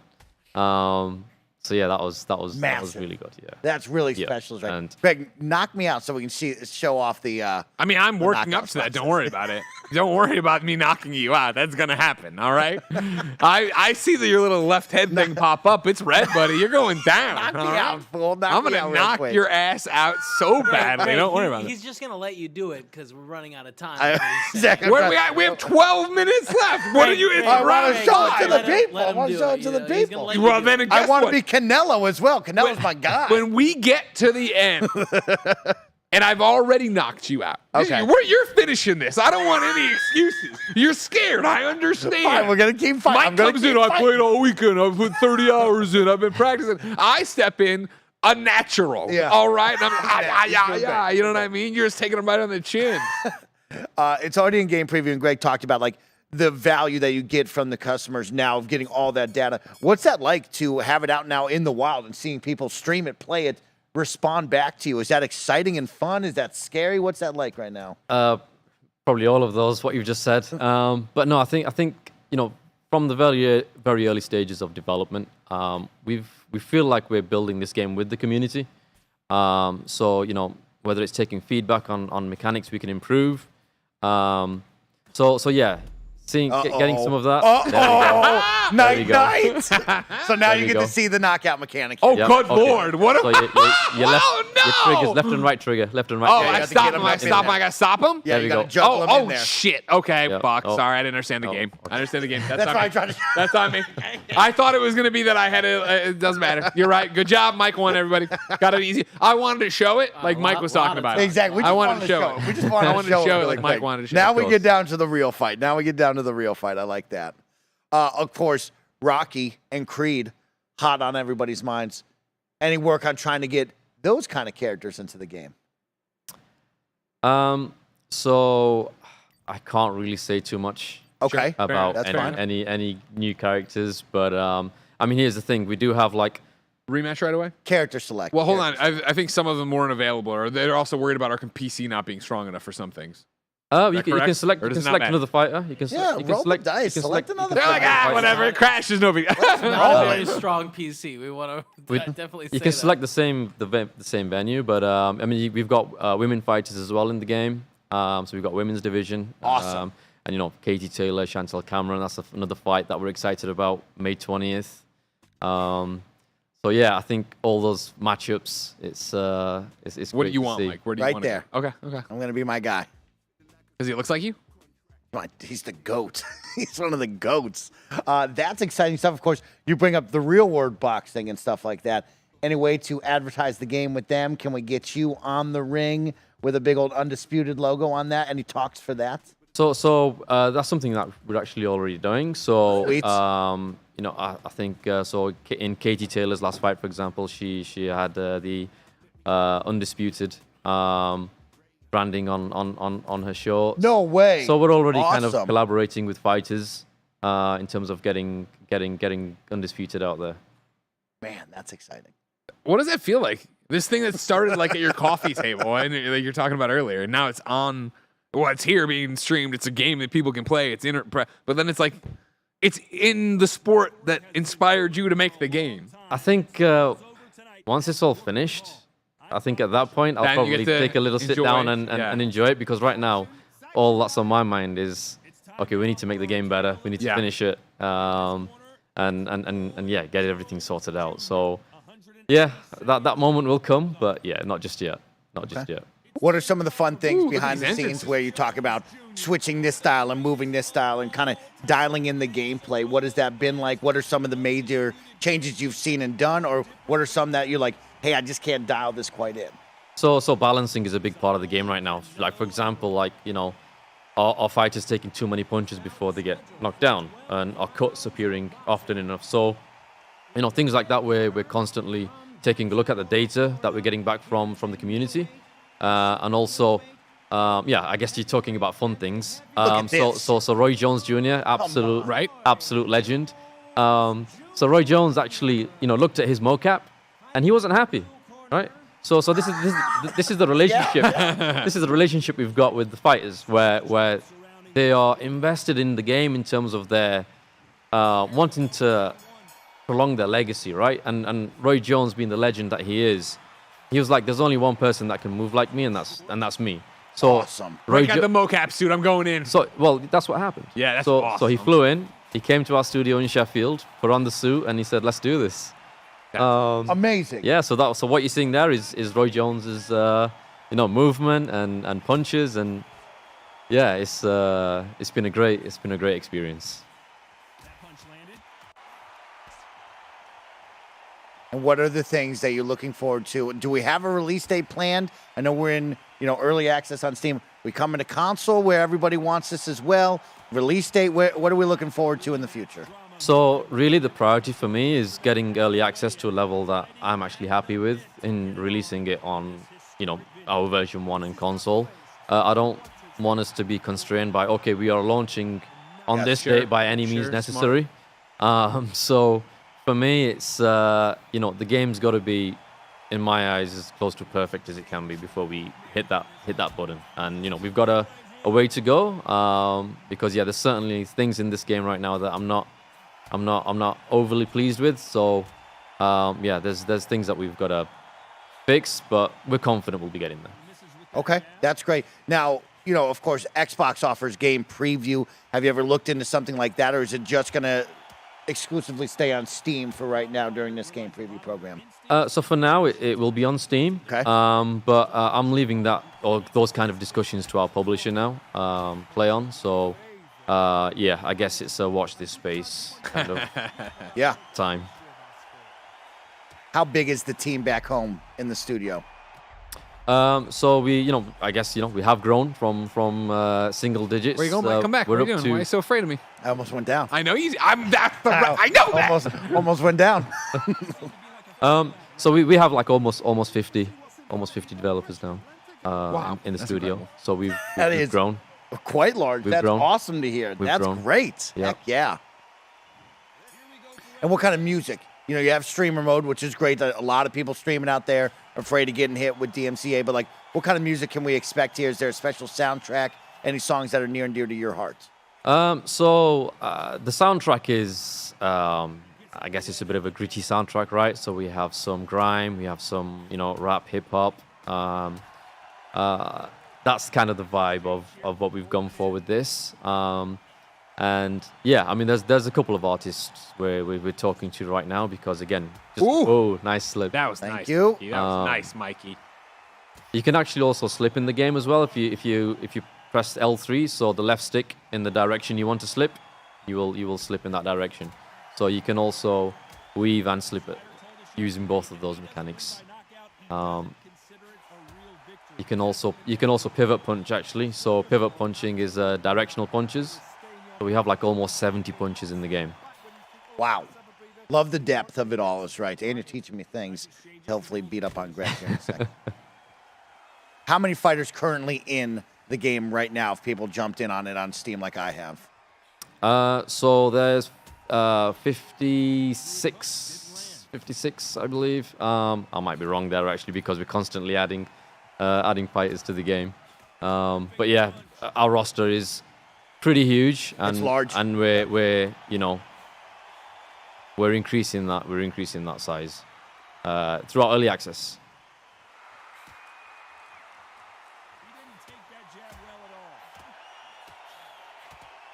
And who's the best in the studio?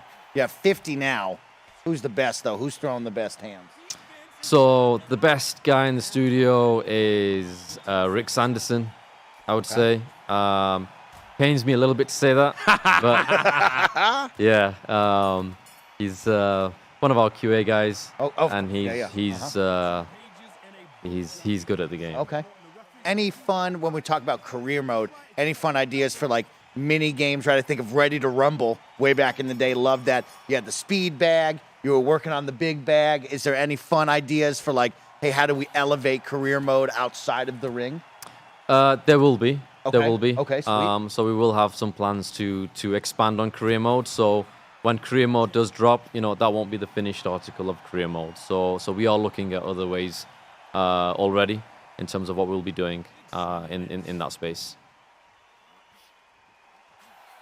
I see. Greg, you got any questions? Maybe you want to ask. You're killing it. I'm. Maybe you should ask I'm the questions focused while I try to fight you. on beating your ass. All right, that's what I was brought in here to do. That's what I'm gonna do. Almost had you. Remember that? Yeah, you did. It's right. I'm not the best at blocking. There we go. I don't like blocking.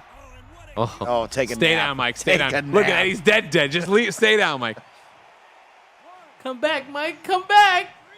Now this one is hard to wrap my brain It around. is I rough. love It's like it. pat your head, rub your tummy kind of stuff. Oh, he's made it. That was close. That was very close. And we have Kenny Bayless. I mean, that's a real referee as well. Wow. So, Okay. yeah, we wanted to, again, it's just about bringing boxing back to gaming. Oh my! Do you believe in miracles? Might not be getting up for this one, folks.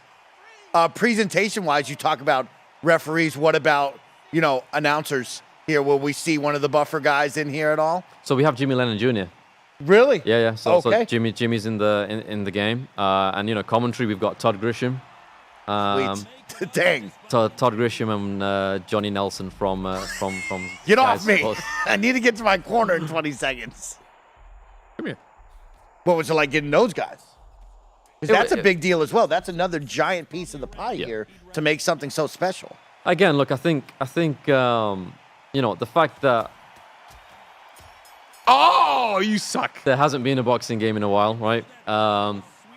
And I think they saw the passion of the studio and what we were trying to achieve. And I'll be grateful to those guys who believed in me, back in the early days, right? When, we were written off pretty much like, yeah, there's no way you guys can pull this off.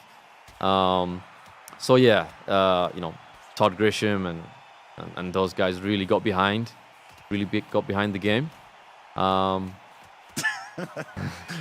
There's 1 minute left in this stream. I'm kicking your ass down. I will say that one of my closing things is like, this game is really special to me as boxing has really shifted, right? With the rise of the UFC, boxing after that big era has like kind of gone into the distance, into the darkness. There's still a big fan base, but like without Fight Night, gamers I don't think really know the gravity or like give the love to boxing like they should. And a game like this puts it back on the center stage and gets me excited, gets me and my friends talking about it. Now we're watching Thank you, boxing, Kevin. right? Like if Andy's that's in here, bring important and Andy in here to special see this. me, for sure. Yeah. Kudos to you and the team. That means a lot to me. No, and I'm thank you. sure many others in the gaming world. No, I appreciate that. Thank you. Yeah.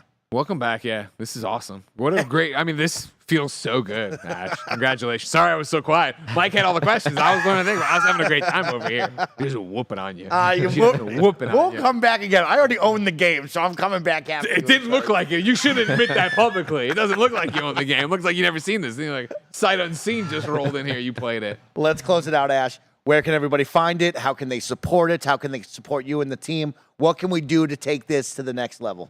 So the game's on Steam, Undisputed. Make sure to join our Discord, our social media channels, Play Undisputed, and our website, playundisputed.com. Yeah, we're just excited to be bringing boxing back to gaming. Fantastic. Thank you so much, Ash. Pleasure to be here. Ladies and gentlemen, thank you so much Thank for you. hanging out with us for 7 hours and 14 amazing games. Our stream has come to an end. Of course, we are Kinda Funny, and this has been the Kinda Funny Game Showcase GDC Stream 2023. It's a mouthful. Of course, as I've said throughout this was a break from our usual content, which means we could, of course, use your support, whether it be a Twitch sub, a YouTube sub, or going to patreon.com/kindafunny and subscribing there and supporting the shows. Of course, stuff like this is awesome. We couldn't do without you. We couldn't take a day off from the things that make money to come out and hang and stream and have fun if it wasn't for your amazing support. And speaking of that support, if there's one thing to take away from today, it's that you saw 14 amazing games from amazing developers. Of course, these were all indies. These were all smaller studios. These were all passion projects, which means it would mean the world to them if you went and followed them on Twitter, if you went and wishlist their game on Steam, if, of course, you bought their games when they come out. That actually means so much to them. Right, Ash? Absolutely. Absolutely. When people go through and I'm not going to say support no them. to that. Yeah.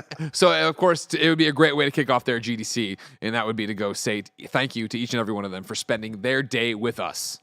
Until next time, ladies and gentlemen, it's been our pleasure to serve you.